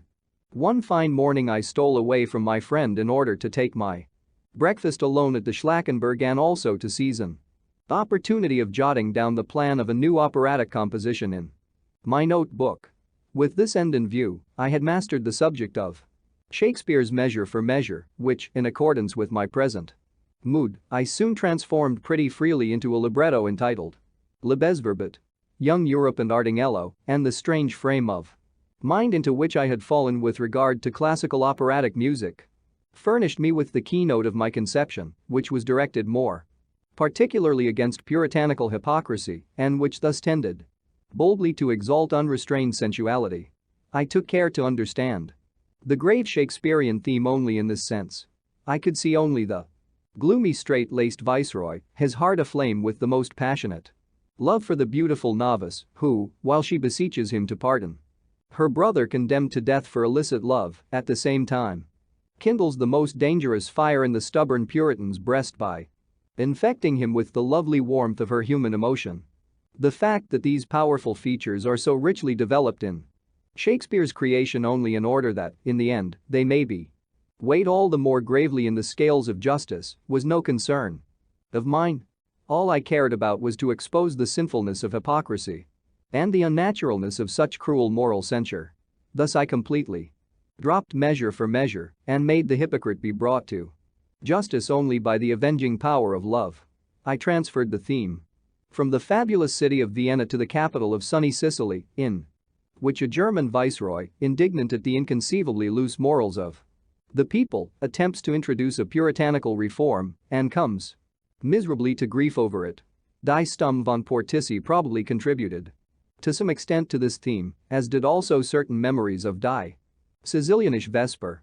When I remember that at last even the gentle Sicilian Bellini constituted a factor in this composition, I cannot, to be sure, help smiling at the strange medley in which the most extraordinary misunderstandings here took shape. This remained for the present a mere draft. Studies from life destined for my work were first to be carried out on this delightful excursion to Bohemia. I led my friend in triumph to Prague in the hope of securing the same impressions for him which had stirred me so profoundly when I was there. We met my fair friends in the city itself. For, owing to the death of old Count Pachta, material changes had taken place in the family and the surviving daughters no longer went to Pravenin. My behavior was full of arrogance and by means of it I doubtless wished to vent a certain capricious lust of revenge for the feelings of bitterness with which I had taken leave of this circle some years previously. My friend was well received.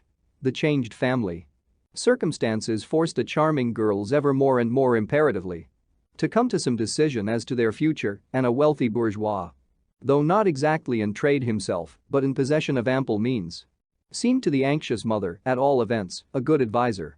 Without either showing or feeling any malice in the matter, I expressed my pleasure at the sight of the strange confusion caused by Theodore's introduction into the family by the merriest and wildest jests.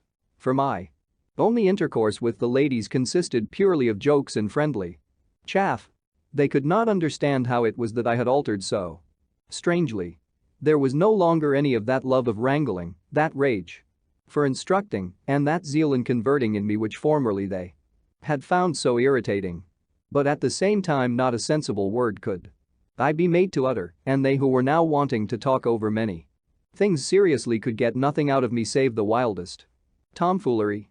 As on this occasion, in my character of an uncaged bird, I boldly allowed myself many a liberty against which they felt themselves powerless. My exuberant spirits were excited all the more when my friend, who was led away by my example, tried to imitate me, a thing they took in very bad part from him.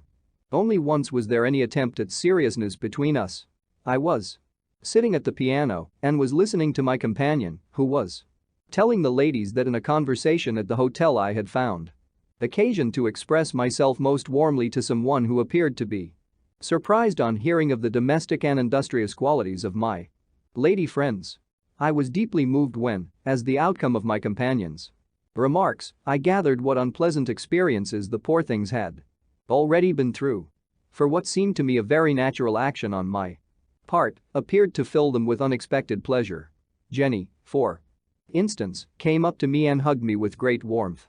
By general consent I was now granted the right of behaving with almost studied rudeness, and I replied even to Jenny's warm outburst only with my usual banter. In our hotel, the Black Horse, which was so famous in those days, I found the playground in which I was able to carry the mischievous spirit not exhausted at the Pachta's house to the point of recklessness. Out of the most accidental material in table and traveling guests we succeeded in gathering a company around us which allowed us, until far into the night, to lead it into the most inconceivable follies. To all this I was incited more particularly by the personality of a very timid and undersized businessman from Frankfurt on the Oder, who longed to seem of a daring disposition and His presence stimulated me, if only owing to the remarkable chance it gave me of coming into contact with someone who was at home in Frankfurt on the Oder. Anyone who knows how things then stood in Austria can form some idea of my recklessness when I say that I once went so far as to cause our symposium in the public room to bellow the Marseillaise out loud into the night.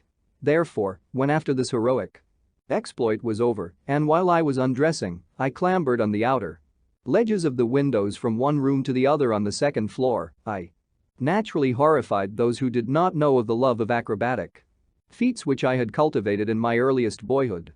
Even if I had exposed myself without fear to such dangers, I was soon sobered down next morning by a summons from the police. When, in addition to this, I recalled the singing of the Marseillaise, I was filled with the gravest fears. After having been detained at the station a long time, owing to a strange misunderstanding, the upshot of it was that the inspector who was told off to examine me found that there was not sufficient time left for a serious hearing, and, to my great relief, I was allowed to go after replying to a few harmless questions concerning the intended length of my stay. Nevertheless, we thought it advisable not to yield to the temptation of playing any more pranks beneath the spread wings of the double eagle.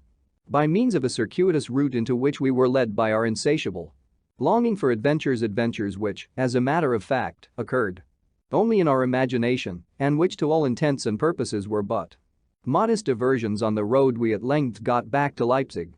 And with this return home the really cheerful period of my life as a youth definitely closed. If, up to that time, I had not been free from serious errors and moments of passion, it was only now that care cast its first shadow across my path. My family had anxiously awaited my return in order to inform me that the post of conductor had been offered to me by the Magburg Theatre Company. This company during the current summer month was performing at a watering place called Lauchstadt. The manager could not get on with an incompetent conductor that had been sent to him and in his extremity had applied to Leipzig in the hope of getting a substitute. Forthwith, Stegmaier, the conductor, who had no inclination to practice my score fiend during the hot summer weather, as he had promised to do, promptly recommended me for the post and in that way really managed to shake off a very troublesome tormentor. For although, on the one hand, I really desired to be able to abandon myself freely and without restraint to the torrent of adventures that constitute the artist's life, yet a longing for independence, which could be won only by my earning my own living, had been greatly strengthened in me by the state of my affairs. Albeit, I had the feeling that a solid basis for the gratification of this desire was not to be laid in Lauchstadt, nor did I find it easy to assist the plot concocted against the production of my fiend. I therefore determined to make a preliminary visit to the place just to see how things stood. This little watering place had, in the days of Goethe and Schiller, acquired a very wide reputation. Its wooden theatre had been built according to the design of the former, and the first performance of the Brot von Messina had been given there. But although I repeated all this to myself, the place made me feel rather doubtful. I asked for the house of the director of the theatre. He proved to be out, but a small, dirty boy, his son, was told to take me to the theatre to find Papa. Papa, however, met us on the way. He was an elderly man, he wore a dressing gown and on his head a cap. His delight at greeting me was interrupted by complaints about a serious indisposition, for which his son was to fetch him a cordial from a shop close by.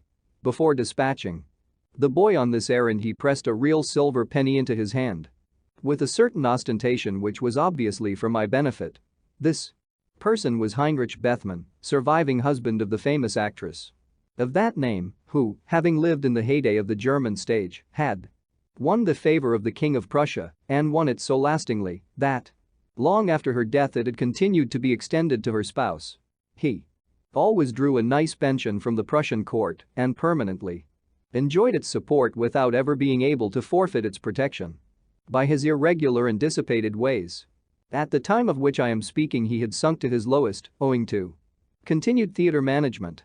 His speech and manners revealed the sugary refinement of a bygone day, while all that he did and everything about him testified to the most shameful neglect. He took me back to his house, where he presented me to his second wife, who, crippled in One foot lay on an extraordinary couch while an elderly bass, concerning whose excessive devotion Bethman had already complained to me quite openly, smoked his pipe beside her.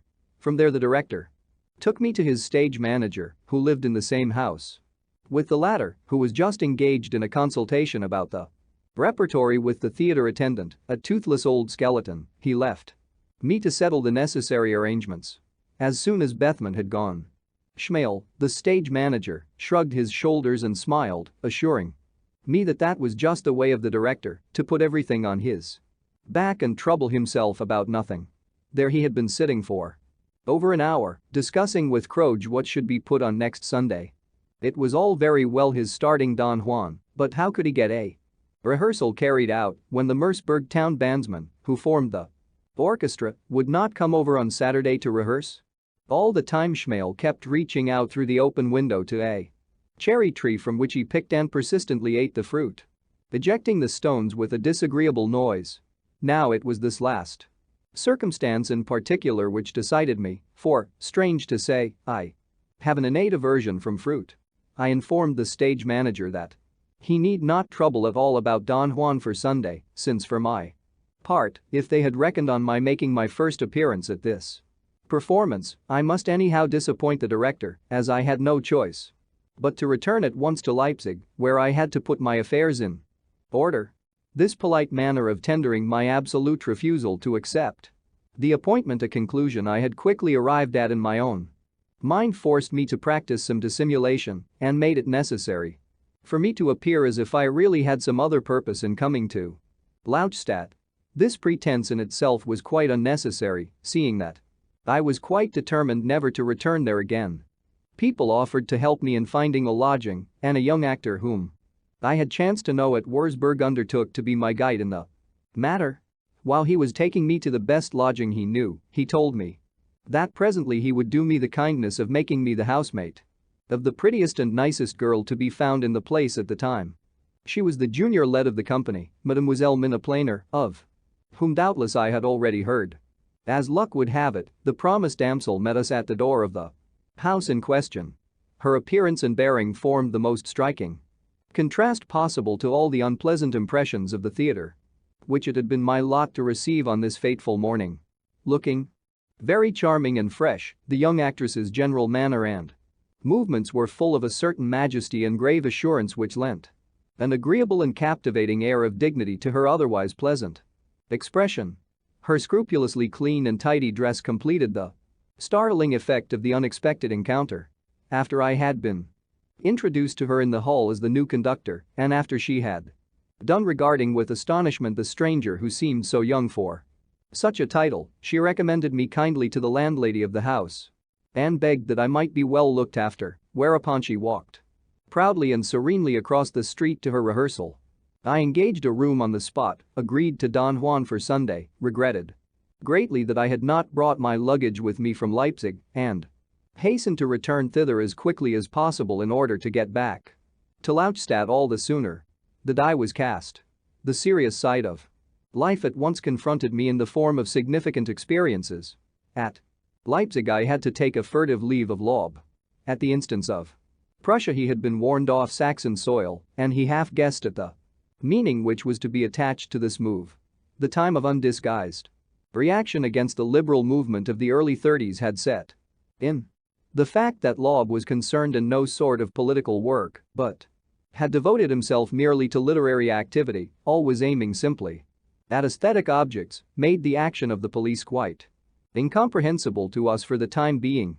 The disgusting ambiguity with which the Leipzig authorities answered all his questions as to the cause of his expulsion soon gave him the strongest suspicions as to what their intentions towards him actually were.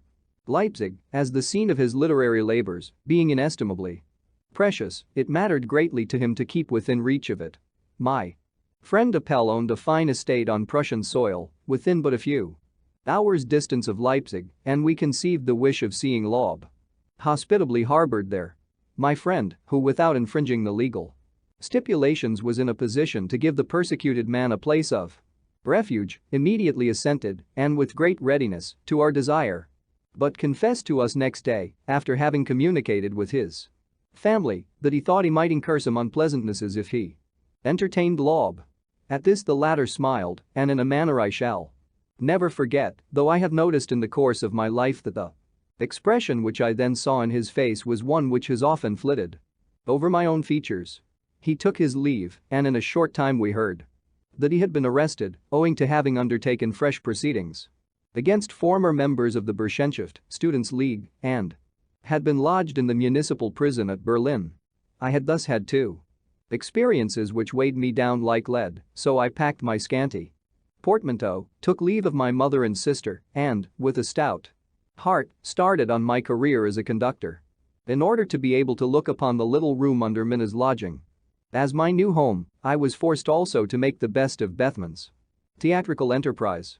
As a matter of fact, a performance of Don Juan was given at once, for the director, who prided himself on being a connoisseur of things artistic, suggested that opera to me is one with which it would be wise for an aspiring young artist of a good family to make his debut.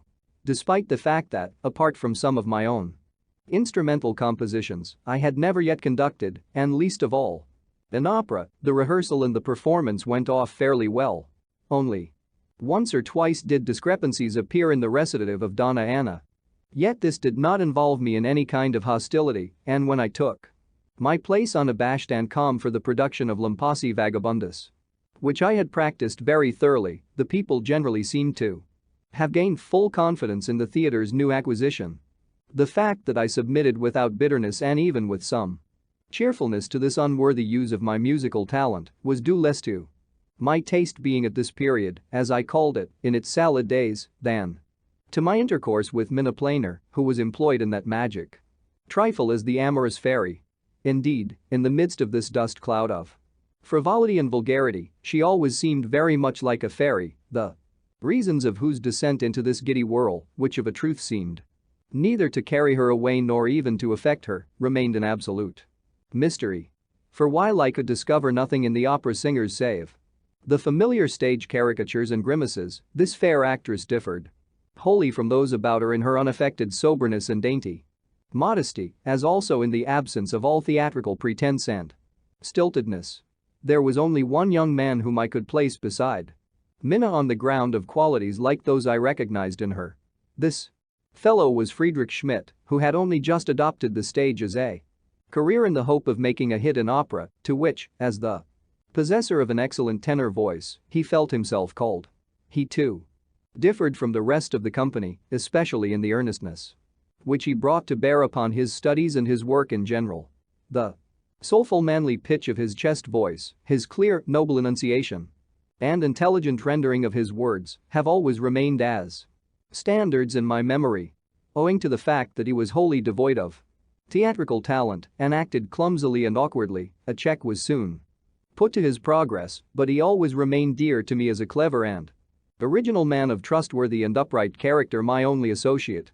But my dealings with my kind housemate soon became a cherished habit, while she returned the ingenuously impetuous advances of the conductor of 21 with a certain tolerant astonishment which, remote as it was from all coquetry and ulterior motives, soon made familiar and friendly intercourse possible with her. When, one evening, I returned late to my ground floor room by climbing through the window, for I had no latch key, the noise of my entry brought Minna to her window just over mine. Standing on my window ledge, I begged her to allow me to bid her good night once more. She had not the slightest objection to this, but declared it must be done from the window, as she always had her door locked by the people of the house and nobody could get in that way. She kindly facilitated the handshake by leaning far out of her window so that I could take her hand as I stood on my ledge. When later on I had an attack of erysipelas, from which I often suffered, and with my face all swollen and frightfully distorted concealed myself from the world in my gloomy room, Minna visited me repeatedly, nursed me, and assured me that my distorted features did not matter in the least. On recovering, I paid her a visit and complained of a rash that had remained round my mouth and which seemed so unpleasant that I apologized for showing it to her.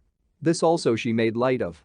Then I inferred she would not give me a kiss, whereupon she at once gave me practical proof that she did not shrink from that either. This was all done with a friendly serenity and composure that had something almost motherly about it, and it was free from all suggestion of frivolity or of heartlessness. In a few weeks the company had to leave Lautstadt to proceed to Rudolstadt and fulfill a special engagement there. I was particularly anxious to make this journey, which in those days was an arduous undertaking, in Minna's company, and if only I had succeeded in getting my well-earned salary duly paid by Bethman, nothing would have hindered the fulfillment of my wish. But in this matter I encountered exceptional difficulties, which in the course of eventful years grew in chronic fashion into the strangest of ailments. Even at Lautstadt I had discovered that there was only one man who drew his salary in full, namely the base Neisel, whom I had seen smoking his pipe beside the couch of the director's lame wife. I was assured that if I cared greatly about getting some of my wages from time to time, I could obtain this favor only by paying court to me, Bethman.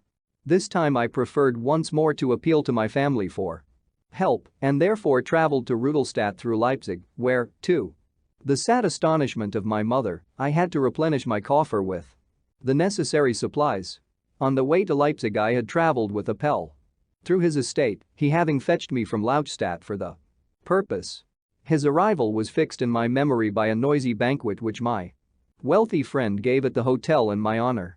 It was on this occasion that I and one of the other guests succeeded in completely destroying a huge, massively built Dutch tile stove, such as we had in our room at the inn. Next morning none of us could understand how it had happened. It was on this journey to Rudolstadt that I first passed through Weimar, where on a rainy day I strolled with curiosity, but without emotion, towards Goethe's house. I had pictured something rather different and thought I should experience livelier impressions from the active theater life of Rudolstadt, to which I felt strongly attracted, in spite of the fact that I was not to be conductor myself. This post having been entrusted to the leader of the Royal Orchestra, who had been specially engaged for our performances, yet I was so fully occupied with rehearsals for the many operas and musical comedies required to regale the frivolous public of the Principality that I found no leisure for excursions into the charming regions of this little land. In addition to these severe and ill-paid labors, two passions held me chained during the 6 weeks of my stay in Rudolstadt. These were, first, a longing to write the libretto of Liebesverbot, and secondly, my growing attachment to Minna. It is true, I sketched out a musical composition about this time, a symphony in E major, whose first movement, 3/4 time, I completed as a separate piece. As regards style and design, this work was suggested by Beethoven's 7th and 8th symphonies, and, so far as I can remember, I should have had no need to be ashamed of it had I been able to complete it or keep the part I had actually finished. But I had already begun at this time to form the opinion that to produce anything fresh and truly noteworthy in the realm of symphony, and according to Beethoven's methods, was an impossibility. Whereas opera, to which I felt inwardly drawn, though I had no real example I wished to copy, presented itself to my mind in varied and alluring shapes as a most fascinating form of art. Thus, amid manifold and passionate agitations, and in the few leisure hours which were left to me, I completed the greater part of my operatic poem, taking infinitely more pains, both as regards words and versification, than with the text of my earlier Fiend. Moreover, I found myself possessed of incomparably greater assurance in the arrangement and partial invention of situations than when writing that earlier work. On the other hand, I now began for the first time to experience the cares and worries of a lover's jealousy. A change, to me inexplicable, manifested itself in Minna's hitherto unaffected and gentle manner towards me. It appears that my artless solicitations for her favor, by which at that time I meant nothing serious, and in which a man of the world would merely have seen the exuberance of a youthful and easily satisfied infatuation, had given rise to certain remarks and comments upon the popular actress. I was astonished to learn, first from her reserved manner and later from her own lips, that she felt compelled to inquire into the seriousness of my intentions and to consider their consequences. She was at that time, as I had already discovered, on very intimate terms with a young nobleman whose acquaintance I first made in Lautstadt, where he used to visit her. I had already realized on that occasion that he was unfeignedly and cordially attached to her. In fact, in the circle of her friends she was regarded as engaged to Herr von O, although it was obvious that marriage was out of the question, as the young lover was quite without means, and owing to the high standing of his family it was essential that he should sacrifice himself to a marriage of convenience, both on account of his social position and of the career which he would have to adopt. During this stay at Rudolstadt, Minna appears to have gathered certain information on this point which troubled and depressed her, thus rendering her more inclined to treat my impetuous attempts at courtship with cool reserve. After mature deliberation I recognized that, in any case, young Europe, Ardinghello, and Lebesverbot could not be produced at Rudolstadt, but it was a very different matter for the Fille Amorosa, with its merry, theatrical mood and an Ehrlicher Berger kind to seek a decent livelihood. Therefore, greatly discouraged, I proceeded to accentuate the more extravagant situations of my Lebesverbot by rioting with a few comrades in the sausage-scented atmosphere of the Rudolstadt Vigilwies. At this time my troubles again brought me more or less into contact with the vice of gambling, although on this occasion it only cast temporary fetters about me in the very harmless form of the dice and roulette tables out on the open marketplace. We were looking forward to the time when we should leave Rudolstadt for the half-yearly winter season at the capital, Magdeburg, mainly because I should there resume my place at the head of the orchestra and might, in any case, count on a better reward for my musical efforts. But before returning to Magdeburg I had to endure a trying interval at Bernburg, where Bethmann, the director, in addition to his other undertakings, had also promised sundry theatrical performances. During our brief stay in the town I had to arrange for the presentation, with a mere fraction of the company, of several operas, which were again to be conducted by the royal conductor of the place. But in addition to these professional labors, I had to endure such a meager, ill-provided and grievously farcical existence as was enough to disgust me, if not forever, at any rate for the time being, with the wretched profession of a theatrical conductor. Yet I survived even this, and Magdeburg was destined to lead me eventually to the real glory of my adopted profession. The sensation of sitting in command at the very conductor's desk from which, not many years before, the great master Kunlein had so moved the perplexed young enthusiast by the weighty wisdom of his musical directorship, was not without its charm for me, and, indeed, I very quickly succeeded in obtaining perfect confidence in conducting an orchestra. I was soon a persona grata with the excellent musicians of the orchestra. Their splendid combination and spirited overtures, which, especially towards the finale, I generally took at an unheard of speed, often earned for us all the intoxicating applause of the public. The achievements of my fiery and often exuberant zeal won me recognition from the singers and were greeted by the audience with rapturous appreciation.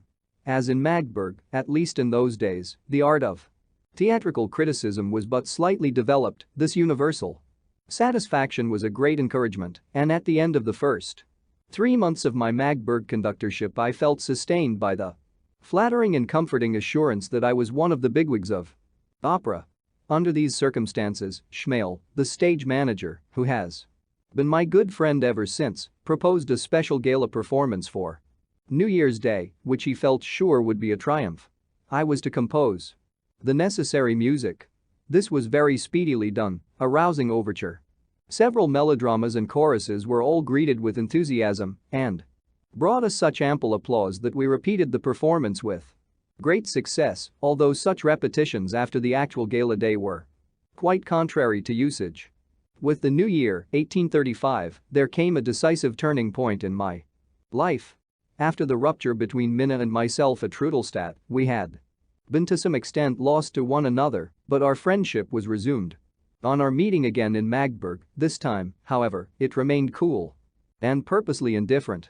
When she first appeared in the town, a year before, her beauty had attracted considerable notice, and I now learned that she was the object of great attention from several young noblemen and had shown herself not unmoved by the compliment implied by their visits. Although her reputation, thanks to her absolute discretion and self-respect, remained beyond reproach, my objection to her receiving such attentions grew very strong, owing possibly, in some degree, to the memory of the sorrows I had endured in Pachta's house in Prague. Although Minna assured me that the conduct of these gentlemen was much more discreet and decent than that of theater-goers of the bourgeois class, and especially than that of certain young musical conductors. She never succeeded in soothing the bitterness and insistence with which I protested against her acceptance of such attentions. So we spent 3 unhappy months in ever-increasing estrangement, and at the same time, in half-frantic despair, I pretended to be fond of the most undesirable associates and acted in every way with such blatant levity that Minna, as she told me afterwards, was filled with the deepest anxiety and solicitude concerning me. Moreover, as the ladies of the opera company were not slow to pay court to their youthful conductor, and especially as one young woman, whose reputation was not spotless, openly set her cap at me, this anxiety of Minna's seems at last to have culminated in a definite decision. I hit upon the idea of treating the lead of our opera company to oysters and punch in my own room on New Year's Eve. The married couples were invited, and then came the question whether Fraulein Planer would consent to take part in such a festivity. She accepted quite ingenuously and presented herself as neatly and becomingly dressed as ever in my bachelor apartments, where things soon grew pretty lively. I had already warned my landlord that we were not likely to be very quiet and reassured him as to any possible damage to his furniture. What the champagne failed to accomplish, the punch eventually succeeded in doing. All the restraints of petty conventionality, which the company usually endeavored to observe, were cast aside, giving place to an unreserved demeanor all round, to which no one objected. And then it was that Minna's queenly dignity distinguished her from all her companions. She never lost her self-respect, and whilst no one ventured to take the slightest liberty with her, everyone very clearly recognized the simple candor with which she responded to my kindly and solicitous attentions. They could not fail to see that the link existing between us was not to be compared to any ordinary liaison, and we had the satisfaction of seeing the flighty young lady who had so openly angled for me fall into a fit over the discovery. From that time onward I remained permanently on the best of terms with Minna. I do not believe that she ever felt any sort of passion or genuine love for me, or, indeed, that she was capable of such a thing. And I can therefore only describe her feeling for me as one of heartfelt goodwill and the sincerest desire for my success and prosperity, inspired as she was with the kindest sympathy and genuine delight at and admiration for my talents. All this at last became part of her nature. She obviously had a very favorable opinion of my abilities, though she was surprised at the rapidity of my success. My eccentric nature, which she knew so well how to humor pleasantly by her gentleness, stimulated her to the continual exercise of the power so flattering to her own vanity, and without ever betraying any desire or ardor herself, she never met my impetuous advances with coldness. At the Magburg Theatre I had already made the acquaintance of a very interesting woman called Mee Haas. She was an actress, no longer in her first youth, and played so-called chaperones parts. This lady won my sympathy by telling me she had been friendly ever since her youth with Loeb, in whose destiny she continued to take a heartfelt and cordial interest. She was clever, but far from happy, and an unprepossessing exterior, which with the lapse of years grew more uninviting, did not tend to make her any happier. She lived in meager circumstances, with one child, and appeared to remember her better days with a bitter grief. My first visit to her was paid merely to inquire after Loeb's fate, but I soon became a frequent and familiar caller. As she and Minna speedily became fast friends, we 3 often spent pleasant evenings talking together. But when, later on, a certain jealousy manifested itself on the part of the elder woman towards the younger, our confidential relations were more or less disturbed, for it particularly grieved me to hear Minna's talents and mental gifts criticized by the other. One evening I had promised Minna to have tea with her and Mee Haas, but I had thoughtlessly promised to go to a whist party first. This engagement I purposely prolonged, much as it wearied me, in the deliberate hope that her companion, who had already grown irksome to me, might have left before my arrival. The only way in which I could do this was by drinking hard, so that I had the very unusual experience of rising from a sober whist party in a completely fuddled condition, into which I had imperceptibly fallen, and in which I refused to believe. This incredulity deluded me into keeping my engagement for tea, although it was so late. To my intense disgust, the elder woman was still there when I arrived, and her presence at once had the effect of rousing my tipsiness to a violent outbreak, for she seemed astonished at my rowdy and unseemly behavior and made several remarks upon it intended for jokes, whereupon I scoffed at her in the coarsest manner, so that she immediately left the house in high dudgeon. I had still sense enough to be conscious of Minna's astonished laughter at my outrageous conduct. As soon as she realized, however, that my condition was such as to render my removal impossible without great commotion, she rapidly formed a resolution which must indeed have cost her an effort, though it was carried out with the utmost calmness and good humor.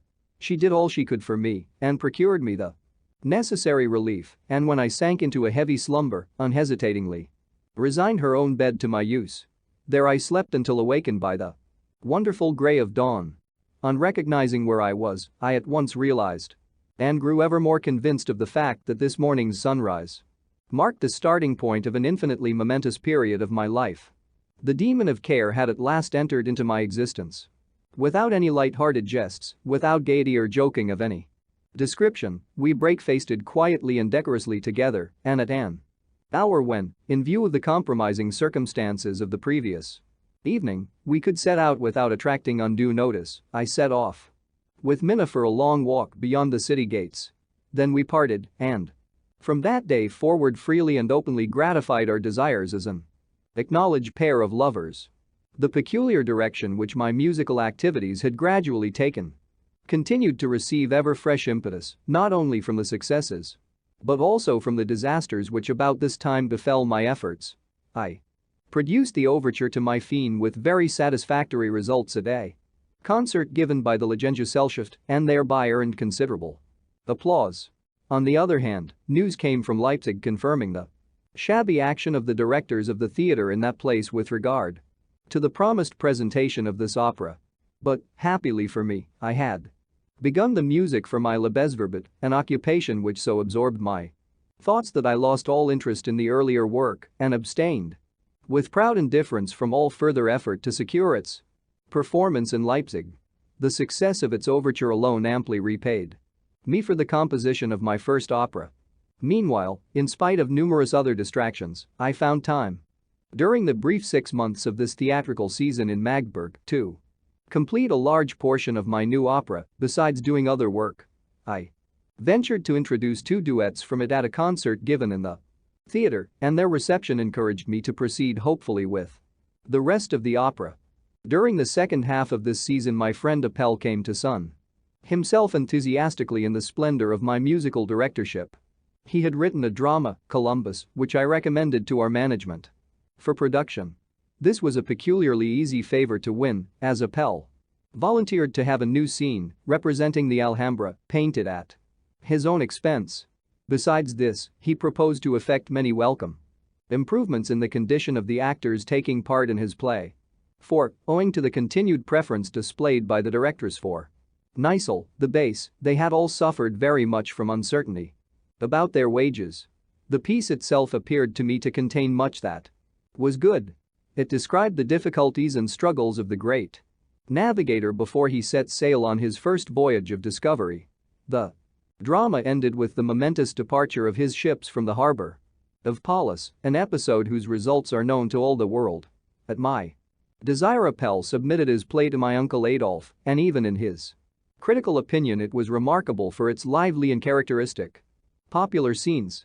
On the other hand, a love romance, which he had woven into the plot, struck me as unnecessary and dull. In addition to a brief chorus for some Moors who were expelled from Granada, to be sung on their departure from the familiar home country, and a short orchestral piece by way of conclusion, I also dashed off an overture for my friend's play. I sketched out the complete draft of this one evening at Minna's house, while Appel was left free to talk to her as much and as loudly as he liked. The effect this composition was calculated to produce rested on a fundamental idea which was quite simple, yet startling in its development. Unfortunately, I worked it out rather hurriedly and not very carefully chosen phrasing. The orchestra was to represent the ocean and, as far as might be, the ship upon it. A forcible, pathetically yearning and aspiring theme was the only comprehensible idea amid the swirl of enveloping sound. When the whole had been repeated, there was a sudden jump to a different theme in extreme pianissimo, accompanied by the swelling vibrations of the first violins, which was intended to represent a fata morgana. I had secured 3 pairs of trumpets in different keys in order to produce this exquisite, gradually dawning and seductive theme with the utmost niceties of shade and variety of modulation.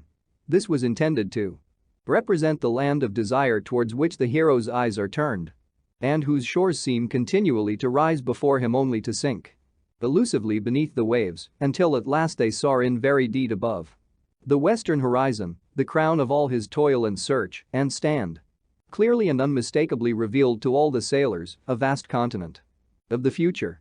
My 6 trumpets were now to combine in one key, in order that the theme assigned to them might re-echo in glorious jubilation. Familiar as I was with the excellence of the Prussian regimental trumpeters, I could rely upon a startling effect, especially in this concluding passage. My overture astonished every one and was tumultuously applauded.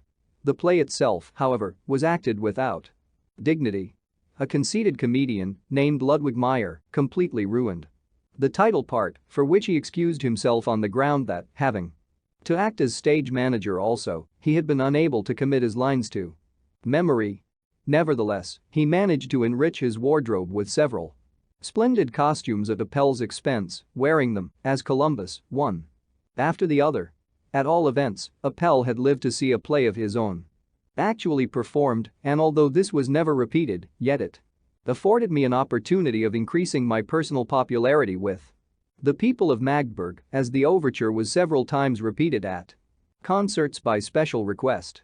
But the chief event of this theatrical season occurred towards its close. I induced me, Schroeder Devrient, who was staying in Leipzig, to come to us for a few special performances when, on 2 occasions, I had the great satisfaction and stimulating experience of myself conducting the operas in which she sang and thus entering into immediate artistic collaboration with her. She appeared as Desdemona and Romeo.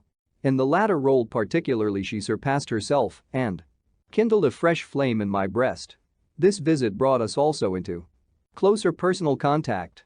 So kindly disposed and sympathetic did she show herself towards me that she even volunteered to lend me her services at a concert which I proposed to give for my own benefit, although this would necessitate a returning after a brief absence. Under circumstances so auspicious I could only expect the best possible results from my concert, and in my situation at that time its proceeds were a matter of vital importance to me. My scanty salary from the Magdeburg Opera Company had become altogether illusory, being paid only in small and irregular installments, so that I could see but one way of meeting my daily expenses. These included frequent entertainment of a large circle of friends, consisting of singers and players, and the situation had become unpleasantly accentuated by no small number of debts. True, I did not know their exact amount, but reckoned that I could at least form an advantageous, if indefinite, estimate of the sum to be realized by my concert, whereby the 2 unknown quantities might balance each other. I therefore consoled my creditors with the tale of these fabulous receipts, which were to pay them all in full the day after the concert. I even went so far as to invite them to come and be paid at the hotel to which I had moved at the close of the season. And, indeed, there was nothing unreasonable in my counting on the highest imaginable receipts when supported by so great and popular a singer, who, moreover, was returning to Magdeburg on purpose for the event. I consequently acted with reckless prodigality as regards cost, launching out into all manner of musical extravagance, such as engaging an excellent and much larger orchestra and arranging many rehearsals. Unfortunately for me, however, nobody would believe that such a famous actress, whose time was so precious, would really return again to please a little Magdeburg conductor. My pompous announcement of her appearance was almost universally regarded as a deceitful maneuver, and people took offense at the high prices charged for seats. The result was that the hall was only very scantily filled, a fact which particularly grieved me on account of my generous patroness. Her promise I had never doubted. Punctually on the day appointed she reappeared to support me and now had the painful and unaccustomed experience of performing before a small audience. Fortunately, she treated the matter with great good humor, which, I learned later, was prompted by other motives, not personally concerning me. Among several pieces she sang Beethoven's Adelaide most exquisitely, wherein, to my own astonishment, I accompanied her on the piano. But, alas, another and more unexpected mishap befell my concert through our unfortunate selection of pieces.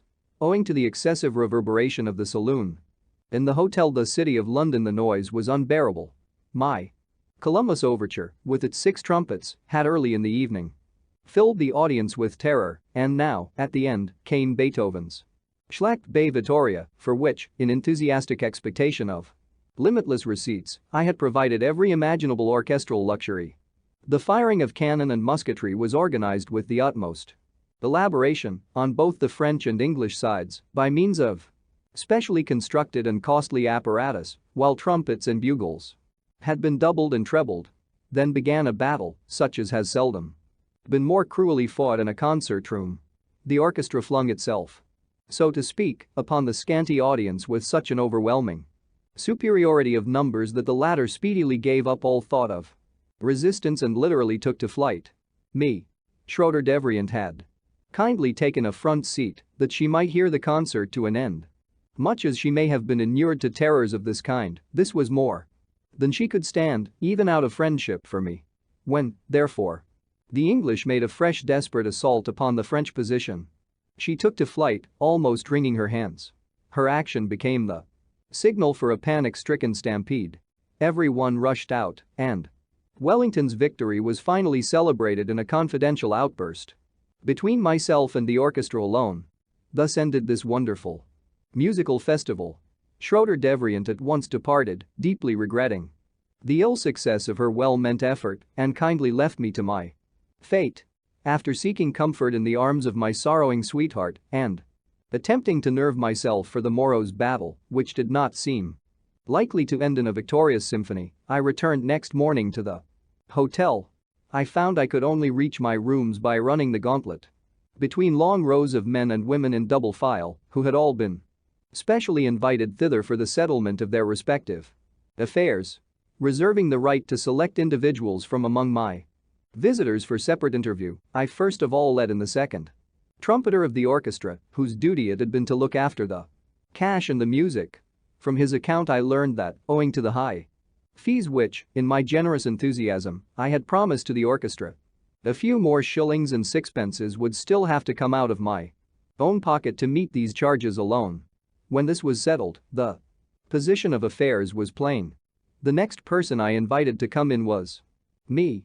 Gottschalk, a trustworthy Jewess, with whom I wanted to come to some arrangement respecting the present crisis. She perceived at once that more than ordinary help was required in this case, but did not doubt that I should be able to obtain it from my opulent connections in Leipzig. She undertook, therefore, to appease the other creditors with tranquilizing assurances and railed, or pretended to rail, against their indecent conduct with great vigor. Thus at last we succeeded, though not without some difficulty, in making the corridor outside my door once more passable. The theatrical season was now over, our company on the point of dissolution, and I myself free from my appointment. But meanwhile the unhappy director of our theater had passed from a state of chronic to one of acute bankruptcy. He paid with paper money, that is to say, with whole sheets of box tickets for performances which he guaranteed should take place. By dint of great craftsmanship managed to extract some profit even from these singular treasury bonds. She was living at this time most frugally and economically. Moreover, as the dramatic company still continued its efforts on behalf of its members, only the opera troupe having been dissolved, she remained at the theater. Thus, when I started out on my compulsory return to Leipzig, she saw me off with hearty good wishes for our speedy reunion, promising to spend the next holidays in visiting her parents in Dresden, on which occasion she hoped also to look me up in Leipzig. Thus it came about that early in May I once more went home to my own folk, in order that after this abortive first attempt at civic independence, I might finally lift the load of debt with which my efforts in Magdeburg had burdened me. an intelligent brown poodle, faithfully accompanied me and was entrusted to my family for food and entertainment as the only visible property I had acquired. Nevertheless, my mother and Rosalie succeeded in founding good hopes for my future career upon the bare fact of my being able to conduct an orchestra. To me, on the other hand, the thought of returning once more to my former life with my family was very discomforting. My relation to Minna in particular spurred me on to resume my interrupted career as speedily as possible. The great change which had come over me in this respect was more apparent than ever when Minna spent a few days with me in Leipzig on her way home. Her familiar and genial presence proclaimed that my days of parental dependence were past and gone. We discussed the renewal of my Magdeburg engagement, and I promised her an early visit in Dresden. I obtained permission from my mother and sister to invite her one evening to tea, and in this way I introduced her to my family. Rosalie saw at once how matters stood with me, but made no further use of the discovery than to tease me about being in love. To her the affair did not appear dangerous, but to me things wore a very different aspect, for this love-lorn attachment was entirely in keeping with my independent spirit and my ambition to win myself a place in the world of art. My distaste for Leipzig itself was furthermore strengthened by a change which occurred there at this time in the realm of music. At the very time that I, in Magdeburg, was attempting to make my reputation as a musical conductor by thoughtless submission to the frivolous taste of the day, Mendelssohn Bartholdy was conducting the Juandos concerts and inaugurating a momentous epoch for himself and the musical taste of Leipzig. His influence had put an end to the simple ingenuousness with which the Leipzig public had hitherto judged the productions of its social subscription concerts. Through the influence of my good old friend Polan's, who was not yet altogether laid on the shelf, I managed to produce my Columbus Overture at a benefit concert given by the favorite young singer, Livia Gerhardt. But, to my amazement, I found that the taste of the musical public in Leipzig had been given a different bent, which not even my rapturously applauded overture, with its brilliant combination of 6 trumpets, could influence. This experience deepened my dislike of everything approaching a classical tone, in which sentiment I found myself in complete accord with honest Polan's, who sighed good-naturedly over the downfall of the good old times. Arrangements for a musical festival at Dessau, under Friedrich Schneider's conductorship, offered me a welcome chance of quitting Leipzig. For this journey, which could be performed on foot in 7 hours, I had to procure a passport for 8 days. This document was destined to play an important part in my life for many years to come. For on several occasions and in various European countries it was the only paper I possessed to prove my identity. In fact, owing to my evasion of military duty in Saxony, I never again succeeded in obtaining a regular pass until I was appointed musical conductor in Dresden. I derived very little artistic pleasure or benefit of any kind from this occasion. On the contrary, it gave a fresh impetus to my hatred of the classical. I heard Beethoven's symphony in C minor, conducted by a man whose physiognomy, resembling that of a drunken satyr, filled me with unconquerable disgust. In spite of an interminable row of contrabassi with which a conductor usually coquettes at musical festivals, his performance was so expressionless and inane that I turned away in disgust as from an alarming and repulsive problem and desisted from all attempts to explain the impassable gulf which, as I again perceived, yawned between my own vivid and imaginative conception of this work and the only living presentations of it which I had ever heard. But for the present my tormented spirits were cheered and calmed by hearing the classical Schneider's oratorio Absalom rendered as an absolute burlesque. It was in Dessau that Minna had made her first debut on the stage, and while there I heard her spoken of by frivolous young men in the tone usual in such circles when discussing young and beautiful actresses. My eagerness in contradicting this chatter and confounding the scandalmongers revealed to me more clearly than ever the strength of the passion which drew me to her. I therefore returned to Leipzig without calling on my relatives and there procured means for an immediate journey to Dresden. On the way, the journey was still performed by express coach. I met Minna, accompanied by one of her sisters, already on the way back to Magdeburg. Promptly procuring a posting ticket for the return journey to Leipzig, I actually set off thither with my dear girl, But by the time we reached the next station I had succeeded in persuading her to turn back with me to Dresden. By this time the mail coach was far ahead of us and we had to travel by special post-chaise. This lively, bustling to and fro seemed to astonish the two girls and put them into high spirits. The extravagance of my conduct had evidently roused them to the expectation of adventures, and it now behoved me to fulfill this expectation. Procuring from a Dresden acquaintance the necessary cash, I conducted my two lady friends through the Saxon Alps, where we spent several right merry days of innocent and youthful gaiety. Only once was this disturbed by a passing fit of jealousy on my part, for which, indeed, there was no occasion, but which fed itself in my heart on a nervous apprehension of the future and upon the experience I had already gained of womankind. Yet, despite this blot, our excursion still lingers in my memory as the sweetest and almost sole remembrance of unalloyed happiness in the whole of my life as a young man. One evening in particular stands out in bright relief, during which we sat together almost all night at the watering place of Schandau in glorious summer weather. Indeed, my subsequent long and anxious connection with Minna, interwoven as it was with the most painful and bitter vicissitudes, has often appeared to me as a persistently prolonged expiation of the brief and harmless enjoyment of those few days. After accompanying Minna to Leipzig, whence she continued her journey to Magdeburg, I presented myself to my family but told them nothing of my Dresden excursion. I now braced my energies, as though under the stern compulsion of a strange and deep sense of duty, to the task of making such arrangements as would speedily restore me to my dear ones. Side. To this end a fresh engagement had to be negotiated with Director Bethmann for the coming winter season.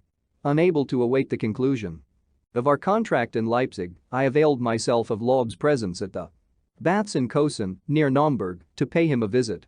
Loeb had only recently been discharged from the Berlin municipal gaol after a tormenting inquisition of nearly a year's duration. On giving his parole not to leave the country until the verdict had been given, he had been permitted to retire to Kosen, from which place he, one evening, paid us a secret visit in Leipzig. I can still call his woebegone appearance to mind. He seemed hopelessly resigned, though he spoke cheerfully with regard to all his earlier dreams of better things, and owing to my own worries at that time about the critical state of my affairs, this impression still remains one of my saddest and most painful recollections. While at Kosen I showed him a good many of the verses for my Lebesverbot, and although he spoke coldly of my presumption in wishing to write my own libretto, I was slightly encouraged by his appreciation of my work. Meanwhile I impatiently awaited letters from Magdeburg. Not that I had any doubt as to the renewal of my engagement, on the contrary, I had every reason to regard myself as a good acquisition for Bethmann, but I felt as though nothing which tended to bring me nearer to Minna could move fast enough.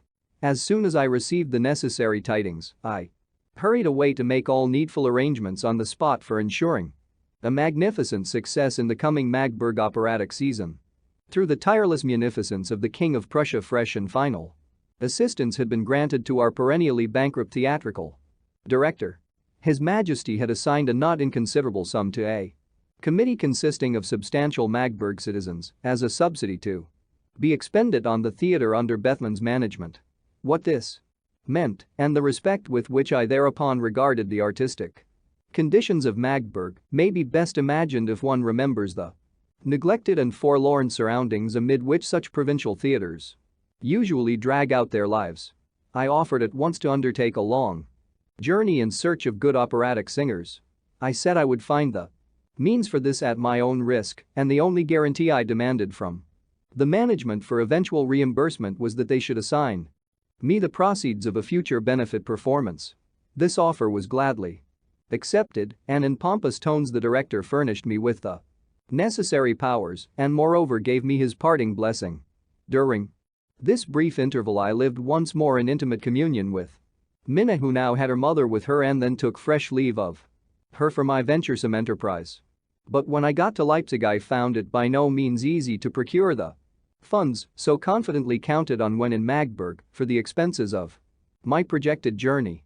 The glamour of the royal protection of Prussia for our theatrical undertaking, which I portrayed in the liveliest Colors to my good brother-in-law Brocos quite failed to dazzle him, and it was at the cost of great pains and humiliation that I finally got my ship of discovery underway. I was naturally drawn first of all to my old wonderland of Bohemia. There I merely touched at Prague and, without visiting my lovely lady friends, I hurried forward so that I might first sample the opera company then playing for the season at Carlsbad. Impatient to discover as many talents as I could as soon as possible so as not to exhaust my funds to no purpose, I attended a performance of La Dame Blanche. Sincerely hoping to find the whole performance first class. But not until much later did I fully realize how wretched was the quality of all these singers. I selected one of them, a bass named Graf, who was singing Gaveston. When in due course he made his debut at Magdeburg, he provoked so much well-founded dissatisfaction that I could not find a word to say in reply to the mockery which this acquisition brought upon me. But the small success with which the real object of my tour was attended was counterbalanced by the pleasantness of the journey itself. The trip through Eger, over the Fichtel Mountains, and the entry into Bayreuth, gloriously illuminated by the setting sun, have remained happy memories to this day. My next goal was Nuremberg, where my sister Clara and her husband were acting, and from whom I might reckon on sound information as to the object of my search. It was particularly nice to be hospitably received in my sister's house, where I hoped to revive my somewhat exhausted means of travel. In this hope I reckoned chiefly upon the sale of a snuff box presented to me by a friend, which I had secret reasons to suppose was made of platinum. To this I could add a gold signet ring given me by my friend Appel for compassing the overture to his Columbus. The value of the snuff box unfortunately proved to be entirely imaginary, but by pawning these two jewels, the only ones I had left, I hoped to provide myself with the bare necessaries for continuing my journey to Frankfurt. It was to this place in the Rhine district that the information I had gathered led me to direct my steps. Before leaving I persuaded my sister and brother-in-law to accept engagements in Magdeburg, but I still lacked a first tenor and a soprano, whom hitherto I had altogether failed to discover. My stay in Nuremberg was most agreeably prolonged through a renewed meeting with Schroeder Devrient, who just at that time was fulfilling a short engagement in that town. Meeting her again was like seeing the clouds disperse, which, since our last meeting, had darkened my artistic horizon. The Nuremberg Operatic Company had a very limited repertoire. Besides Fidelio, they could produce nothing save Die Schweizer family, a fact about which this great singer complained, as this was one of her first parts sung in early youth, for which she was hardly any longer suited, and which, in addition, she had played ad nauseam. I also looked forward to the performance of Die Schweizer family with misgivings and even with anxiety, for I feared lest this tame opera and the old-fashioned sentimental part of Emmeline would weaken the great impression the public, as well as myself, had formed up to that moment of the work of this sublime artist. Imagine, therefore, how deeply moved and astonished I was, on the evening of the performance, to find that it was in this very part that I first realized the truly transcendental genius of this extraordinary woman. That anything so great as her interpretation of the character of the Swiss maiden could not be handed down to posterity as a monument for all time can only be looked upon as one of the most sublime sacrifices demanded by dramatic art and as one of its highest manifestations. When, therefore, such phenomena appear, we cannot hold them in too great reverence, nor look upon them as too sacred. Apart from all these new experiences which were to become of so much value to my whole life and to my artistic development, the impressions I received at Nuremberg, though they were apparently trivial in their origin, left such indelible traces on my mind that they revived within me later on, though in quite a different and novel form. My brother-in-law, Wolfram, was a great favorite with the Nuremberg theatrical world. He was witty and sociable, and as such made himself much liked in theatrical circles. On this occasion I received singularly delightful proofs of the spirit of extravagant gaiety manifested on these evenings at the inn, in which I also took part.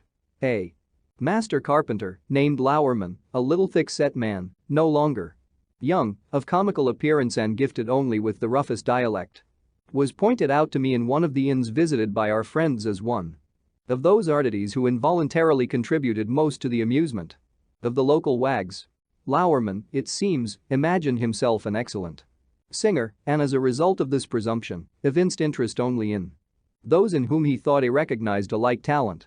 In spite of the fact that, owing to this singular peculiarity, he became the butt of constant jest and scornful mockery, he never failed to appear every evening among his laughter-loving persecutors. So often had he been laughed at and hurt by their scorn that it became very difficult to persuade him to give a display of his artistic skill, and this at last could only be effected by artfully devised traps so late as to appeal to his vanity. My arrival as an unknown stranger was utilized for a maneuver of this kind. How poor was the opinion they held of the unfortunate Mastersinger's judgment was revealed when, to my great amazement, my brother-in-law introduced me to him as the great Italian singer, Lablake. To his credit, I must confess that Lauerman surveyed me for a long time with incredulous distrust and commented with cautious suspicion on my juvenile appearance, but especially on the evidently tenor character of my voice. But the whole art of these tavern associates and their principal enjoyment consisted in leading this poor enthusiast to believe the incredible, a task on which they spared neither time nor pains. My brother-in-law succeeded in making the carpenter believe that I, while receiving fabulous sums for my performances, wished by a singular act of dissimulation and by visiting public inns to withdraw from the general public, and that, moreover, when it came to a meeting between Lauerman and Lablake, the only real interest could be to hear Lauerman and not Lablake, seeing that the former had nothing to learn from the latter but only Lablake from him. So singular was the conflict between incredulity on the one hand and keenly excited